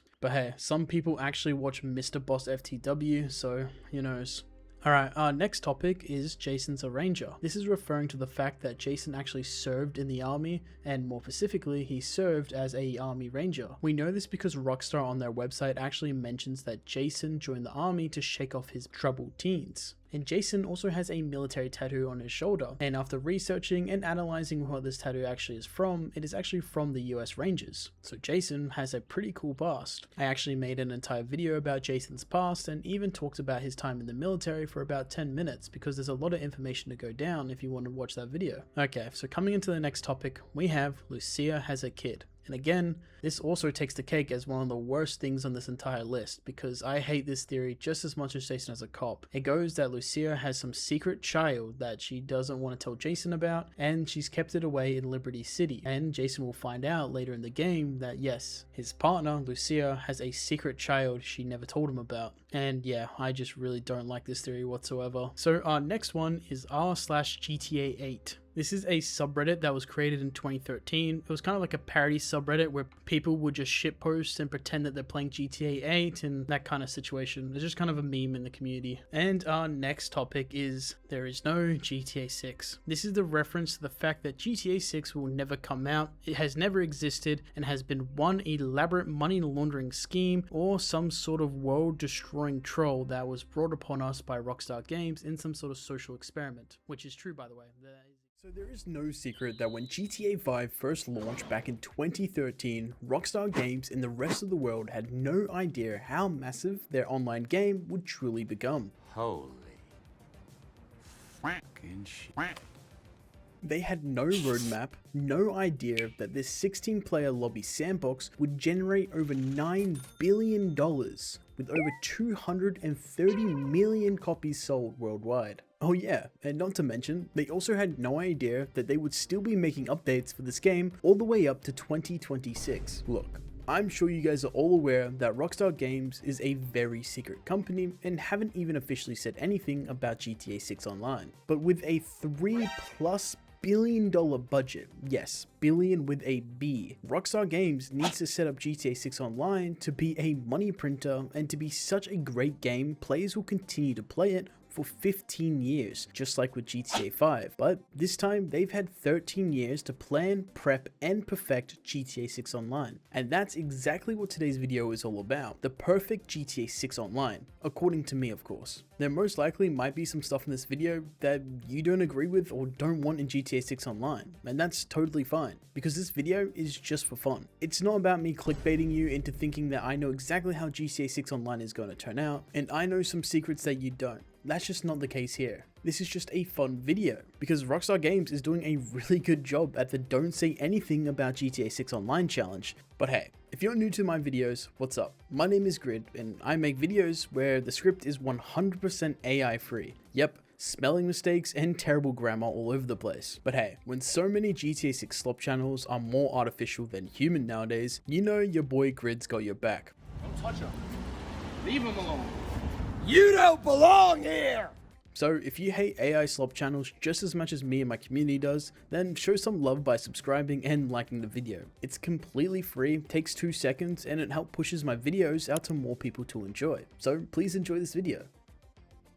So let's start with one of the core issues that GTA 5 Online had, and that is the grinding system. The whole so-called grinding system in GTA 5 Online is horrific. One of the worst systems in all of online gaming. GTA Online grinding is such a joke, man. It's not even fun to do. It's not engaging, and it's damn near just as bad as playing a single player online game by yourself at this point. Because Rockstar Games locks every business behind a CEO or MC Prez. So if you don't register as one, you can't do any businesses or anything in the game. I'm not joking. But I'm sure some of you are thinking, Grid, that's not that bad. Well, let me just tell you that Rockstar has put a limit to every single lobby you join, so only around 10 people can be in both a CEO and MC Prez at the same time. So the other 20 people have to find a new lobby if they want to grind, or the easier option, just load straight into an invite only session and just start grinding by yourself. And the repercussions of Rockstar Games doing this is making an online game basically better played by yourself alone. I really just don't understand why Rockstar has limited the amount of bosses that are in a game, and the only logical thing I can think of why Rockstar has done this is because they just can't think of enough colors. But this isn't even the main reason why grinding is such a joke. It gets worse. In Grand Theft Auto 5 Online, you choose which business you want to work on, and Rockstar gives you so many cool different options, like gun running. Oh wait, if you do gun running, it's not actually gun running, you just go and pick up a box across the map. But don't worry, we have stuff like drug production. That's pretty cool. Oh wait, it's actually just going and grabbing crates and then bringing it back. Wait, there's a hangar business in the game. That should be pretty cool, right? Well, yeah, you just go pick up a crate and bring it back. So yeah, I'm guessing all these crates have these magical resources in them for all of our businesses. But yeah, once you choose which business you want to work on, it is all the same rinse and repeat content that is completely mind-numbing. First thing you do once you start a resupply mission is drive across the map. Go and kill some NPCs, which are honestly not even a challenge. You cut them down like butter. Once you do that, you pick up the crate. Lose the cops for the 1 billionth time, then fly back to your business. Congratulations. You have just delivered 1 out of 50 crates. So now you have to sit in your chair and wait 3 minutes for a cooldown. Then, once you somehow reach the amount of crates to completely fill up your hangar, again, congratulations, because now you, my young Padawan, get to sell your crates for cold, hard GTA cash. So, after all that grinding, surely the sell mission is pretty easy, right? And yeah, it's super easy. Rockstar puts all of your hard-earned crates into a truck, van, hell, whatever the slowest vehicle they can come up with, and your one objective is to simply drive across the map and drop off the goods. But wait, what is that noise? What is that? Is that a literal child on a flying broomstick that can destroy your hours of hard work by pressing RB a few times? Well, yes. That's exactly what it is. Now all of your hard work and all those hours it has taken you to fill up your business with crates is all gone. And the only reward that literal child got for destroying your work is a few $1,000s of GTA money and a smudge of GTA XP. And now you just watch as your cargo burns. Hours upon hours of your time slowly burns in the flames in front of you. And that is where you think, what type of dumbass system do we have here in GTA 5 Online? But right before you get that idea in your head and you delete GTA off of your console, Rockstar hits you with something. Damn G, that sucks. Why don't you just buy some shark cards instead? And this is the ecosystem that Rockstar Games has carefully built over the last 13 years. How do we fix that for GTA 6 Online? Well, it's quite simple. Throw the entire fucking system down the toilet right next to Mr. Boss FTW's channel and start fresh. Alright, so building this grinding system from the ground up, I want Rockstar to give our characters more of a choice when it comes to our criminal career. So whenever Rockstar Games decides to release GTA 6 Online, it should come with some easy criminal career paths. You know, nothing too complex, so stuff like drug production, gun running, repo, and very basic criminal stuff like house robberies and other things like that. So having these very basic paths on launch is perfect. You can choose which one that you want to do and start leveling up a skill tree. And I know what you're thinking, a skill tree in GTA Online, that wouldn't work. But hear me out. So you'll still have your global level like you do in GTA 5 Online, but now you'll have a different thing that is reputation. These reputations can be leveled up in certain fields. So if I decide that I want to LARP as Walter White and choose his criminal lifestyle, I will then begin to level up my reputation in that field by doing basic tasks and just doing activities that involve that business. So yeah, the more houses I rob and stuff like that, the more my house robbing level will go up. Same with the repo and gun running. And by leveling up my reputation even more, these will unlock different content that I can get and make my character more of a kingpin.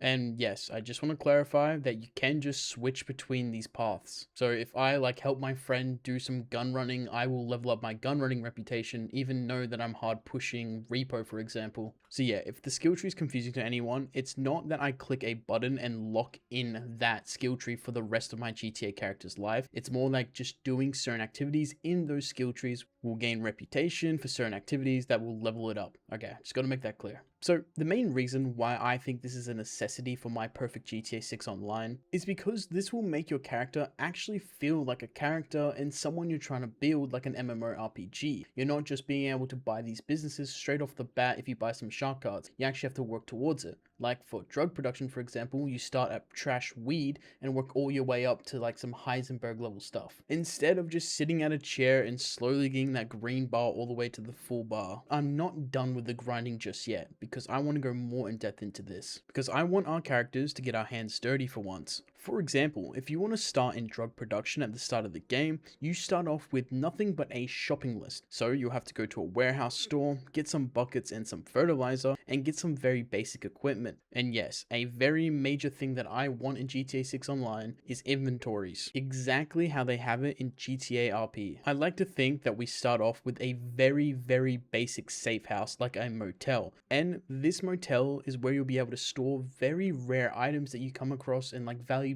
you don't want to lose, because not only can you lose your illegal items to the police, you'll also be able to get robbed from other players, but I'll get to that in a moment. So coming back to growing products in this safe house, I reckon there should be a bit of a soft cap. If you have too many plants growing at once, the police will be alerted by the hotel manager or something like that, so you can only have a limited amount of pots growing, and as you expand you can then get a different house, different place where you can get even more stuff. But yeah, I want our characters to plant the seed into the fertilized pots, and you can actually use different chemicals to make it grow better or make it even grow worse, trial and error until you just science the shit out of it. But something also can happen while planting these seeds, which could be like a mutation and create different strains. This would then allow players to be able to trade different seeds to get better value. And yes, if it isn't obvious already, I'm taking heavy inspiration from Schedule 1 because it's a great system. I love that game. After waiting for your plants to be ready to harvest, your player then has to go out and sell the product by hand. No mystery buyer that's on the other side of the map that you just deliver all of your product to at once. You need to get your hands dirty. The selling system should be pretty basic early on, nothing too complicated. Basically just go up to NPCs, offer them the product,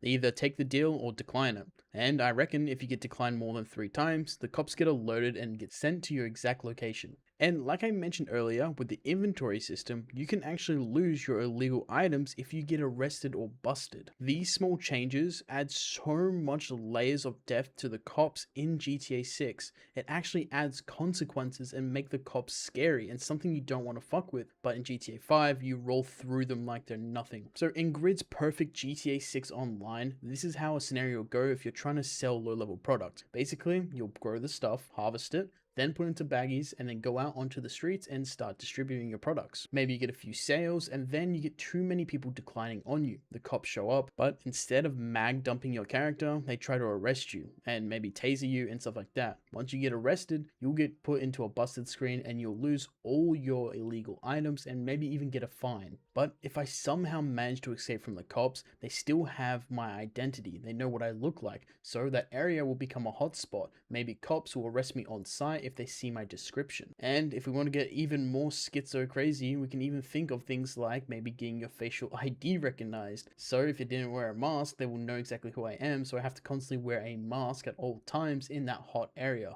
But the police aren't the only people you should be looking out for. Other players are also massive threats. But it's nothing like GTA 5. You're not visible on the map unless you're in a small area with another player. Kind of like how Red Dead 2 Online works. This creates so much more natural PvP scenarios between players. And yes, proxy chat is a must, Rockstar. There is zero excuse not to have a good proxy chat and good crossplay between Xbox and PlayStation. So, just like what I do with the cops, I'll paint you a quick picture. Imagine you're selling product just like before, but a player slowly pulls up on you, sees what you're doing, gets out, and he either can talk to you or start shooting at you instantly and get into a fight with them. But if you go into voice chat and you start talking with them, maybe you can talk your way out of it, or just get into a good old-fashioned gunfight. Whoever is last standing will then actually get robbed if the person decides to do it. But you do respawn, so you'll get back and fight, and then whoever can make it to a safe house or, you know, that sort of thing will be able to depot the loot. So these mechanics will force you to be like more careful and like, you know, not go out with a lot of shit on you. But at the same time,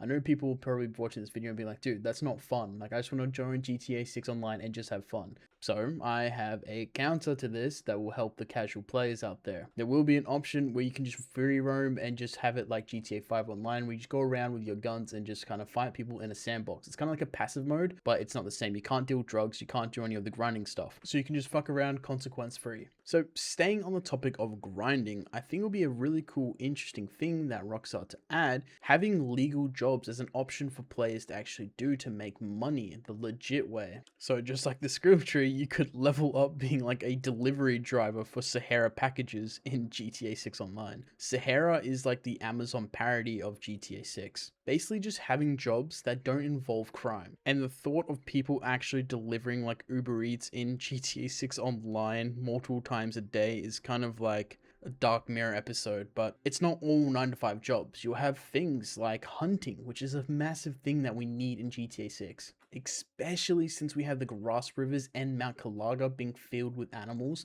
This is perfect hunting grounds. And I've said this multiple times whenever I talk about the grass rivers, but I'm going to say it again. Imagine you and your boys out for a nighttime fishing in GTA 6 Online. All of you are in proxy chat and you're seeing how long you can survive fishing with the alligators and crocodiles around you. And one by one, you guys all get picked off. And maybe at random times, a legendary animal could spawn in certain locations. Maybe you get a text on your phone or on one of the social media pages that a creature or legendary creature has been seen in these areas, and then you have to race everyone in the lobby to go hunt them. Pretty much like what we had with the special crates that got removed in GTA Online, which were awesome things I can't believe got removed. Just like every other job I've mentioned earlier, hunting will have its own skill tree, allowing you to get better tools, better equipment, and maybe even better fences to sell your stuff at. And yes, I'm very happy to confirm that fences are confirmed in GTA 6 story mode, which I really do hope that in GTA 6 Online, which confirms inventory. Basically, for anyone out there that doesn't know what a fence is, it's basically like a black market in person where you can sell illegal items to vendors.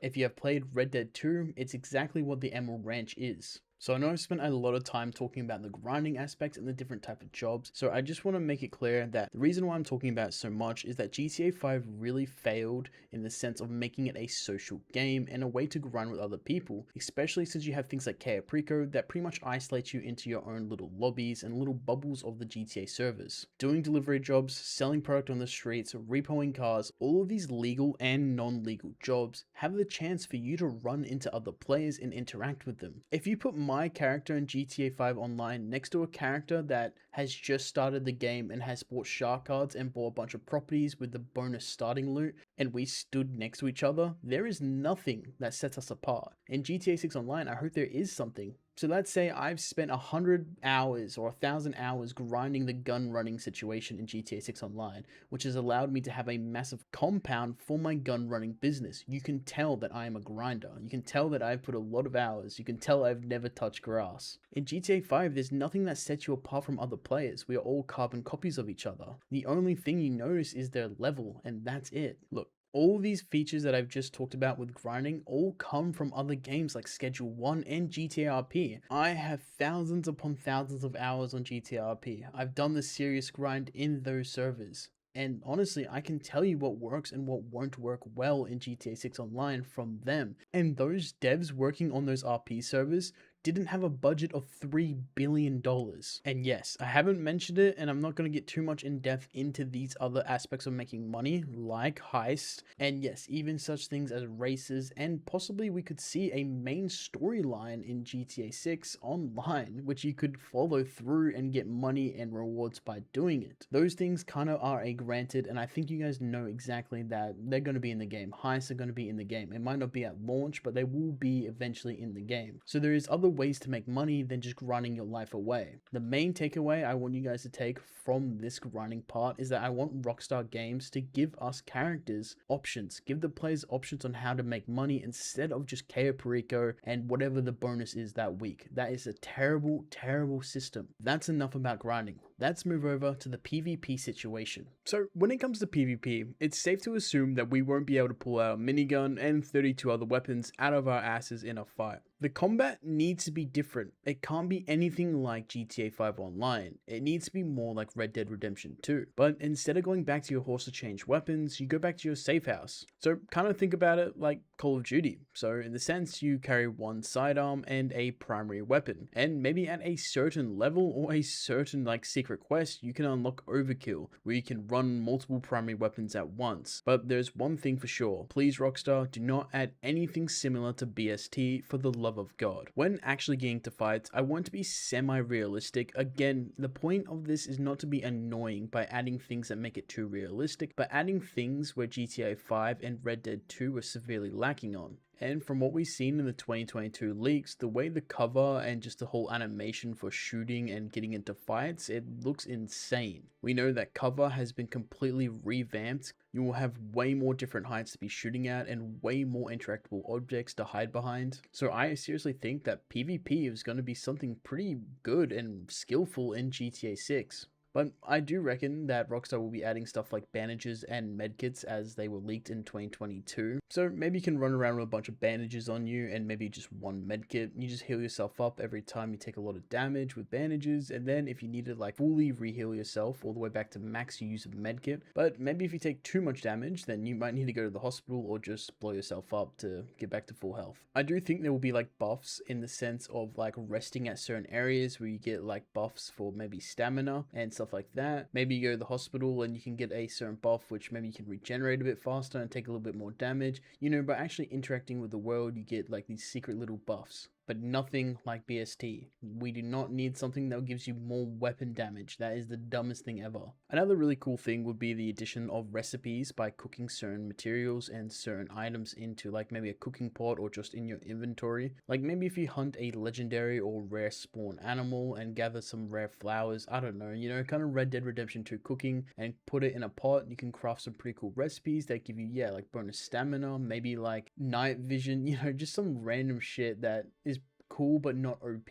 And maybe you could see if your character constantly eats at like fast food restaurants, your character might become slower and not as fast as other people who like eat healthy. Again, I'm not trying to make my GTA 6 super annoying and super realistic where it's a second life, but at the same time I'm trying to add different features and cool new features that will build upon what they've already made in Red Dead 2. And I personally believe that GTA 6 Online shouldn't have any futuristic vehicles whatsoever. We all know how much damage the Oppressor Mark II has done to the community's psyche over the last few years since it was released back in the After Hours DLC. That was pretty much our 9/11 for GTA players. That thing has pretty much destroyed PvP, destroyed the player base, and ruined how the game is played by one flying bike. I hate that thing. I hate how useful it is for PvE. I do say that if Rockstar made the decision to make the Mark II not lock onto players but be a PvE only option from the get-go, so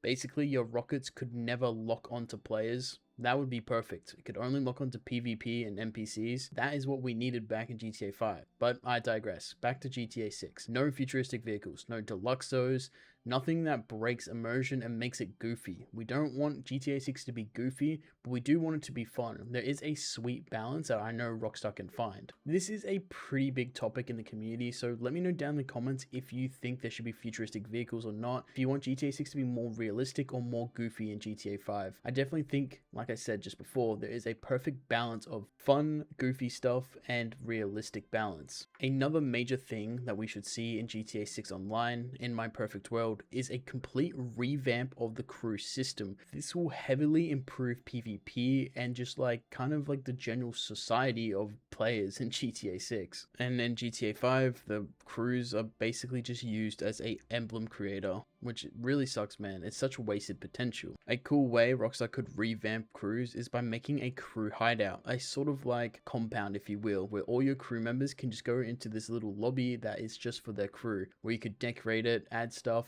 but all of it is contributed by doing special missions, special things around the map of Leonida that you and your crewmates can go out and discover. You can fight your way like probably monthly to get the most points in PvP or the most money, you know, so you can buy more stuff, upgrade it, and it should give you perks as well. And possibly you have your own skill tree for that crew, so everyone who joins that crew can actually get buffs for being in better crews. And this is where Rockstar can really build a connection from their studio to the actual players by creating special events for your crew. You and your friends create a crew. You go out, do these certain side quests and missions, and you can compete with other crews and get special rewards weekly. That sort of thing is what we need. We need community in GTA 6 Online. We can't let it become antisocial like with GTA 5. I kind of think of this new crew idea as kind of like a guild from World of Warcraft. I'm not too familiar with World of Warcraft, so I'm sorry if I get information wrong, but kind of a thing where you all come together, you can put your money away, you can do certain like raids. Honestly, I'm not saying there'll be raids in GTA 6, but maybe we could see special missions though that require multiple people, more than just 4 people, maybe a crew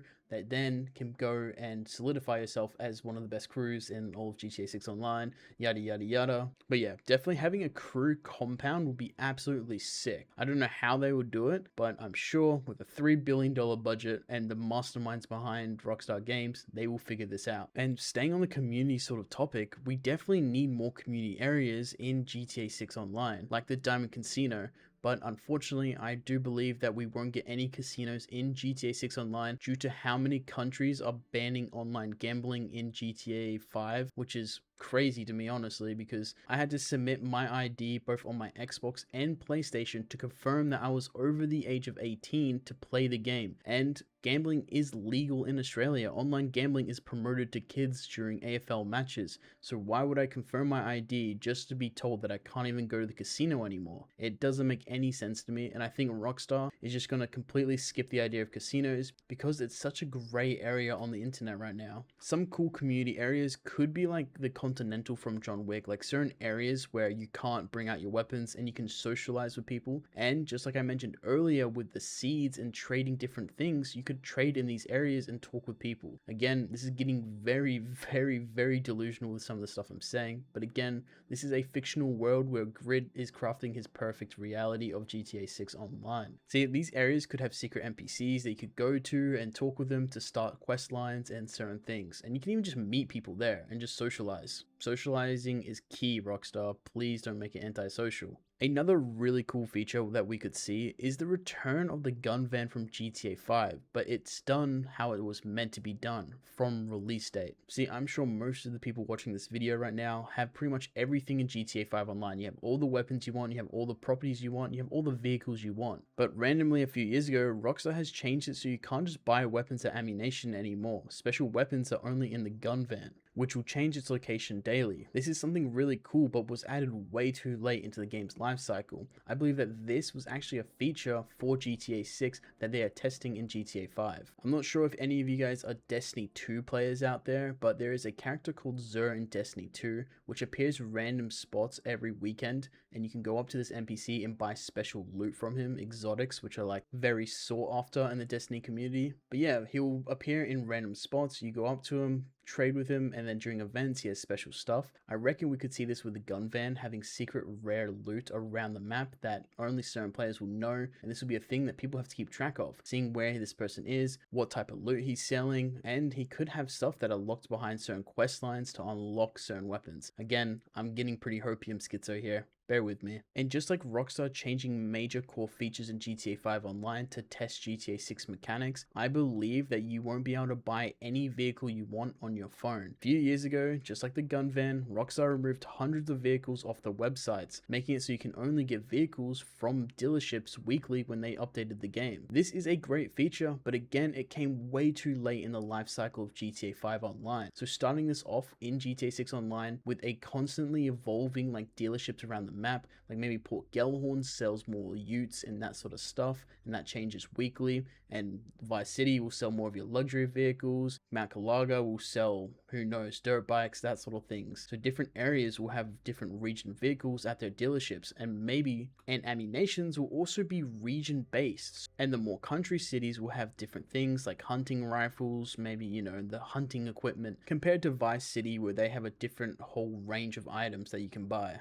Okay, so now let's move on to more core features that need to be in GTA 6 Online, and that is stuff like crossplay. Xbox and PlayStation need to be crossplay. There is no reason in the big 2026 Rockstar can't make a deal with PlayStation and Xbox to have a crossplay. When it comes to PC though, I do believe, this might be a hot take, but I reckon PC shouldn't be able to crossplay with Xbox and PlayStation. And look, anti-cheat has evolved so much over the years, where GTA 5 was pretty much a dumpster fire where you could log into GTA 5 Online on Steam and get your Steam profile hacked, get your computer pretty much infested with Trojans. It was not good. And I know a lot of people tell me, Grid, anti-cheat has evolved. It's super hard to install mod menus and other sort of clients in current day games.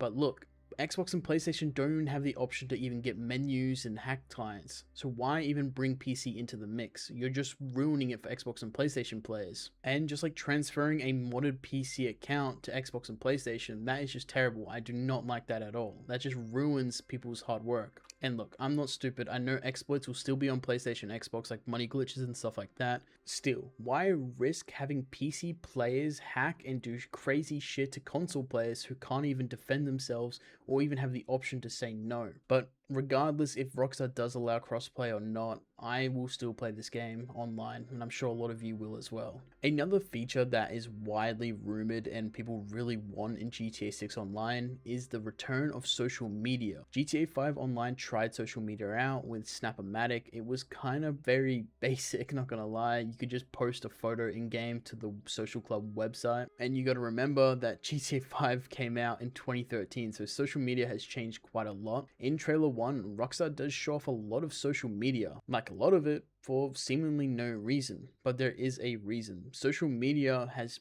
completely taken over the entire world since the launch of GTA 5. So imagine, this is probably the most unrealistic thing I'll say in the entire video, but imagine a like TikTok social media platform built into GTA 6 Online. So with voice chat being a thing, you and your boys could record short form content inside of GTA 6 with voice chat. So you can make like skits and stuff and record it and then upload it, and then other people can see it. This is a completely Black Mirror episode, way more delusional than anything else on this list, but it will be so funny.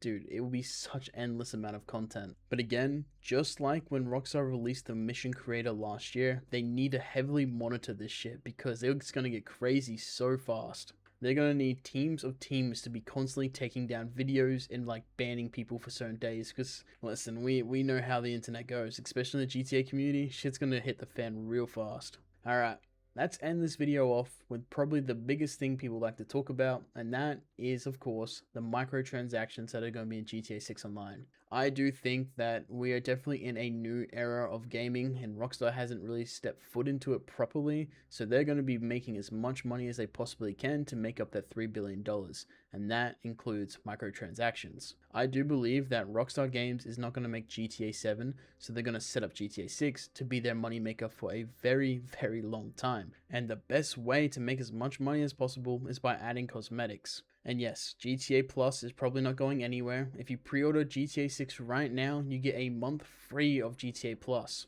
So yeah, that's basically confirming that GTA Plus is going to be a major factor in GTA 6 Online. I reckon what we could see is definitely a battle pass. I know that sounds pretty corny, but I really do reckon Rockstar Games and Take-Two will probably set up a battle pass season events in GTA 6, which will be included in the GTA Plus subscription. Unfortunately, I do believe that Rockstar will also add shark cards. I think that's just given. You'll be able to just spend as much money as you physically can on just cash in GTA 6 instead of grinding. Look, it's a business at the end of the day. If you can have a pretty much a free item that you created and sell it for a real life price, they're gonna do that. I just hope you can't buy XP and lock certain content behind paywalls. I know Ultimate Edition locks like hairdressers and stuff, but I'm talking stuff like businesses. I don't want to be locked out of like, let's say, bounty hunting like you have in Red Dead Online, which was locked behind a paywall. That is the dumbest, scummiest shit ever. I completely understand locking like cosmetic shops behind paywalls. That makes sense. Cosmetics are, you know, they're cool, but you know, they're not breaking the game, or, you know,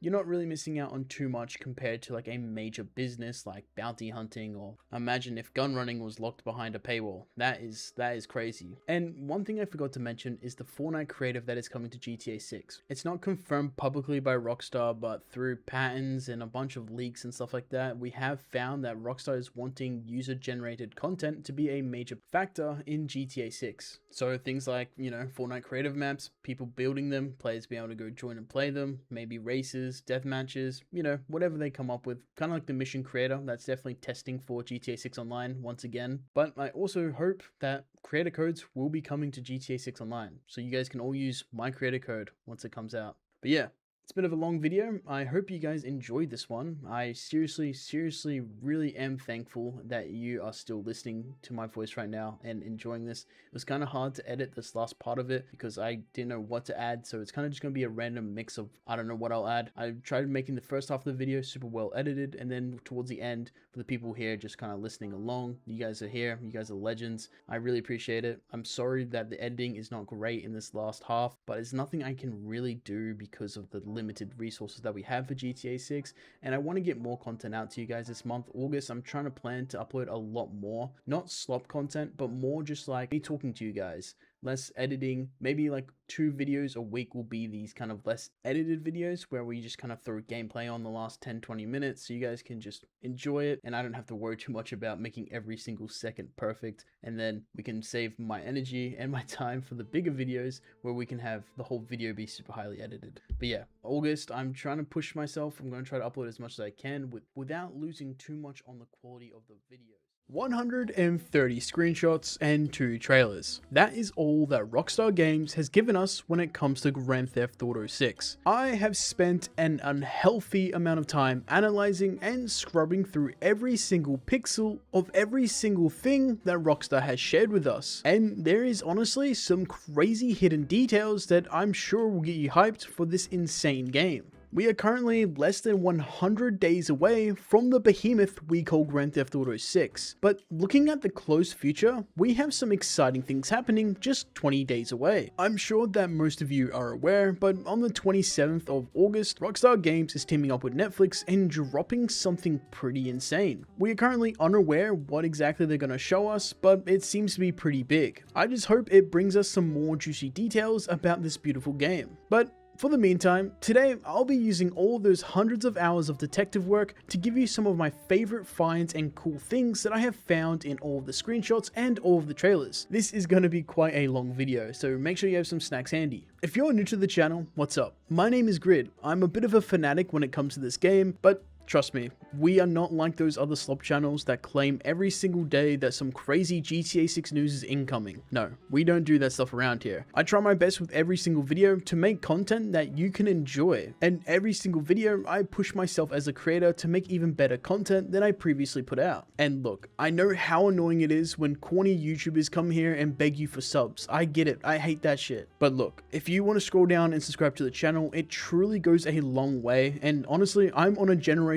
run to change the culture of GTA content forever and break the stereotypes. I got massive plans for this channel, and we are not slowing down anytime soon. Every single like, sub, and comment goes such a long way. But thank you for just being here and watching these videos. It means the world to me. Okay, I'm not going to waste any more of your time, so let's just jump straight into it.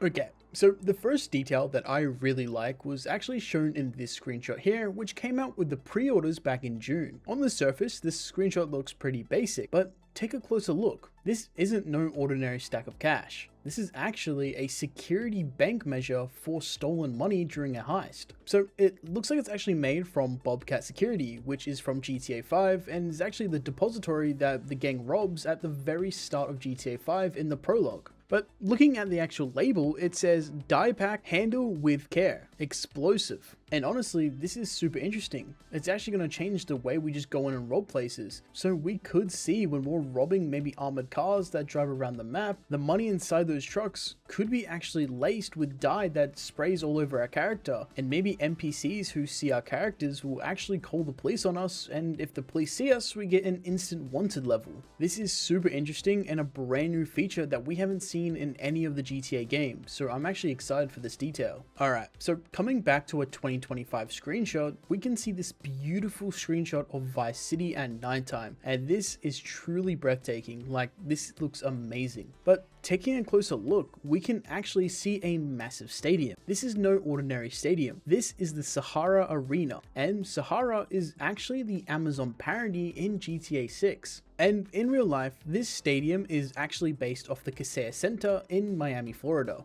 And if we take a closer look at the building, we can see a LED billboard promoting the local basketball team. And the local basketball team is actually the Vice City Narcos, which is honestly a really cool name. In real life, the Miami Heat is actually the ones that are home in the Kaseya Center. I really hope that we can actually go into this building and not get locked out of it like we had with the Maze Bank Arena back in Grand Theft Auto 5. But this screenshot alone has so many cool buildings that I can't believe are in GTA 6, as this building right here is an art museum in Miami. In real life, it's called the Perez Art Museum. I probably butchered that, but hey, I tried my best. And then this building here with the yellow sign saying concert hall is actually based off the night concert hall in Miami. Again, I honestly couldn't tell you if we are going to be able to enter the concert hall and the museum, but hey, maybe in future DLCs of GTA 6 Online, they could open this up into a terrible DLC just like they did with GTA 5.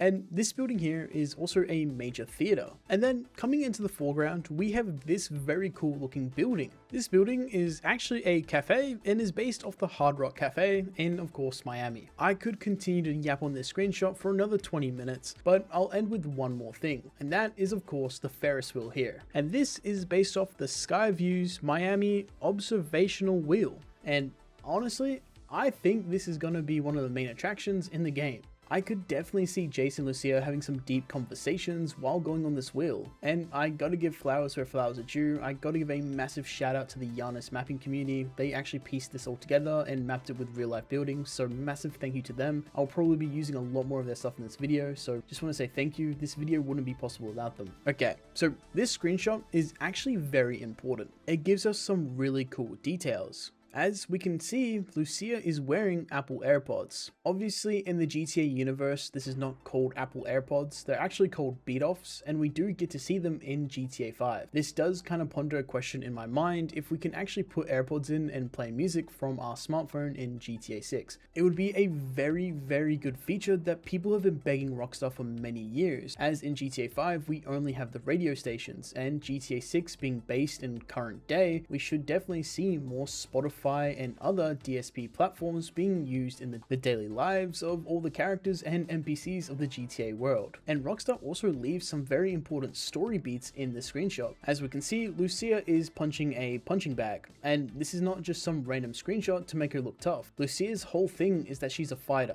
And if you take a look at her necklace, she's actually wearing a golden glove. And I actually talk about this necklace quite a bit in my videos, especially when I'm talking about the story, because Lucia can actually be seen wearing this necklace in all the official artworks and majority of the screenshots. So I believe that Lucia's father gave it to her because in the GTA 6 website, Rockstar Games stated that her father taught her to fight as soon as she could walk. And I believe both of Lucia's parents are deceased in my speculated theory of the story, so I believe that, yeah, she's actually just wearing this to remember her dad. but some people in my comments like to point out that she could have won this in some sort of competition in her early days in Liberty City. But either way, boxing and fighting is a major key detail about Lucia's personality and some things that she's actually passionate about. And in trailer 2, we actually get to see Lucia fighting people in a gym. And continuing with Lucia screenshots, we see this one here. This is one of my favorite screenshots because it implies so much. We see a pretty young Lucia donning the orange jumpsuit of Leonida Penitentiary. And I believe that Rockstar added this to show us that Lucia's been in prison for a bit of time.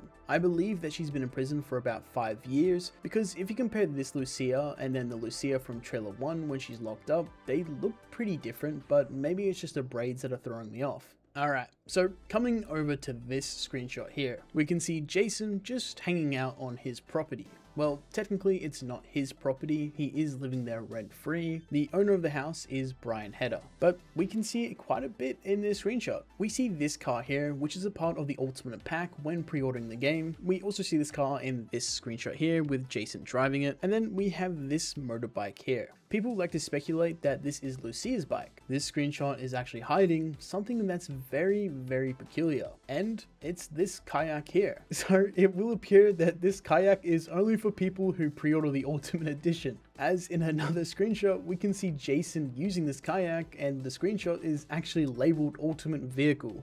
So unlucky to people that are not buying the Ultimate Edition. We also see this kayak in the old screenshots from last year, with someone sailing, piloting, driving, I don't know what you say, but they are using a kayak in Mount Kalaga National Park. But coming back to this house, we see it in the start of trailer 2, where Brian shows up and asks Jason what he's doing up there, and Jason replies, fixing some leaks. What you doing up there? I'm just fixing some leaks. Seriously, dude, you got some time on your hands. I got some properties with paying tenants. Well, that's why you came by? Just go get me my checks. See you, Brian. Love you, Jason. Myself and the rest of the community think that Jason saying fixing some leaks is actually a reference to the 2022 leaks. Rockstar kind of playing fun at a pretty serious situation and trying to bring more light to it, as it's probably definitely a very touchy subject over at the headquarters. And as I mentioned earlier, this isn't Jason's house. It's owned by Brian Hedder, a local drug smuggler. Jason's living there rent-free as long as he goes and just does whatever Brian needs done, like odd jobs and collecting checks for him. We can see Jason actually do some of this quote-unquote dirty work as he goes and smacks the shit out of this stoner here. The mapping community actually believe that this house is located right here in the Leonida Keys, and they reckon they've actually found the reference house for this safe house. So yeah, it looks like Rockstar could have definitely used this house as a reference. But we actually get some pretty good looks of inside the house. In trailer 2, we can actually see a PlayStation 5 parody console as Jason sits on the couch and watches an ad. I don't know about you guys, but this is definitely a PlayStation parody. Not only does the console look exactly like a PlayStation 5, but we could actually see a DualSense controller sitting on the coffee table. And we do know Rockstar and PlayStation have this so-called weird deal where they give PlayStation players some like exclusive stuff, so maybe this is them sucking up to Sony, I don't know. But moving on, we actually see this painting laying on the floor. A lot of people speculate that this is Michael's boat, and yeah, I honestly really do hope we get to see a reference to Michael's boat in GTA 6. And the feature that I know a lot of people love to talk about this little clip here is of course the beer having bubbles in it. And it's actually a pretty cool thing, the devs putting that much effort into just a beer. This game is truly gonna be something else. So we see another inside clip during the trailer where Lucia is talking about how this is just a start for them, implying that they're going to be upgrading their safe house. And yes, I do believe that this is just going to be the first of many safe houses, as it's not the greatest, but it will still be nostalgic when we get to the end of the game and come and visit this place. But we can actually see that Jason or Brian own a snake. And the last time we actually get to see inside the safe house is when Lucia gets home from doing her community service, and she jumps on top of him as he's fast asleep. We get a better look at the house, and it's definitely a bit run down, or more just being built, as we can see that the walls are not even painted and some of the door frames are not even finished. So this either could be a failed project that never got finished, or maybe it's in the process of being built as the game progresses. And speaking about Lucia doing community service, we actually get to see her do it in trailer 2. We see a female officer holding a clipboard while Lucia and another person are grinding out their community service. And yes, both Lucia and this other person doing community service are both wearing ankle monitors. I do speculate that this is at the very start of the game, as Lucia won't have the ankle monitor on for very long.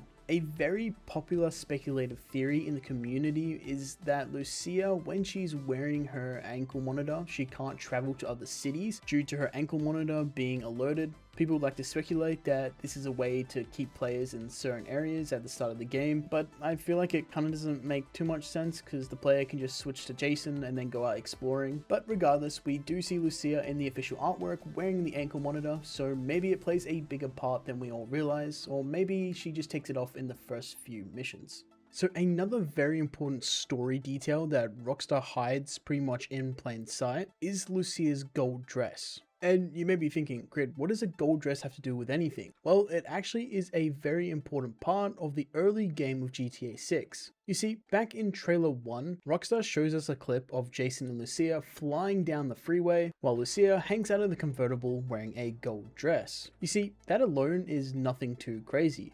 But coming to trailer 2, and the dress is updated with better graphics and actually plays a major part in the trailer. I believe that this gold dress is actually a detail that is pretty important because she wears it the night her and Jason go out and celebrate her release from prison, as we can see that she's wearing it in the club and on this yacht here. So I reckon earlier in the night she just celebrates with the rest of her crew at the Rusty Anchor, and then later in the night her and Jason and this guy here from the Rusty Anchor go out clubbing in Vice City. So yeah, I believe the gold dress is symbolizing her freedom from prison, and it is pretty cool to look at the graphics difference between trailer 1 and trailer 2 because the dress quality is actually insane. Another massive difference between trailer 1 and trailer 2 is the characters, the Real Dimes. The Real Dimes is a rap duo group consisting of Roxy and Bay Lux, and they're actually 2 out of 9 characters that Rockstar has actually given descriptions for on their website. But if you come back to trailer 1, you actually get to see them, and then if you look at the screenshots that Rockstar provided, and even Bay Lux in trailer 2, that the characters look completely different.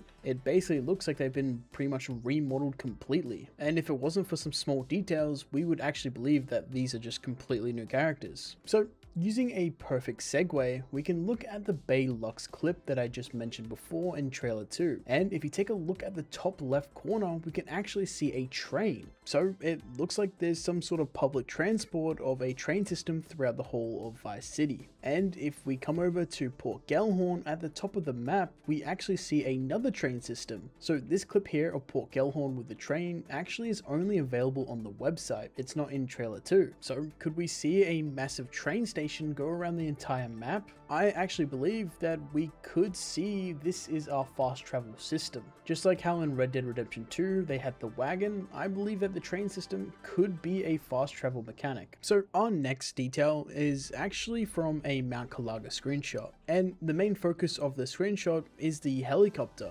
because the helicopter isn't no ordinary helicopter. It's a Weasel News helicopter, and I'm sure most of you know Weasel News is a major news company in GTA 5. And we can see that one of the passengers is holding a massive camera to report on something. I really like that Rockstar is bringing back old companies from GTA 5, and especially seeing Weasel News in GTA 6, I can't wait to see what shenanigans they get up to.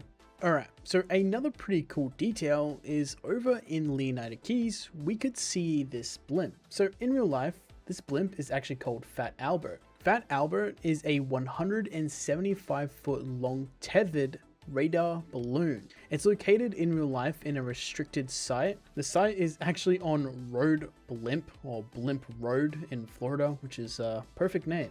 So this blimp can operate anywhere from 5,000 to 15,000 feet in the air, which is absolutely crazy. But basically what it is, it just kind of like surveys the area for like people smuggling into the country and people doing like drug smuggling from Colombia into Miami in real life. So yeah, in real life, it's used for a whole bunch of different things, so it's pretty cool that we can actually see this in GTA 6. Alright, so do you remember in trailer 2 where Jason and Lucia are actually robbing a bank? Well, we actually found out which bank they're robbing, and the general location of where the bank can be found in the map of Leonardo. So coming from this shot here where Lucia is holding these guys hostage with an SMG, if you zoom in on the computer, we can actually see that the bank is actually called Sin Frontera National Bank. And thanks to the mapping community, they've pinpointed the exact location, and that is actually in Tequesta, which is the parody of the real life location Brickwell. Brickwell? I think that's right. And some of you may not be aware, but actually on the website we can see more of this heist. Granted though, it is very short, it's about 1 second, but we find out Raul is actually attached to this heist. And something has gone wrong because the crew have now gone into a full shootout with the police. A pretty small detail that I really like is at the start of trailer 2, at Brian's property where Jason's living rent free, you can actually see over by the bins, just a small little guy. So yeah, we actually get to see a little raccoon just going through Jason's bins. A very cool and small detail that I really like. And staying on the same topic as little guys, we actually get to see iguanas quite a lot in the trailers and screenshots. I'm sure a lot of you are aware, but back in trailer 1, we can see a homeless guy. Don't know if he actually is homeless, but he has a hat upside down and looks like he's asking for money. And on his shoulder, we can find an iguana. Are they iguanas or are they like just a lizard? I'm not really sure. I should probably look it up, but I think it's kind of funny if I call it the wrong thing. So yeah, this guy is sitting on Ocean Drive and probably getting the iguana to do tricks for some cash. And then coming to this screenshot here, we can see another lizard iguana thing just roaming the streets in the Leonardo Keys. But that's not all we have on these little guys. So coming to this screenshot with Jason and his best friend Cal Hampton, we can see this lady in the background with a iguana on her shoulders. And zooming in a bit, we can see it's wearing a crown and a shirt. And I believe that this is a character that is relevant to the story. So not only do we see Jason and Cal in this screenshot, but we also see this guy here. This guy is actually named Donnie, and it was leaked back in the court files when Rockstar had to admit that the developer who leaked a bunch of stuff back in 2025 was in fact an actual developer who leaked real things. The devs said that this character is named Donnie and he's a weird guy. So now we have a name to a back of a head.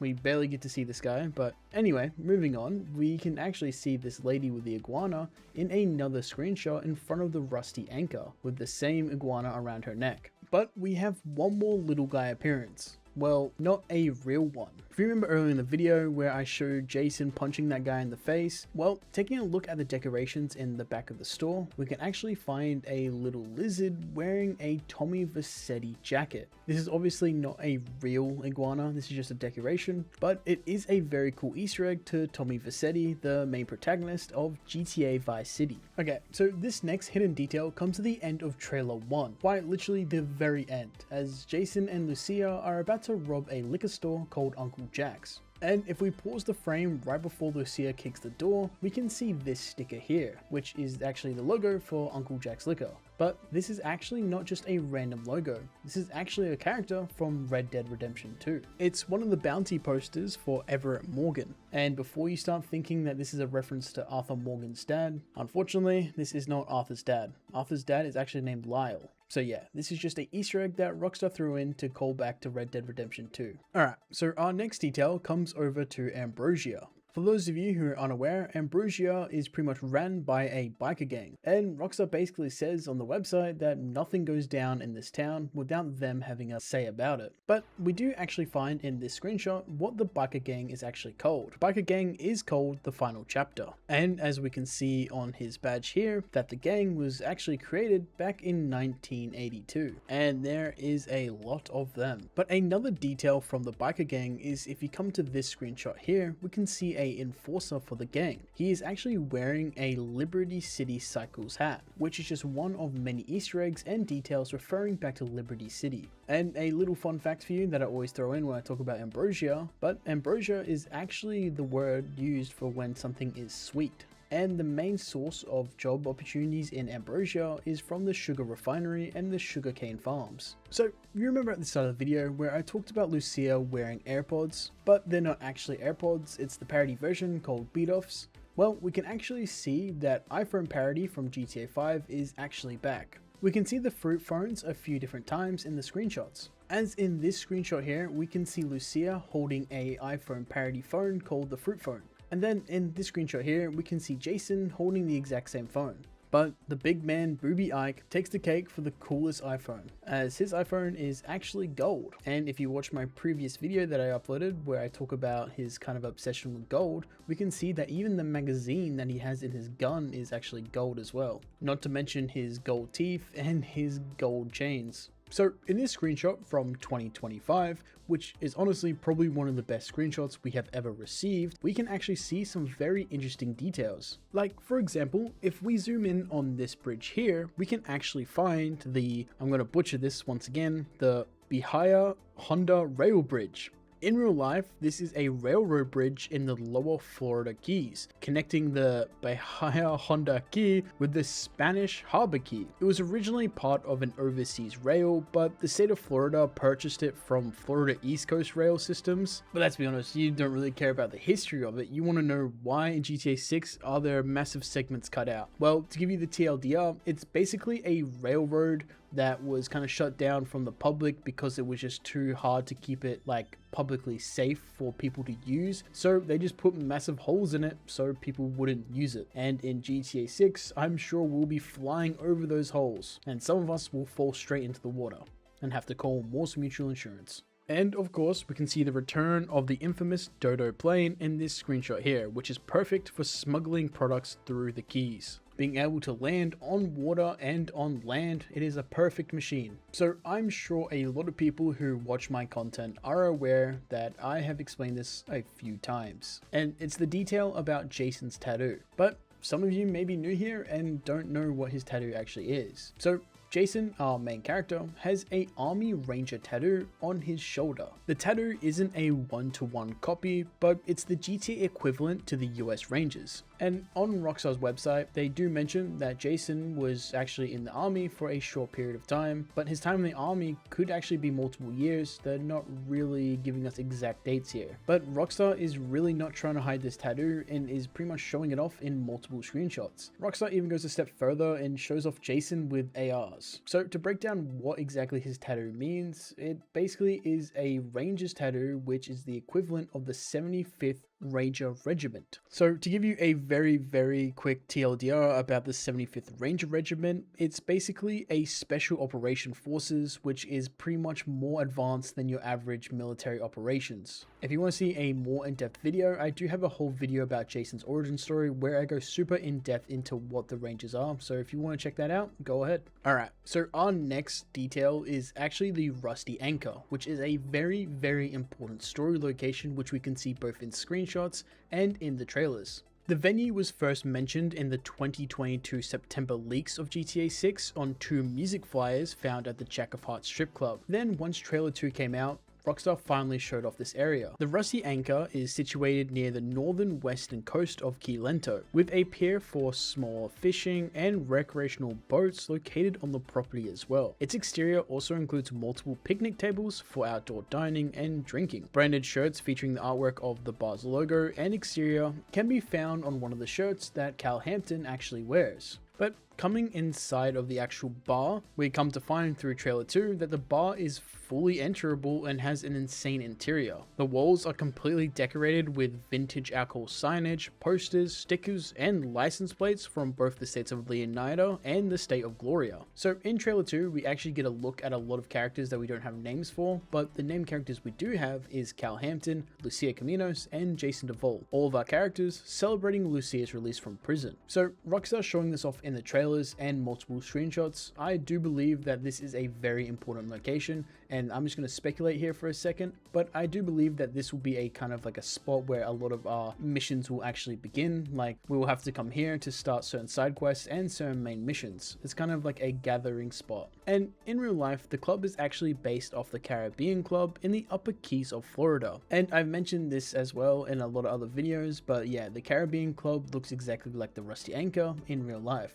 So this small hidden detail isn't really too hidden, but also kind of confirms that we will actually be able to see fishing be a activity we can do in GTA 6. As we can see both Jason and Cal Hampton fishing with no worries whatsoever. Another detail that Rockstar just didn't have to do, but they just want to flex on everyone, is that when Jason goes and picks up Lucia from prison, if you take a look at his shirt, it actually has like sweat stains and other little like dirty particles on his shirt, which is actually like crazy detailed. Like, they didn't have to go this hard. So I'm sure a lot of you have seen this screenshot here. It's honestly very iconic at this point. It's the Vice City Hollywood Vinewood sign, and we can see a private jet actually beginning to take off. So this is actually at the end of the runway at the Vice City International Airport. I think it goes without saying, but the Vice City International Airport is actually based off the Miami International Airport. So I mentioned this in my last video as well, but it's a very strange detail. Ruby Ike, the owner of the Jack of Hearts, and one of the girls from the Real Dimes, Bay Lux, shares the exact same ring as Ruby Ike.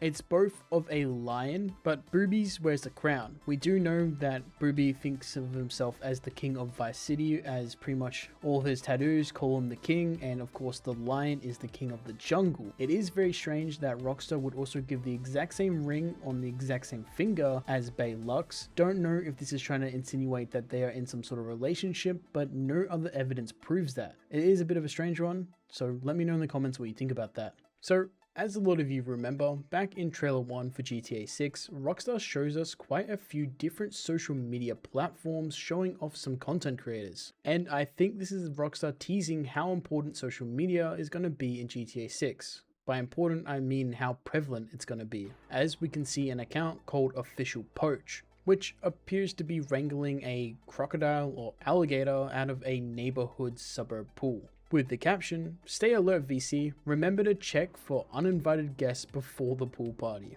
We also have another account called Dad Bod Squad, which has the caption, "A Poppy, save some sugar baby for the rest of us," which shows a sugar daddy with all of his sugar babies. Just some good old fashioned Vice City antics. Like I mentioned earlier, we have the Real Dimes here, which are promoting a new song in front of the Jack of Hearts with cars drifting around them. We do know from Rockstar's website that the Real Dimes are heavily involved in the social media game, so they pretty much make viral videos to promote their music. It's even a live chat, you can see people in chat. And the last one I'll mention comes from a social media account called Planet Leonida Man, which is just perfect, just like the Florida Man meme. This is the Leonida Man meme. And I've said this before and I'll say it again. Rockstar choosing their next location for a GTA game to be in Florida is by far one of their best decisions they've ever done, as the rise of Florida men just keep popping up. Florida in real life is already some sort of GTA lobby. Pretty much every single person who lives in Florida is a stranger and freak NPC, no offense. But the caption of this post is, "Usually gotta hit the strip club to see that jiggle for real." So I did mention this screenshot earlier in the video about the kayak, but there's actually a small hidden detail about the flood gauge. As you can see, Rockstar has purposely showed us that there is an active flood gauge, which will tell us how high the water is and if it's a flood or not. It is a very interesting thing that Rockstar has added this screenshot in such a clear view. Dynamic weather events like flooding, thunderstorms, snow, hurricane, all that sort of stuff has always been at the top of everyone's wish list when it comes to Grand Theft Auto 6. And Rockstar showing the flood gauge right here is something that gets my hopes up, which I will be very sad if it doesn't happen, but it is what it is. Another thing to look at in this actual screenshot is of course the freight train that we can see on the top of the screen. This train actually is pulling cargo and other resources instead of a public transport for pedestrians. And if you zoom in all the way on the very left, you can see a sneaky little fox roaming around.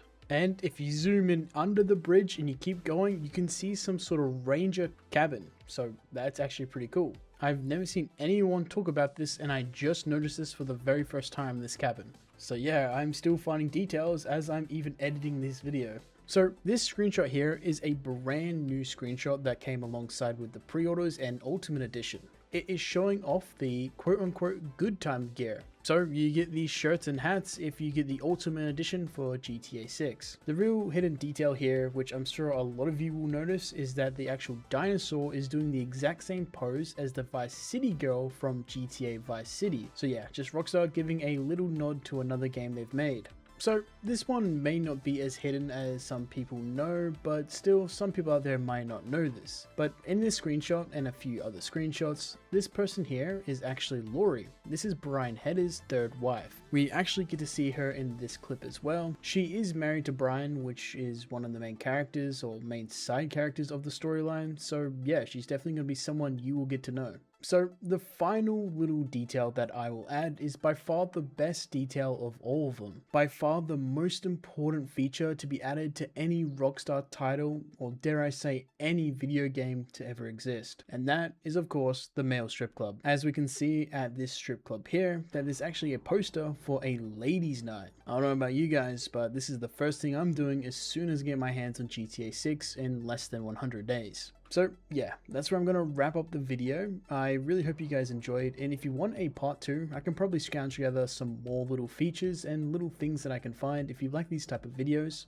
Just want to say thank you for sticking around to the end. I always say it, and it really does mean a lot to me that you guys are sticking around and watching the whole video through. That's crazy to me, and it really just does make my day seeing your guys' comments and reading through them. I'm glad I can contribute to the hype for GTA 6 and get you guys excited again. I know the droughts have been pretty terrible, and honestly man, it really sucks making content during that time, but honestly everything is looking much better, and like I said at the start of the video, we are less than 20 days away from this new kind of whole new extended look at GTA 6. So whatever they're going to show us, I will be there to cover it, break it down, and look into it, but the right way. We are not a slop channel. Anyway, like I've said, I really hope you enjoyed this video, and I hope to see you in the next one. With all that being said, I've been Grid, and I'll catch you guys later.